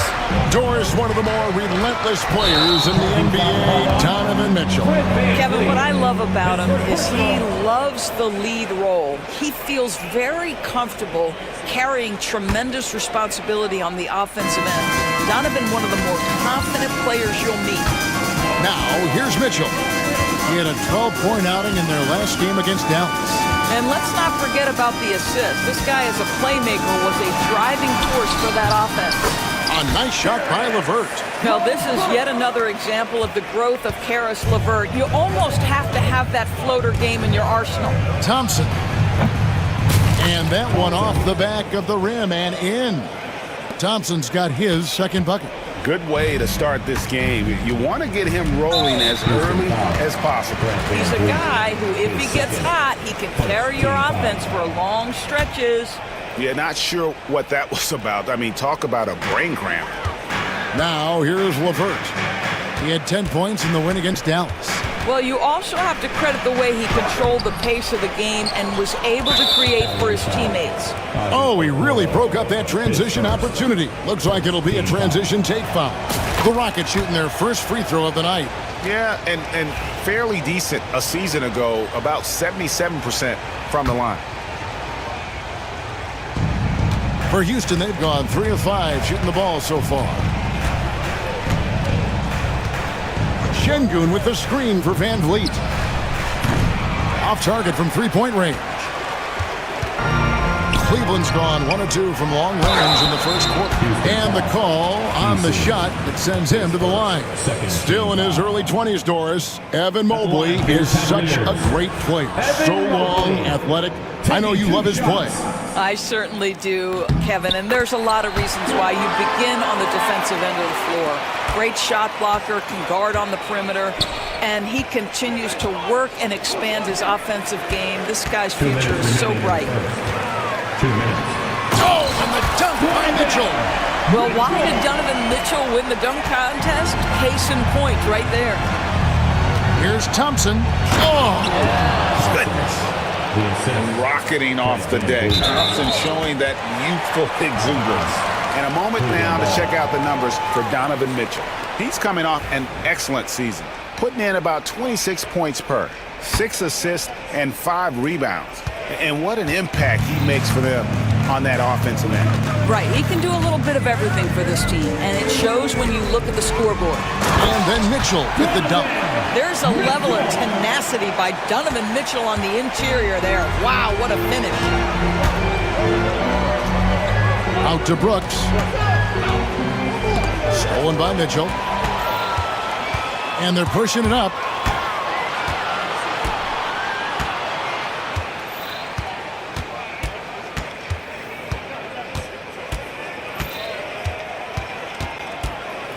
To the inside, and stolen by Şengün. Down low, here's Thompson. Evan Mobley with the rebound. Here's LeVert, and it's in there. LeVert's got 6. Rockets trail by 5. And we have an intentional foul there, GA. I wish I could say why. That one's pretty strange. I mean, no idea what got into his head right there. And it's a completely new group on the floor for the Cavaliers. Yeah, it's a perfect example of why good hands are important in basketball. It just misread that pass completely. And we've got a timeout called from Ime Udoka. He's going to have a discussion here on the sideline.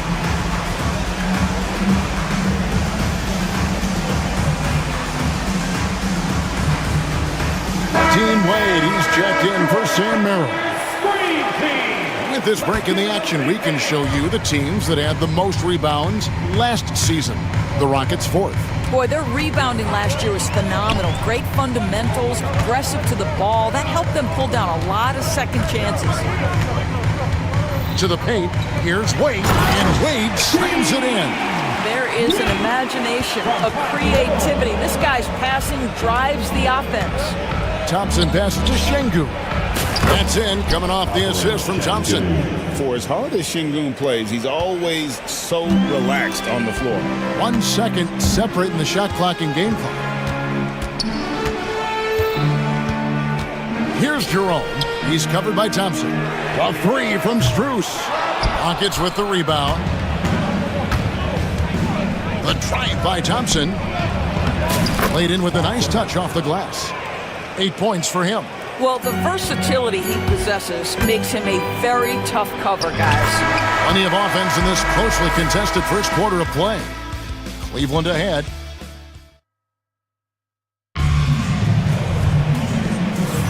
And close game underway so far. We'll see if either of these teams can jump out in the second quarter.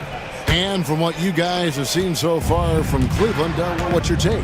Well, look at the turnover ratio, then look at the score. Easy to see what happened in that first period. Offensively, they took care of the ball. And defensively, they forced a number of miscues. A lot of length inside. It's Mobley and Allen in the post. The wing set for him, Mitchell and Okoro. And it's LeVert in at the point. That's the 5 for Cleveland right now. This is Steven Adams at his absolute best. This guy is a high percentage shooter because he understands how to use his frame. Now here's LeVert. He's got 6.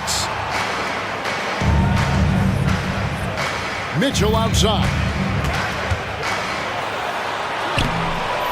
He can't get it to go. Adams, some nice D. Rockets trail. It's Thompson off the drive.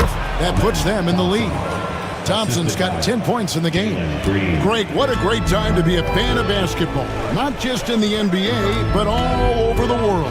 Absolutely, Kevin. The sport just continues to grow, and there's increased value being placed on all-around skill, even in youth basketball. And I think that bodes well for the future of the game. Now here's Brooks. After the miss from Evan Mobley. Smith sets the pick for Green. And it's Green with the jam. Look at Green just taking off and throwing it down right in the face of the defense. Going inside, and it takes that one up and powers it through. A little artistry in the painted area, converting against the size. Some guys just relish the challenge. Find a way, and he does. I mean, the number of points they've scored in the paint already here is eye-opening. The ease with which the game comes to Evan Mobley. My goodness, it's fun watching this guy play above the rim. Oh, and he went for the two-hander on the slam, using some muscle. Some urgency from him there, sure. The Cavaliers trail by 3. And here's LeVert. He's got 6, down low. And slam dunk by Allen. Well, this guy has got tremendous length and hops. Jared Allen makes it easy. Here's Thompson. Smith dishes to Brooks. And he jams it after taking the nice feed on the run. Go into the rack with energy. And the D afraid to cut him off. Yeah, gotta chalk that one up to some shaky defending. Yeah, and give him credit for taking advantage. In a close game, those are the types of plays that can swing things in your direction. And how about the quick thinking on the catch and shoot? Have to applaud Allen's decision-making there. Now, here's Green. He's guarded closely. 2 minutes. Thompson outside. Good, and it's Green picking up the assist. Green's got 4 assists now tonight. You can see it. Once this guy gets his rhythm, he is so hard to slow down. What an excellent night for him and his team. The drive by Mitchell, and then Mitchell at the dump. This is what makes him so dangerous. He's not just a shooter. Donovan Mitchell, adept at scoring in the paint. Green with the ball. Now defended by Mitchell. Here's Adams. It's good for his second make. He's made 2 or 3 so far. Pretty much all of their buckets coming from inside the paint now. Here's LeVert. And he gets the whistle. 2 free throws coming up. Steven Adams picks one up. Well, it's no secret, guys, that Karis LeVert can flat out score the basketball. I think the key for him moving forward, just become more and more efficient because the ability is there. For the Houston Rockets, they come in off the loss to Brooklyn. Adams sets the pick for Green. Chalk up 2 there. Green's got his second basket of the game. Putting his size to use. Green's got great length, and it helps him there inside. And contact on the shot, so he'll be shooting free throws here. And some stats here, guys, the scoring breakdown for Houston. I like how they've worked the ball inside, getting looks closer in there, and that really helps your offense. The other thing they're doing is making plays off the bounce, and boy, once they get a step, they're getting all the way. Now, here's LeVert. 8 points for him. They grab their own miss, and he makes that one. Allen's got 7 points for the quarter. Something that's kept this game close is the fact that the rebound stats for both teams are almost identical. Green, the pass to Brooks.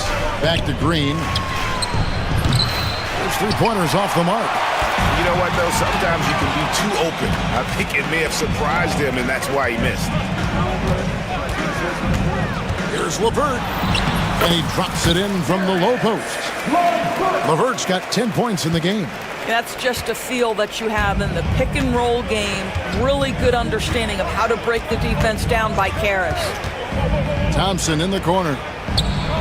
Good, and it's Green picking up the assist. Green's got 6 assists now in the game. Boy, he's been unconscious this quarter. I love the confidence he's playing with.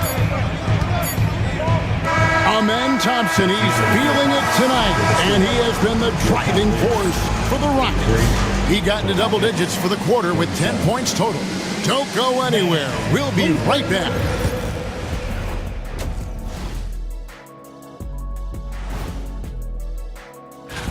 Do you guys agree in a game like this, typically you go out to your superstars and say, get it done? Yep, and we did that a lot. What?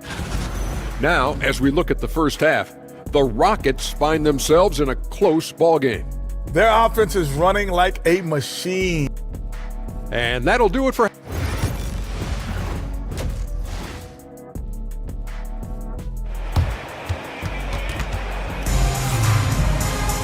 And in that first half, we saw a pretty tight battle. We'll soon find out what sort of adjustments were discussed during the half. You know, Amen Thompson has been exceptional here tonight, guys.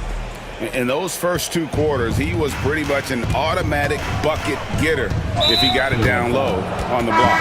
Well, you can see why they would continue to play through him. He was tough to stop, super assertive down low, just great work.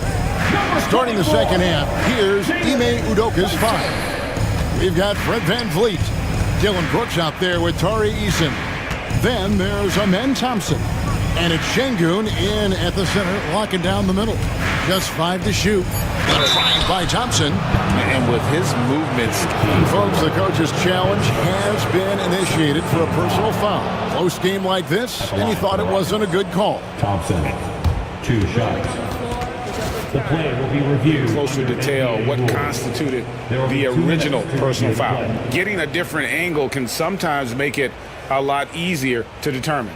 Indeed, and the one thing with replay review is that when you see the slow motion replay, you really get a new appreciation for just the immense speed at which these players are moving at, and how fast the action really is, and how hard it can be sometimes, you know, Greg, to make the right call. And the announcement on the review is that the foul was called in error. So they have determined to overrule the original call. And guys, this is what it's all about, getting the call right. And I think in this case, the video review showed that while it was a tough call to make on the floor, they got it right with the review. And Cleveland making a change here. Wade's checked in. Terrific play call to give him a clean look at the rim. That's how you want to start the second half. Well, there is nothing better than catching a rhythm as early as possible, and boy, that's a terrific start right there. That pass had to be thrown not only in the right spot, but at the right time. Thompson surveying the floor. Oh, what a dunk! Look out below! And this one has been all about Amen Thompson, a freakish athlete. When he gets rolling, there's just not much a defender can do. Thompson against Easton. The shot by Wade, wide open. And they're unable to get the tying basket there. Here's Thompson. Out to Brooks. Back to Easton. Houston moving the ball around. Three-pointer. And it's Strus with the rebound. The Cavaliers trail by 3. And an intentional foul committed, but for what purpose, Greg, I'm not sure. A scene of confusion right there. I can't imagine why he thought it was a good idea to foul there. Here's Jerome. Scoreless thus far. Here he goes. Yep, that one goes in there. They should continue to get the ball inside. The defense struggling to contain them. Here's Thompson. Goes straight through the defender for the dunk. Draws the foul. He'll go to the line. It's going to go on Tristan Thompson. He's got rocket ship-like takeoff. Thompson can flat out fly.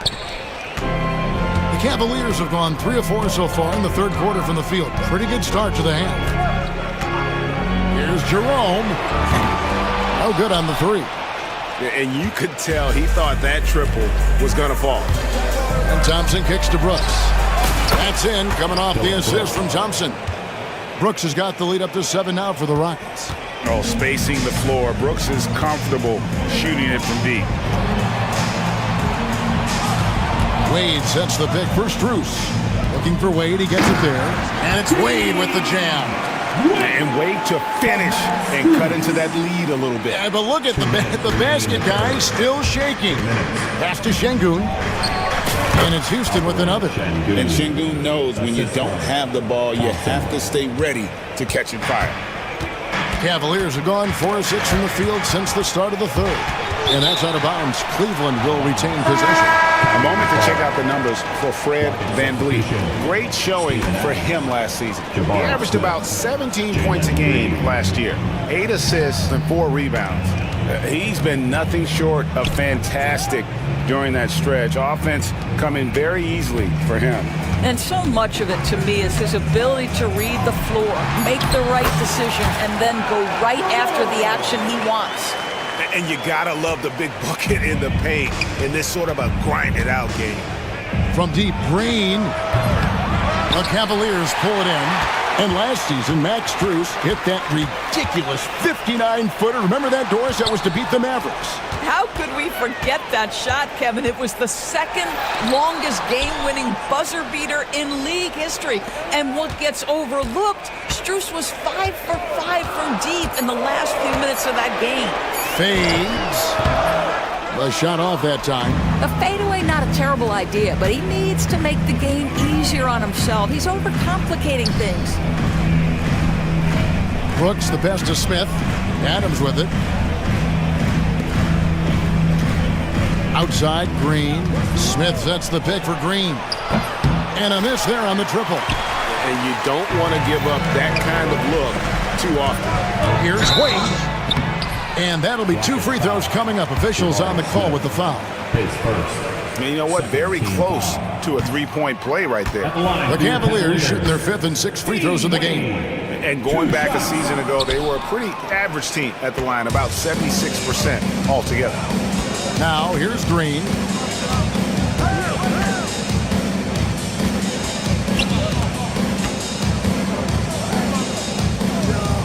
On the wing, Thompson. 6 on the shot clock. Smith sets the pick for Thompson. 2 points. That one goes. Thompson's got 7 points here in this quarter. Well, use the pick and going right to the cup. I love the aggressiveness. Screws with a deep 3-point shot. And so it's Houston, bringing the quarter to a close with a 7-point lead.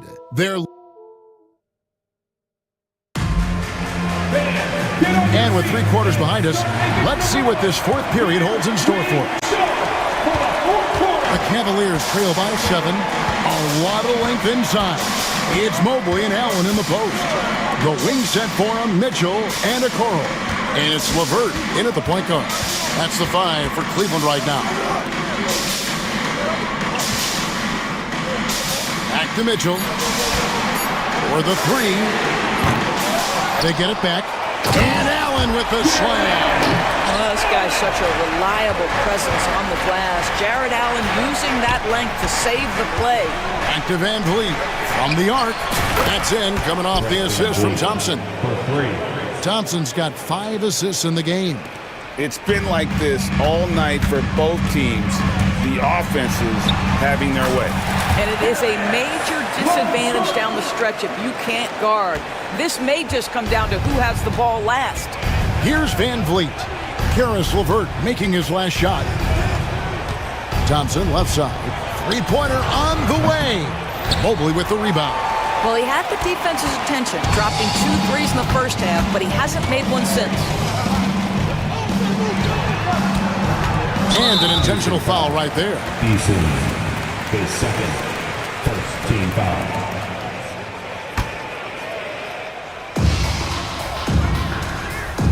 Mitchell against Thompson.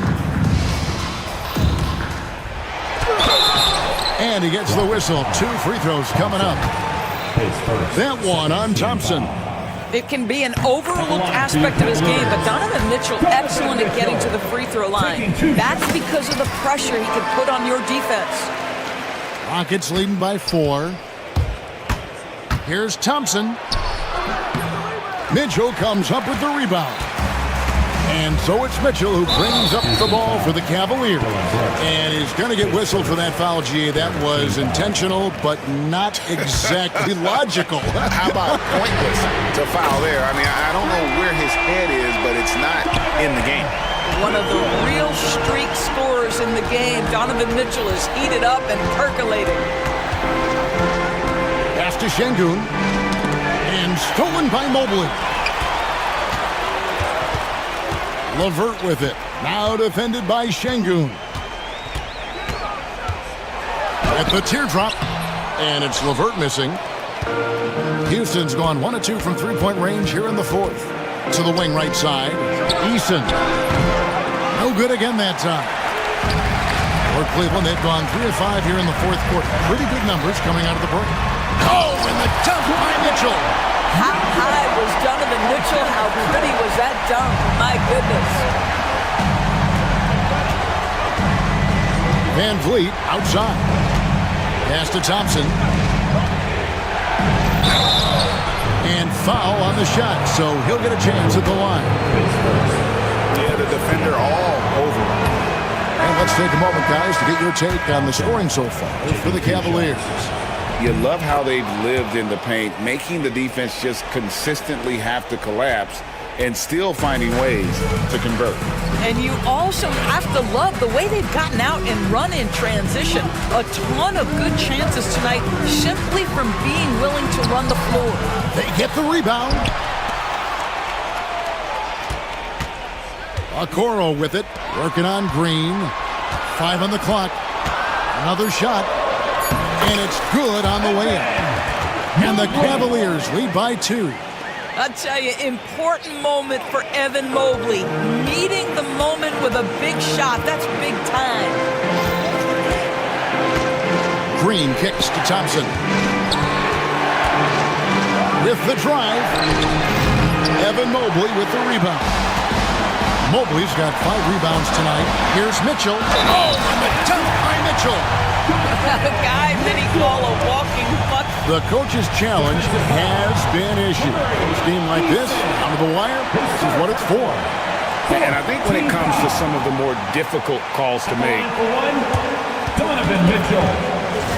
The play is under tough to catch everything in real time. 2 minutes are allowed to review the play. Involving the coaches by being able now to challenge like this is something a lot of people have been hoping for. And the announcement on the review is that the foul was called in error. So they have determined to overrule the original call. And guys, this is what it's all about, getting the call right. And I think in this case, the video review showed that while it was a tough call to make on the floor, they got it right with the review. And so here's Cleveland. The Rockets making the shot. Hits the three-point bomb.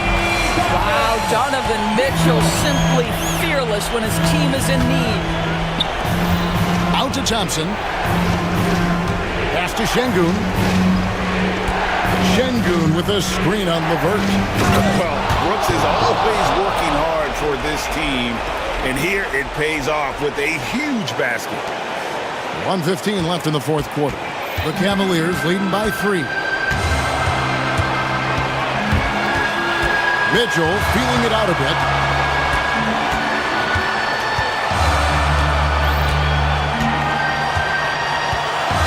Mobley sets the pick for Mitchell. 4 on the shot clock. Now here's Green, covered by a Okoro. Thompson, yes!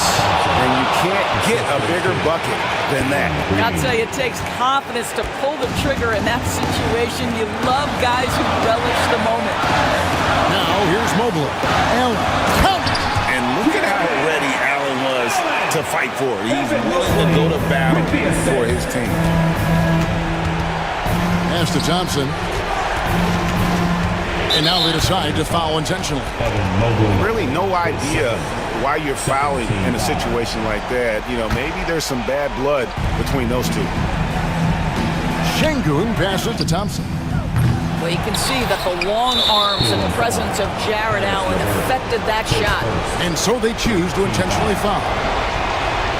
He hits the first one, and that brings them within 2 here. 2 shots. Şengün hits them both. Well, consistency is so critical, especially in clutch moments. This guy has got that gene. Here's Mobley. Kicks it out to Allen. And he commits the intentional foul. His first for team foul. There's 14 seconds left to play in the final quarter. Allen, a screen on Thompson. Just 5 on the clock. And that's an intentional foul.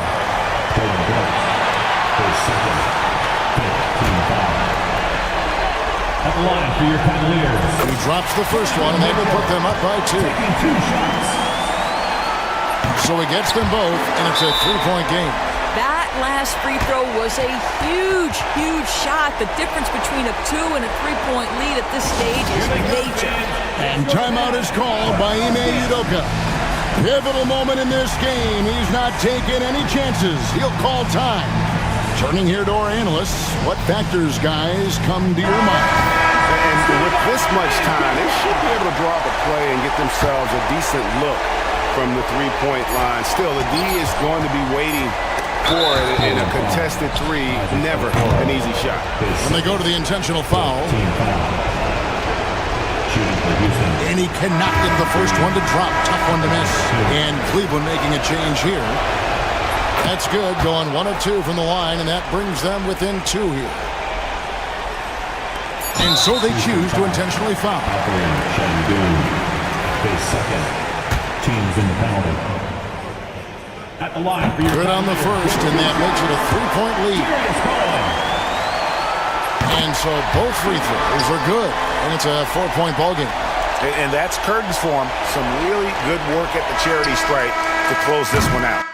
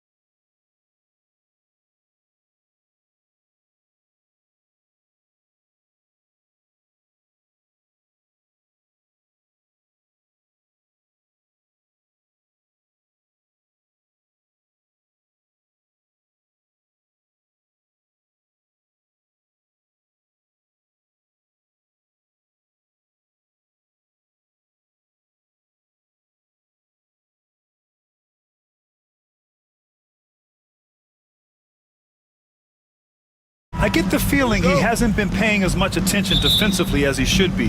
His steal numbers have dipped in the past few months. He needs to get back some of that intensity on defense. All right, let's check out the starting group for the Thunder. We've got Chet Holmgren, Lugans Dort out there with Aaron Wiggins. Then it's Cason Wallace, and it's Gilgeous-Alexander in at the point. And for Philadelphia, Kelly Oubre out there with Kenyon Martin. Then there's Tyrese Maxey. Then it's Joel Embiid. And it's George in at the shooting guard position. Gilgeous-Alexander. Here's Holmgren. And the big finish by Holmgren. Yeah, the defense making it way too easy for Holmgren. Gotta push him farther out than this. Let's check in with our reporter, Allie LaForce. Earlier, I spoke with Nick Nurse. I asked him specifically about Shai Gilgeous-Alexander and what their defensive game plan is for him, and Coach said we have to be active, we have to keep him in front of us, and to try to limit his chances around the rim. Their offense really opens up when he's able to attack the basket, so let's see if the defense is up for the challenge. BA? As always, Allie, we thank you. You're not going to find many better two-way players than George. He gets after it at both ends every night. Year after year, this early portion of the season is characterized by a great deal of overreaction, Grant. The media and fans build up a lot of expectations in the offseason. And it's not that bad, but when those expectations aren't met, watch out. Listen, we all just need to settle down and see how things play out. The season is still very young. It's Wiggins on the wing. He's guarded by Martin. Shot clock at 6. Here's Wallace. And it's off from three-point range. For Philadelphia, they've gone 3 of 3 so far from the floor. Pass to Embiid. Maxey on the wing. Watch by Wallace. Off target with the 3. The Thunder have gone 2 of 3 from the floor. No good on the 3. Philadelphia has gone 1 of 2 from three-point land so far. And here's Embiid.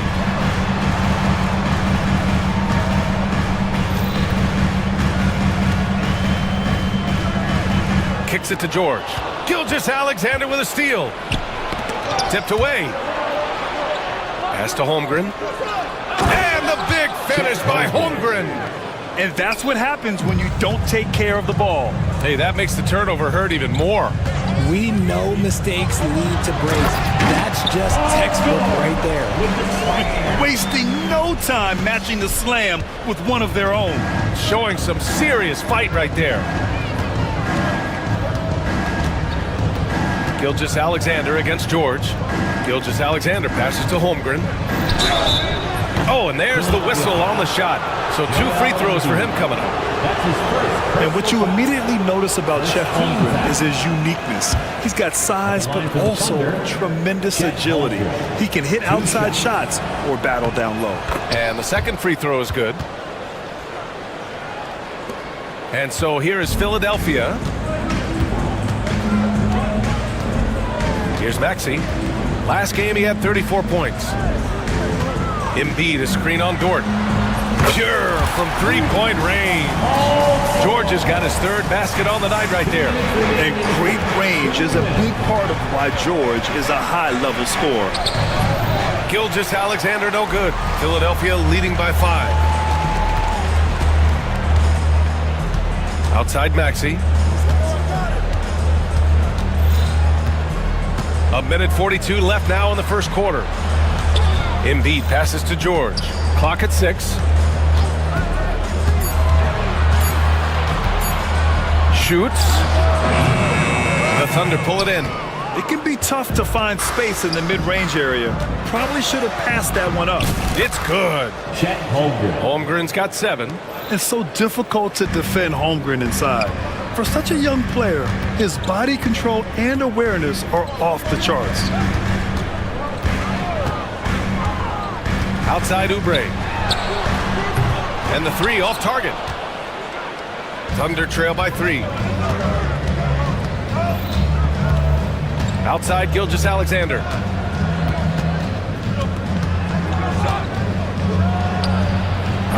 Joel Embiid with the board. I'm trying to think of the last time I saw him miss a shot like that.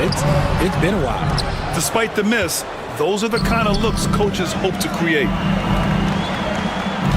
Dort, the pass to Holmgren. Wallace, right side. Wide open look. It's hauled in by Oubre. Slow going for him this quarter. The defense putting up a good fight. Maxey with it, and it's Dort picking him up.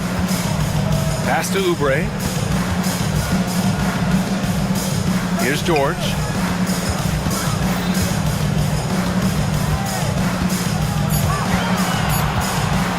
Pulls up on the wing. And that one off the back of the rim and in. 10 points for him. He'll be asking for some lottery numbers later if he keeps knocking down shots like that. Here's Wallace. That one is off. And that concludes the first quarter of play. Sixers ahead, leading by 5. And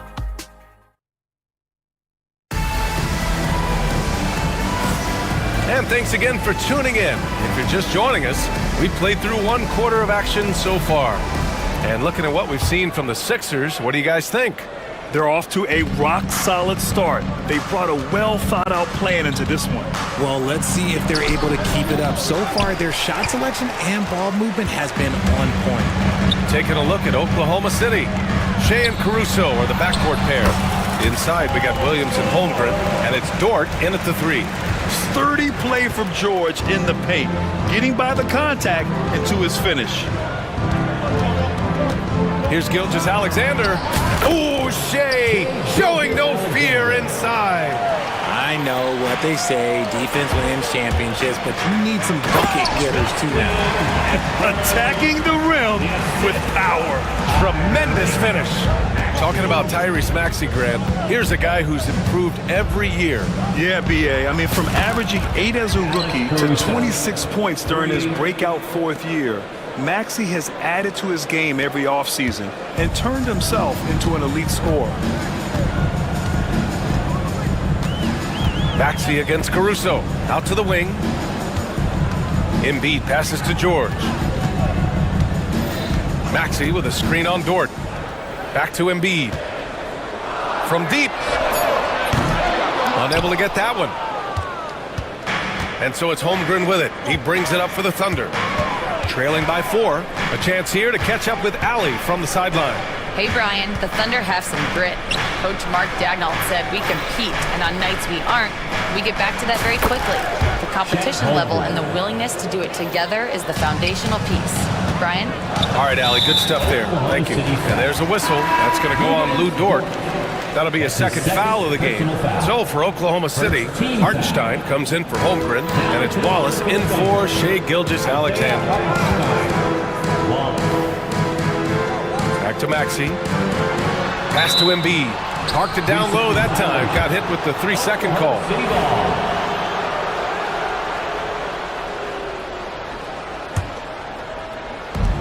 The Thunder have gotten 3 of 4 field goals in the second quarter. Now Hartenstein. Embiid covers. 11 feet out. Rebound by Philadelphia. Embiid's got 5 rebounds tonight. Here's Maxey.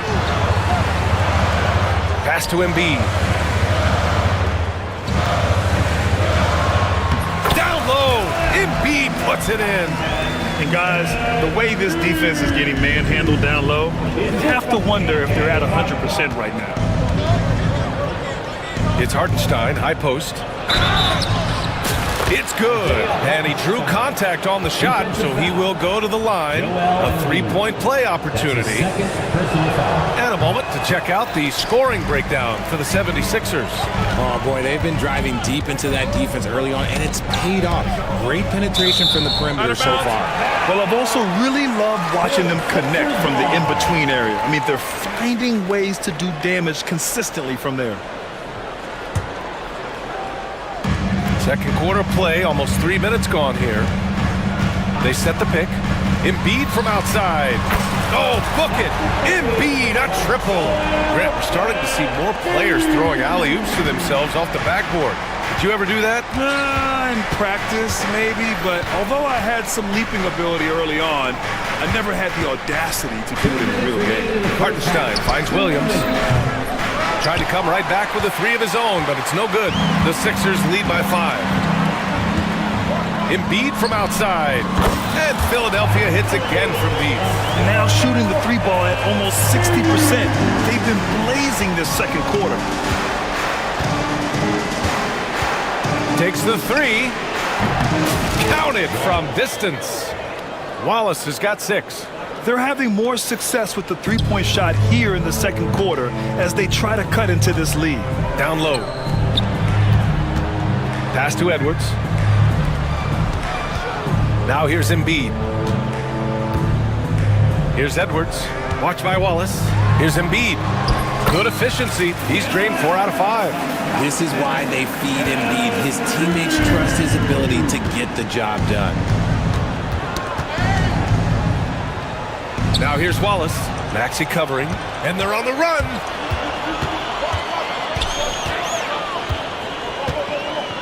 Pass to Embiid. Takes a 3. Hartenstein pulls it in. 2-for-1 opportunity here. Hey, if I'm in their shoes, I go for it. Here's Williams. And Williams punches it home. And we see the speed and power. I mean, Williams shows off on that one.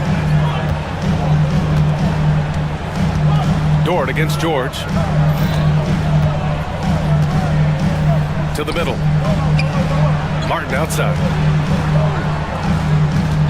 Just 5 on the clock. Martin with a screen on Caruso. For 3, Maxey. Oklahoma City grabs a miss. And so they foul intentionally. You don't want to stop the clock right there. I'm not quite sure what he was thinking. Second team foul. 11 seconds left in the first half of basketball. 0-0. Williams passes to Hartenstein from about 19, and it's blocked by Embiid. No good that time. And a pretty tightly contested game here as we end the first half. Sixers ahead. Up, Allie, as always, thank you. We'll be back right after the break for the third quarter here on 2K Sports.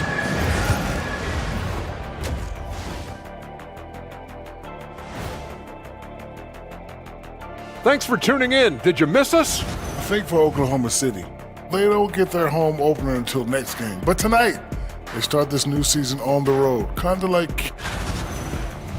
And looking back on that first half, it certainly hasn't gone as planned for the Oklahoma City Thunder.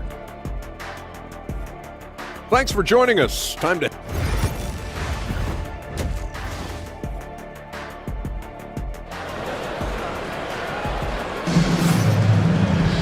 And if you're just joining us, we've played through the first half in a game that's been fairly even so far. Paul George has been sensational. They've leaned on him to provide a lot of offense, and that's how he likes it. He always wants to be a go-to guy for them. I'm sure he'll be calling for the ball even more in this half. Jackson out there with George. Then it's Andre Drummond. Then there's Edwards. And it's Martin in at the 4. That's the group on the floor for Philadelphia. Oh, leaping up high. Jackson sees his moment and seizes it. Wallace with it. Pass to Hartenstein. Lets it go. Wallace misses. You gotta love how they've been crashing the boards, fighting hard for every miss. Jackson outside. Drummond passes to Martin. Back to Drummond. Martin outside. 6 to shoot. Martin with a screen on Williams. And George launches it from deep. That 3 off target. Had some space there after the pump fake. Thunder trail by 4. Well, Grant, you often hear about how smooth Paul George's game is. Yeah, I'll tell you this. Young players can learn a lot by watching his footwork. His timing, his ability to find the space he needs, it's just tremendous. Back to Edwards. For 3. Offensive board. Drummond. Oh, the jam by Drummond. And this kind of sick slam is just one of the reasons this team is in charge of this game right now, B.A. You know, there's an edge the way they play and a confidence they're not afraid to show. 3-pointer. Wallace misses. Rough start to the second half for them, only getting 1 of the past 4 shots to fall. Edwards, the pass to George. And the foul on Alex Caruso. That's his first foul. Some changes for Philadelphia. Oubre comes in for Martin. And it's Maxey in for Paul George. Outside Maxey to the inside. Over to the left wing. Drummond finds Maxey. The fader. The Sixers with another miss. And that's exactly how tightly you have to guard him every time he steps to the arc. He's just that good. And always interesting to look back at last season These were the NBA's best transition teams. Fifth best, Philadelphia. They would just push the ball at every opportunity, even when defenders had already gotten back. And Philadelphia making a change here. Embiid's checked in. Philadelphia leading by 6. And the foul on Alex Caruso. That'll be a second foul of the game. George, he's checked in for Edwards. Second team foul. A little under 2.5 minutes gone by in the third quarter.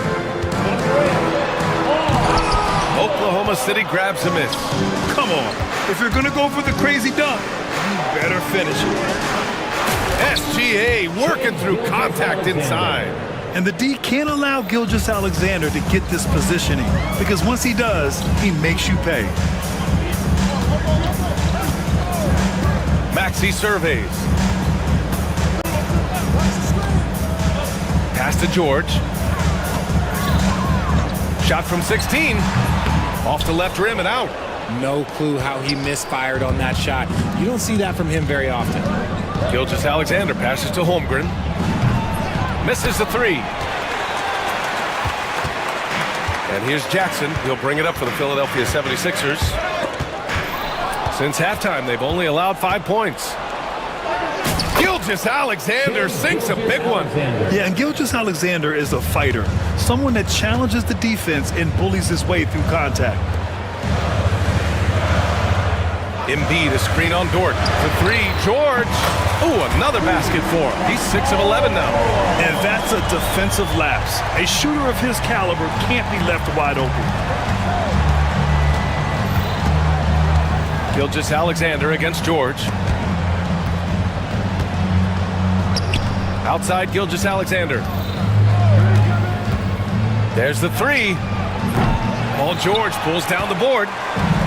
George has got his 5th rebound in this one. 52 seconds left in the third quarter of the game. Jackson for 3. And it's Holmgren with a rebound. Holmgren's got 5 rebounds tonight. Thunder trail by 5. Here's Gilgeous-Alexander. Philadelphia grabs the miss. Embiid's got his 8th rebound here tonight. Philadelphia has gone just 1 of 5 from 3-point range here in the third quarter. It's George on the wing. Dort with a steal. 3 on 3. Caruso finds Dort. Wiggins with it. Maxey covering. Wiggins looking around. Over Maxey. And it's in! Oh! Nails the buzzer beater! Are you kidding? It's still anybody's game as we reach the end of 3. Sixers ahead, leading by 3. And time for a short break. Stay right there. The fourth quarter is coming up next. And a moment now as we take a look at our State Farm assist of the game. Yeah, just shredding the defense with that feed. Zero chance to stop that. That's an unguardable pass, flat out. Give him credit for possessing that type of vision. And I know I speak for all of us when I say I can't wait to see what kind of finish awaits us here in the fourth quarter. On the court for the Thunder, Shea and Caruso are the backcourt pair. Aaron Wiggins out there with Lou Dort. And it's Holmgren in at the 5, roaming the paint. And he dunks it down. The defense gives Shea all their attention, and that leaves another guy open and ready to score. It's George on the wing. Screen by Embiid. George passes to Embiid. Off the mark there with a 3. Thunder trail by 4. Caruso outside. Inside. Here's Gilgeous-Alexander. Count it. Good. You know, they're really being bullied right now defensively. 8 of the last 10 points have come from inside. And the foul on Alex Caruso. That's his 3rd foul of the game. Yeah, he tried to gain position, but couldn't quite get there. Edwards, he's checked in for the Sixers. Fourth quarter still young, just over a minute played. Pass to Embiid. And he buries that one. Back rim and in. And the 76ers lead by 4. And shooting-wise, he's been fantastic, helping to build this lead. Holmgren with a screen on George. Holmgren with it. Let's go with a three. The rebound by Maxey. And I'm surprised that didn't go down. I mean, I'm sure he is too. Pass to Edwards. And here's George. Outside Oubre. Back to Maxey. 5 on the clock. It's George on the wing. Shoots over Holmgren. And he was fouled while in the act of shooting, so he'll take 2 free throws. That's his first. It's going to go on Chet Holmgren. I like when George uses the shot fake to his advantage because he's good at fooling the defenders. Oklahoma City making a switch here. Williams is checked in. It's not often you see him fail to deliver at the line like this. The three from Holmgren. And that comes off the assist by Gilgeous-Alexander. ICE, ice. He has absolute ice in his veins. This guy, he lives for these moments. Maxey on the wing. He's guarded by Caruso. Goes up on the wing. The Sixers again can't hit. And they're up right now, but it hasn't been because of him. He's really struggled on offense. Out of bounds, it'll go to the Sixers. I'm not sure what happened there. You just can't give away possessions in this league.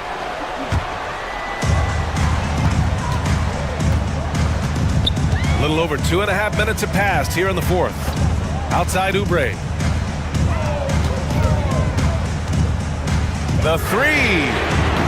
Drops in the three.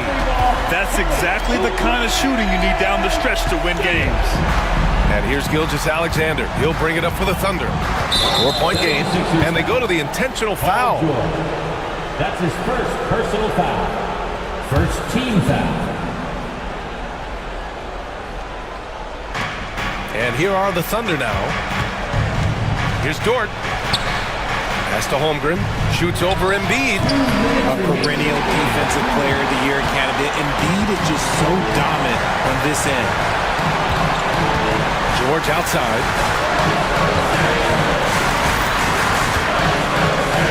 Now Edwards.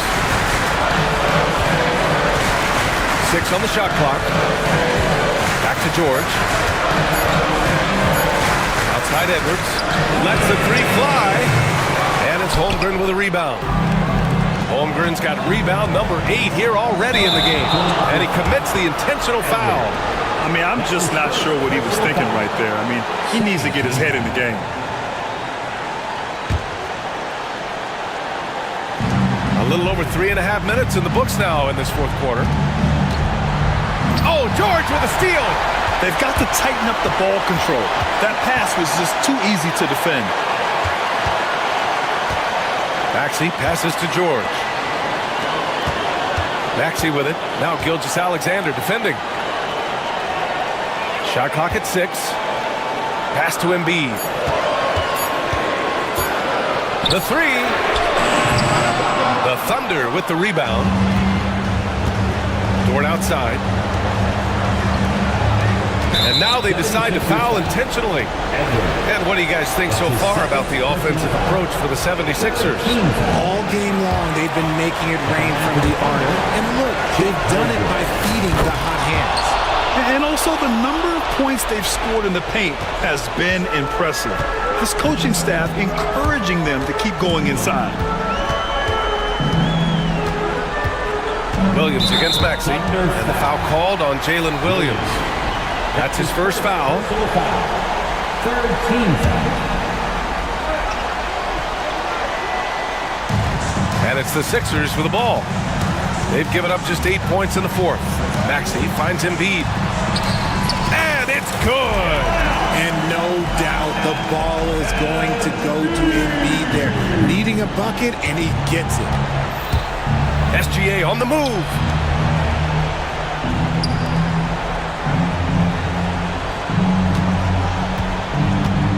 There's 21 seconds left in the fourth quarter. And another miss by Oklahoma City.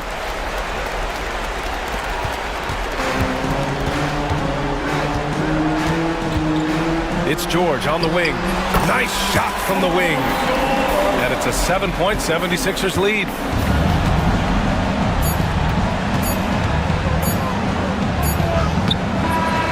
So No, this one belongs to the 76ers. This one was in the balance right in. All right, Allie, thank you.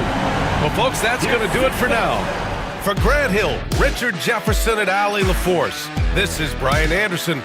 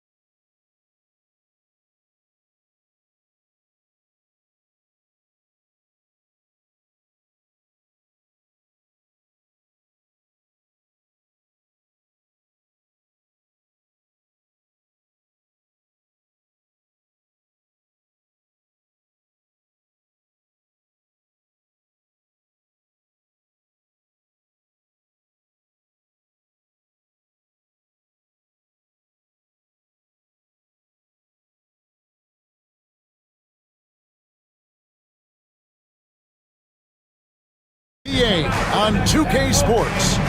Alongside Greg Anthony. Now we have a moment to look at how the blocks have been stacking up over the past several months for Goga Bitadze. We're just not seeing that same fierceness out of him defensively these last few months. He's lost a little bit of that intimidation factor. He's not blocking as many shots, and he's not making the same impact on that end of the floor. A look at the starting group for the Magic.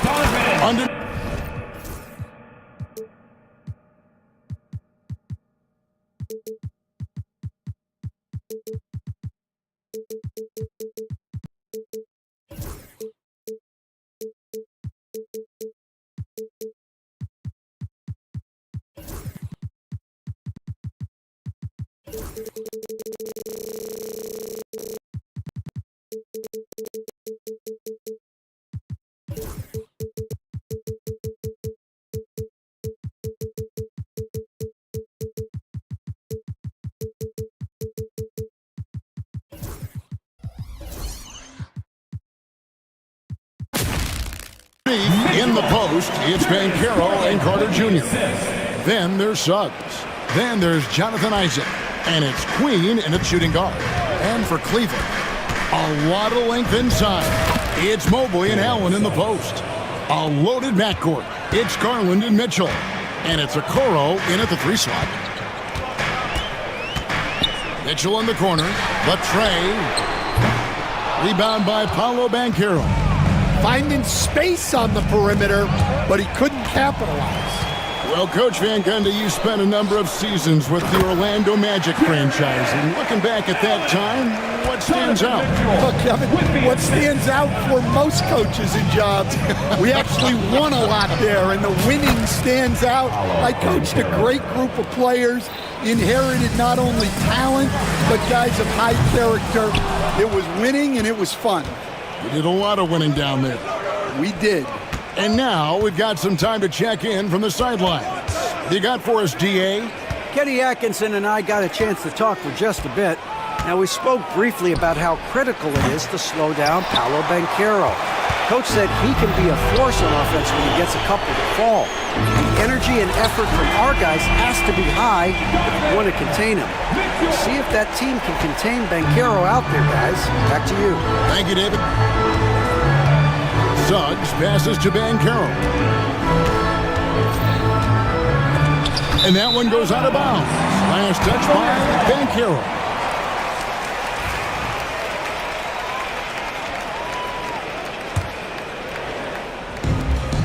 Cavaliers have gone 3 of 5 shooting the ball so far.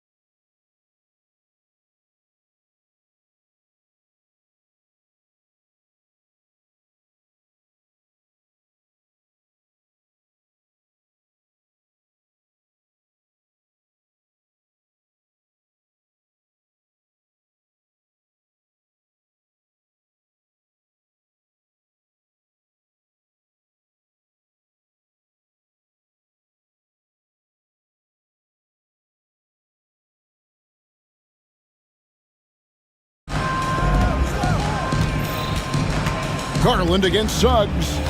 Garland the pass to Mobley, and Mobley throws it down. And guys, he's not an easy man to stop when he's got the rim in his sights. Never has been, never will be. He is a determined finisher. Carter dishes to Suggs. It's good from long range. Suggs has got 5 points so far. And as we see Suggs develop his game, you'll see more of this. Jalen with the ability to operate off ball. Allen, a screen on Isaac to the inside. That's good from Allen on the assist by Garland. And this season's still very young. Greg, what are you looking forward to this year? Well, Kevin, I'm always interested in the rookies, seeing which guys step up. The leap to the NBA can be a huge one, so you never know what will happen with some of these young players. Allen with the screen for Garland. Rebounded by Isaac. The Magic trail by 3. Pass to Queen.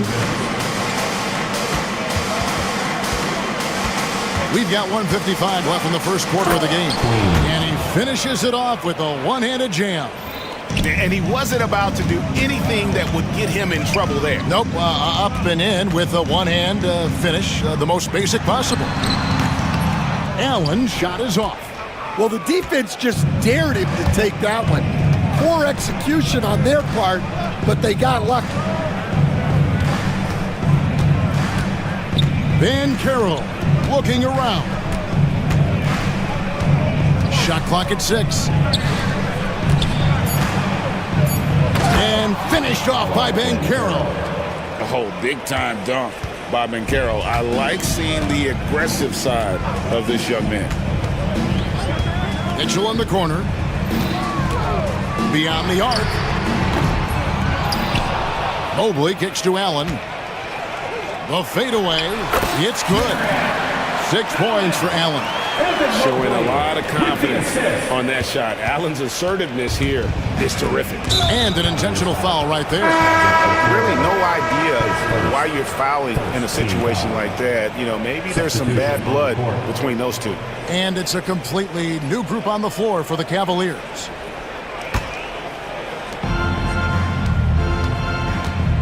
And here is Suggs. He has 5. Puts it up from 17. The offensive rebound. And out of bounds. The Cavaliers will take it.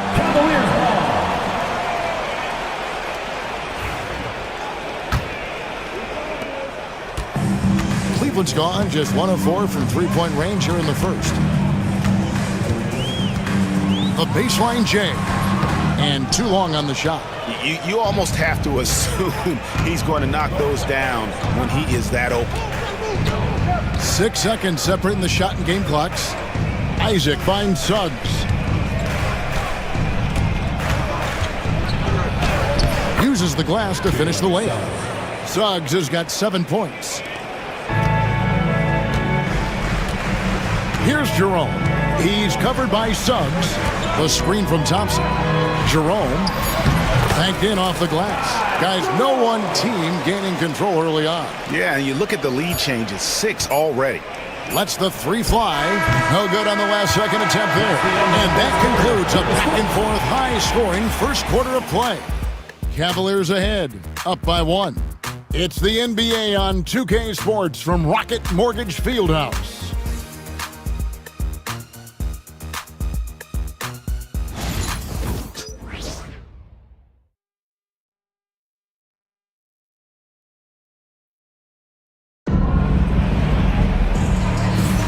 And getting going again here in the second quarter. Fairly close game so far. And from what we've seen from the Cavaliers, what do you guys see? In that first period, they showed a willingness to make the extra pass. Yeah, it's the kind of offense every coach loves to see. Selfless and smart. This is how the floor looks for the Magic start in the second. Mo Wagner out there with Franz Wagner. Then it's Contavious Caldwell-Pope. Then there's Black. And it's Howard in at the 3, the small forward. And with an update from the sideline, let's check in with David Aldridge. Hey, Kevin, last season the Magic extended Coach Jamal Mosley's contract through 2028. He said, it's not about me. I just want each one of these guys to reach their full potential. This game has been good to all of us. I want to be part of maximizing how great they can be on and off the court. Kevin? All right, David, thank you. Loads it up there for Mobley, and stolen by Wagner. Mitchell against Wagner. That's good. And so Howard with the assist. I don't know what's happening defensively, but they're not putting up any resistance. GA, when you look at the development of Franz Wagner, what now is the next step for him?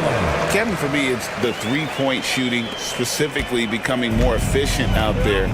And I also think he's going to have to become a better passer, ball mover. I got total confidence he'll get there because the rest of his game is complete. Orlando shooting their first shots of the night from the charity stripe. And going back a season ago, they were a pretty average team at the line, about 76% altogether. Stan, I've always admired you come from a coaching family. Was there a point growing up you knew you wanted to be a coach? Yeah, look, I loved being around the game, and so two things happened that drove me into coaching. Number one, I loved baseball and I couldn't hit one, so that was out. And I wasn't a good enough basketball player to go on that way, so if I wanted to stay involved in the game, that's when I knew I wanted to be a coach. But your dad had a little bit of that in his background. I say in a little kind of tongue-in-cheek, right? He was a guy that led the way in your interest there. Yeah, my dad coached for over 40 years, and I think he had a great passion for it and always used to tell us that he never actually felt like he worked a day in his life. He loved it so much. Following in his footsteps, terrific story. Inside, and Mobley throws it down. We'll see if they can finally hold on to a lead that's been back and forth all night. Well, this is why the fans are here. Each team trading blows, increasing the entertainment value. And the three-pointer, a big part of KCP's game. About half his shots come from out there. On the wing, Mitchell.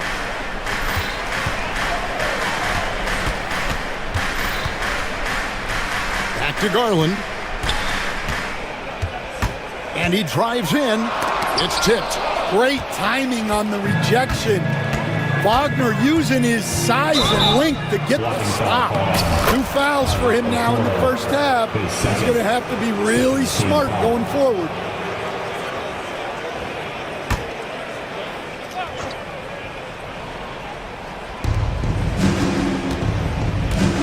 Wagner against Mobley. Mobley with the block. Mobley is one of the best defenders in the NBA. When he's not blocking shots, he's altering. Out of bounds. Wagner passes to Caldwell Pope. And again, it's Orlando with the three. And they're not afraid to let it fly from deep. They're looking to extend their lead with the three ball here in the second quarter. Mitchell outside. No good on the triple. Oh, he's frustrated there. You know he wanted to come right back with the three of his own. And Darius Garland picks up the foul. That'll be his second foul of the game. And now let's take a look again at that incredible rejection. And that has got to help the morale of this team. Let's see if that sets up a run here. The Cavaliers pull it in. Last time these two teams came together was also in this building. They were able to win it. Oh, wow, what a great move inside. That is incredible. A dynamic leaper with an impressive wingspan. Mitchell usually has some flashy dunks up his sleeve. And now the Cavaliers. Fast break. Takes a three. Doesn't go that time.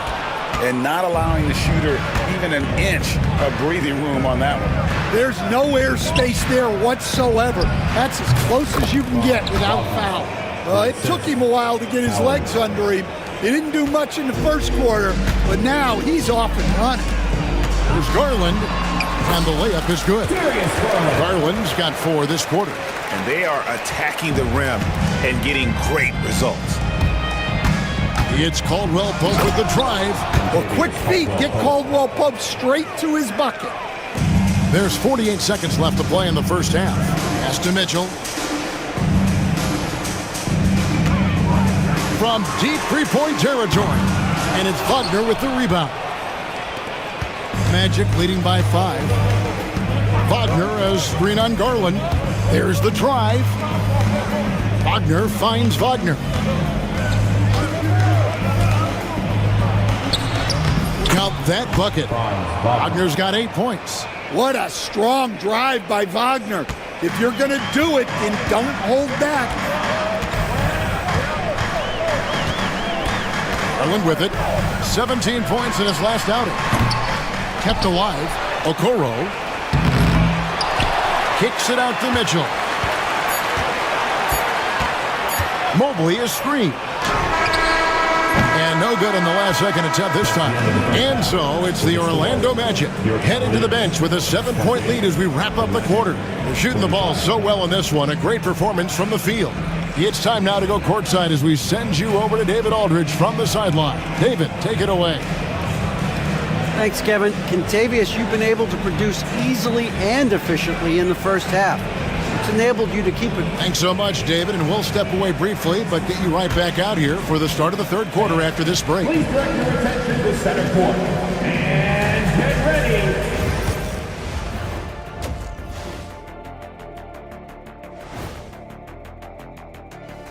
Welcome in for halftime. And they're playing the way they're supposed to. Run the offense until you get a good look. Not complicated at all. I disagree. Taking a peek now at the upcoming schedule. That is more than enough.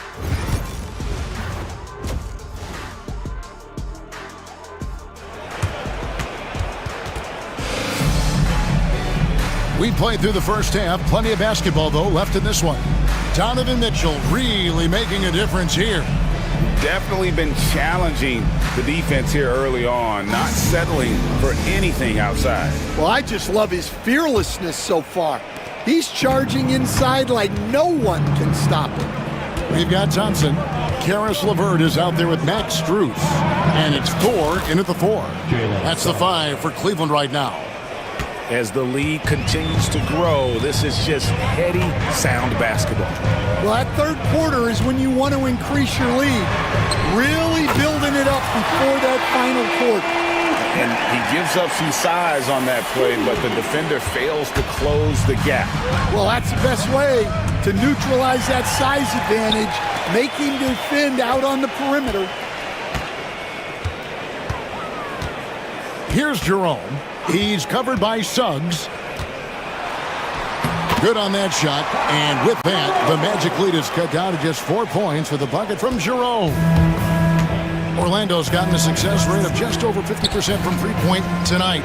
4 of 7 shooting. He had a nice open look right there. You love the confidence. Carter Jr. knows how effective he can be off the catch. Here's Jerome. He's covered by Suggs. Bucket is good. Jerome's got 4 points now in the quarter. That makes 3 in a row to start the second half. Third quarter of basketball, about a minute and a half in. Carter with a screen on LeVert. Here's Queen. Carter kicks to Banchero. And again, it's Orlando converting. And making 3 of their first 4 shots in this half is a strong start. Now it's about growing that momentum. Well, there's a unique profile for Wendell Carter Jr. A tremendous rebounder and shooter, and now he's playing on a pretty good team, and he's a big reason why. He sure is. Look, he's really big at 6'10", 270. All right, top 20 in the league in rebounding and effective field goal percentage. Can shoot the 3. Great blend of size, skill, and toughness. A 3 ball. Queen can't get it to go. The Cavaliers trail by 6. Here's Strus. It's hauled in by the Magic. Isaac's got 4 rebounds now tonight. It's time now to hear from our Hall of Fame reporter, David Aldridge. What's the latest, David? Kevin, thank you. Paolo Banchero is not skipping steps. Magic Superstar says it's like anything in life, it's a process. Having that perspective just makes you want to work every day, because this is the best league in the world. If you become impatient, you're going to drive yourself crazy. It's a cliche, Kevin, but you just keep pounding away. Back to you. Well said, David. Dedication to the craft. BA, thanks. Howard, that's good. Well, you love the find by Wagner at 6'10", a good passer, and has a great view of the floor. Third quarter here, and 3 minutes have come off the clock. A three-pointer is right on target. Strus has got 6. Well, it's a 3-point shooting league. Guys like him are so important for spacing. Wagner on the wing. Pass to Wagner. And he drops in the layup off the glass. Wagner's got his second bucket tonight. They should continue to get the ball inside. The defense struggling to contain them. A three from Strus. And it's Wagner with the rebound. Wagner's got his fourth rebound with that last one here tonight. Kicks it out to Wagner. Wagner on the wing. Whistle blows, bucket is good, and he'll have a chance at the line to make it a three-point play. He has created some terrific opportunities for himself and really made the most of it. And he's got his first chance at the line here. In their last contest, guys, he was unconscious from the foul line. Thompson sets the pick for LeVert. A three-pointer, no good. And they've got a big lead, not just on the scoreboard, but really in the rebounding numbers as well. Black kicks to Wagner. Pass to Wagner. Back to Wagner. Puts it up from 15. Thompson with the rebound. The Cavaliers trail by 10. Here's Jerome. That shot, no good. Caldwell Pope with some nice D. Jacks up a three. Thompson with the rebound. Cleveland's gone into the three-point range 4 times since halftime and buried 2 of them. A solid passer at his position. LeVert excels at finding his teammates when they're open. Just 1 second between the shot clock and game clock. Here's Wagner, and he goes in for the dunk. He's going to put that one in his scrapbook. Insane dunk. And now they're starting to rub it in, build up a lead, and here we go, baby. It is showtime. A three from Strus. It's hauled in by the Magic. Wagner's got his 7th rebound of the game with that last one. Here's Black. And so it's the Orlando Magic going into the break with a 10-point lead. And they've done a phenomenal job down low. So many of their points coming right at the rim. And we'll be back with you shortly.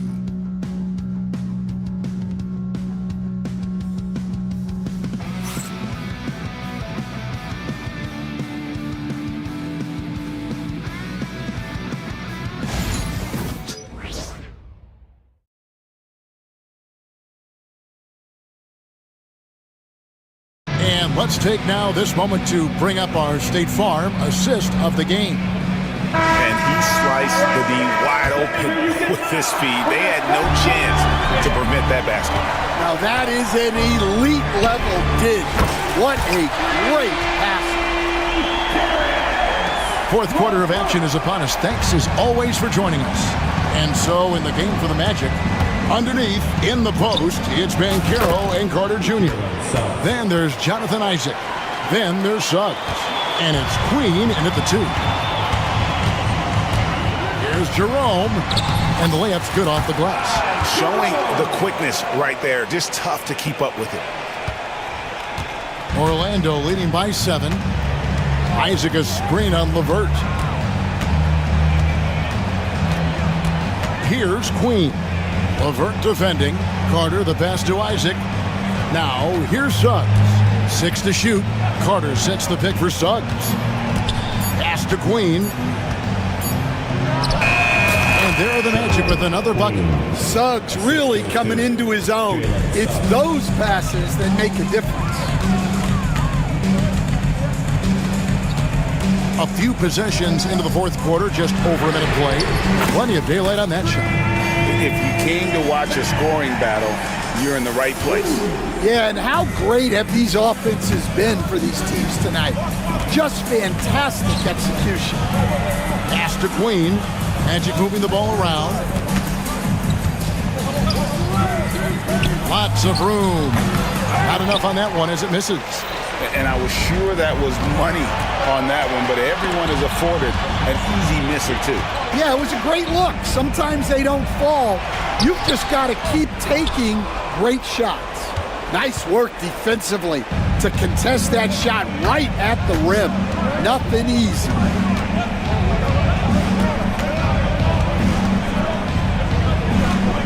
to Bancaro. And now they decide to foul intentionally. So it's both teams making substitutions here. Team foul. Substitution on the court. On defense, Cleveland. They trail by 6. Mitchell against Caldwell Pope. Good D by Mitchell. For Cleveland, they've gone 3 of 4 in field goal attempts since getting things started here in the fourth. Slammed home, and he draws the foul. A chance for another point at the free throw line. It's going to be on Wendell Carter. And a chance to catch up on some numbers here. Scoring breakdown for the Magic. Well, you've got to like that they're not settling. They're attacking the defense on the drive and creating great looks. And you also have to applaud how they've attacked the interior in this game. A lot of points happening for them in the paint tonight. Mitchell in the corner, takes the 3. That's good, and it's Garland with the assist. Garland's got assist number 8 now on the night. Well, Orlando shooting an incredible 64% for the field in this game. And the whistle blows. It's going to be on Jalen Suggs. That's his first foul.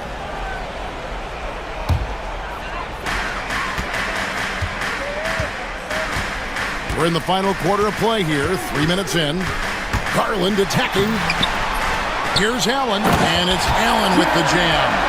And look at how ready Allen was to fight for it. He's willing to go to battle for his team. Driving in, and Suggs throws it down. Well, he's got that clutch gene in him. Suggs digging deep when they need it. Caldwell Pope against Mitchell. Fires from 18. It's hauled in by the Magic. 1:33 left in the fourth quarter. Here's Suggs. Evan Mobley with the rebound. Garland against Wagner. Mitchell a screen on Wagner. Mitchell feeling it out a bit to take the lead. The offensive rebound.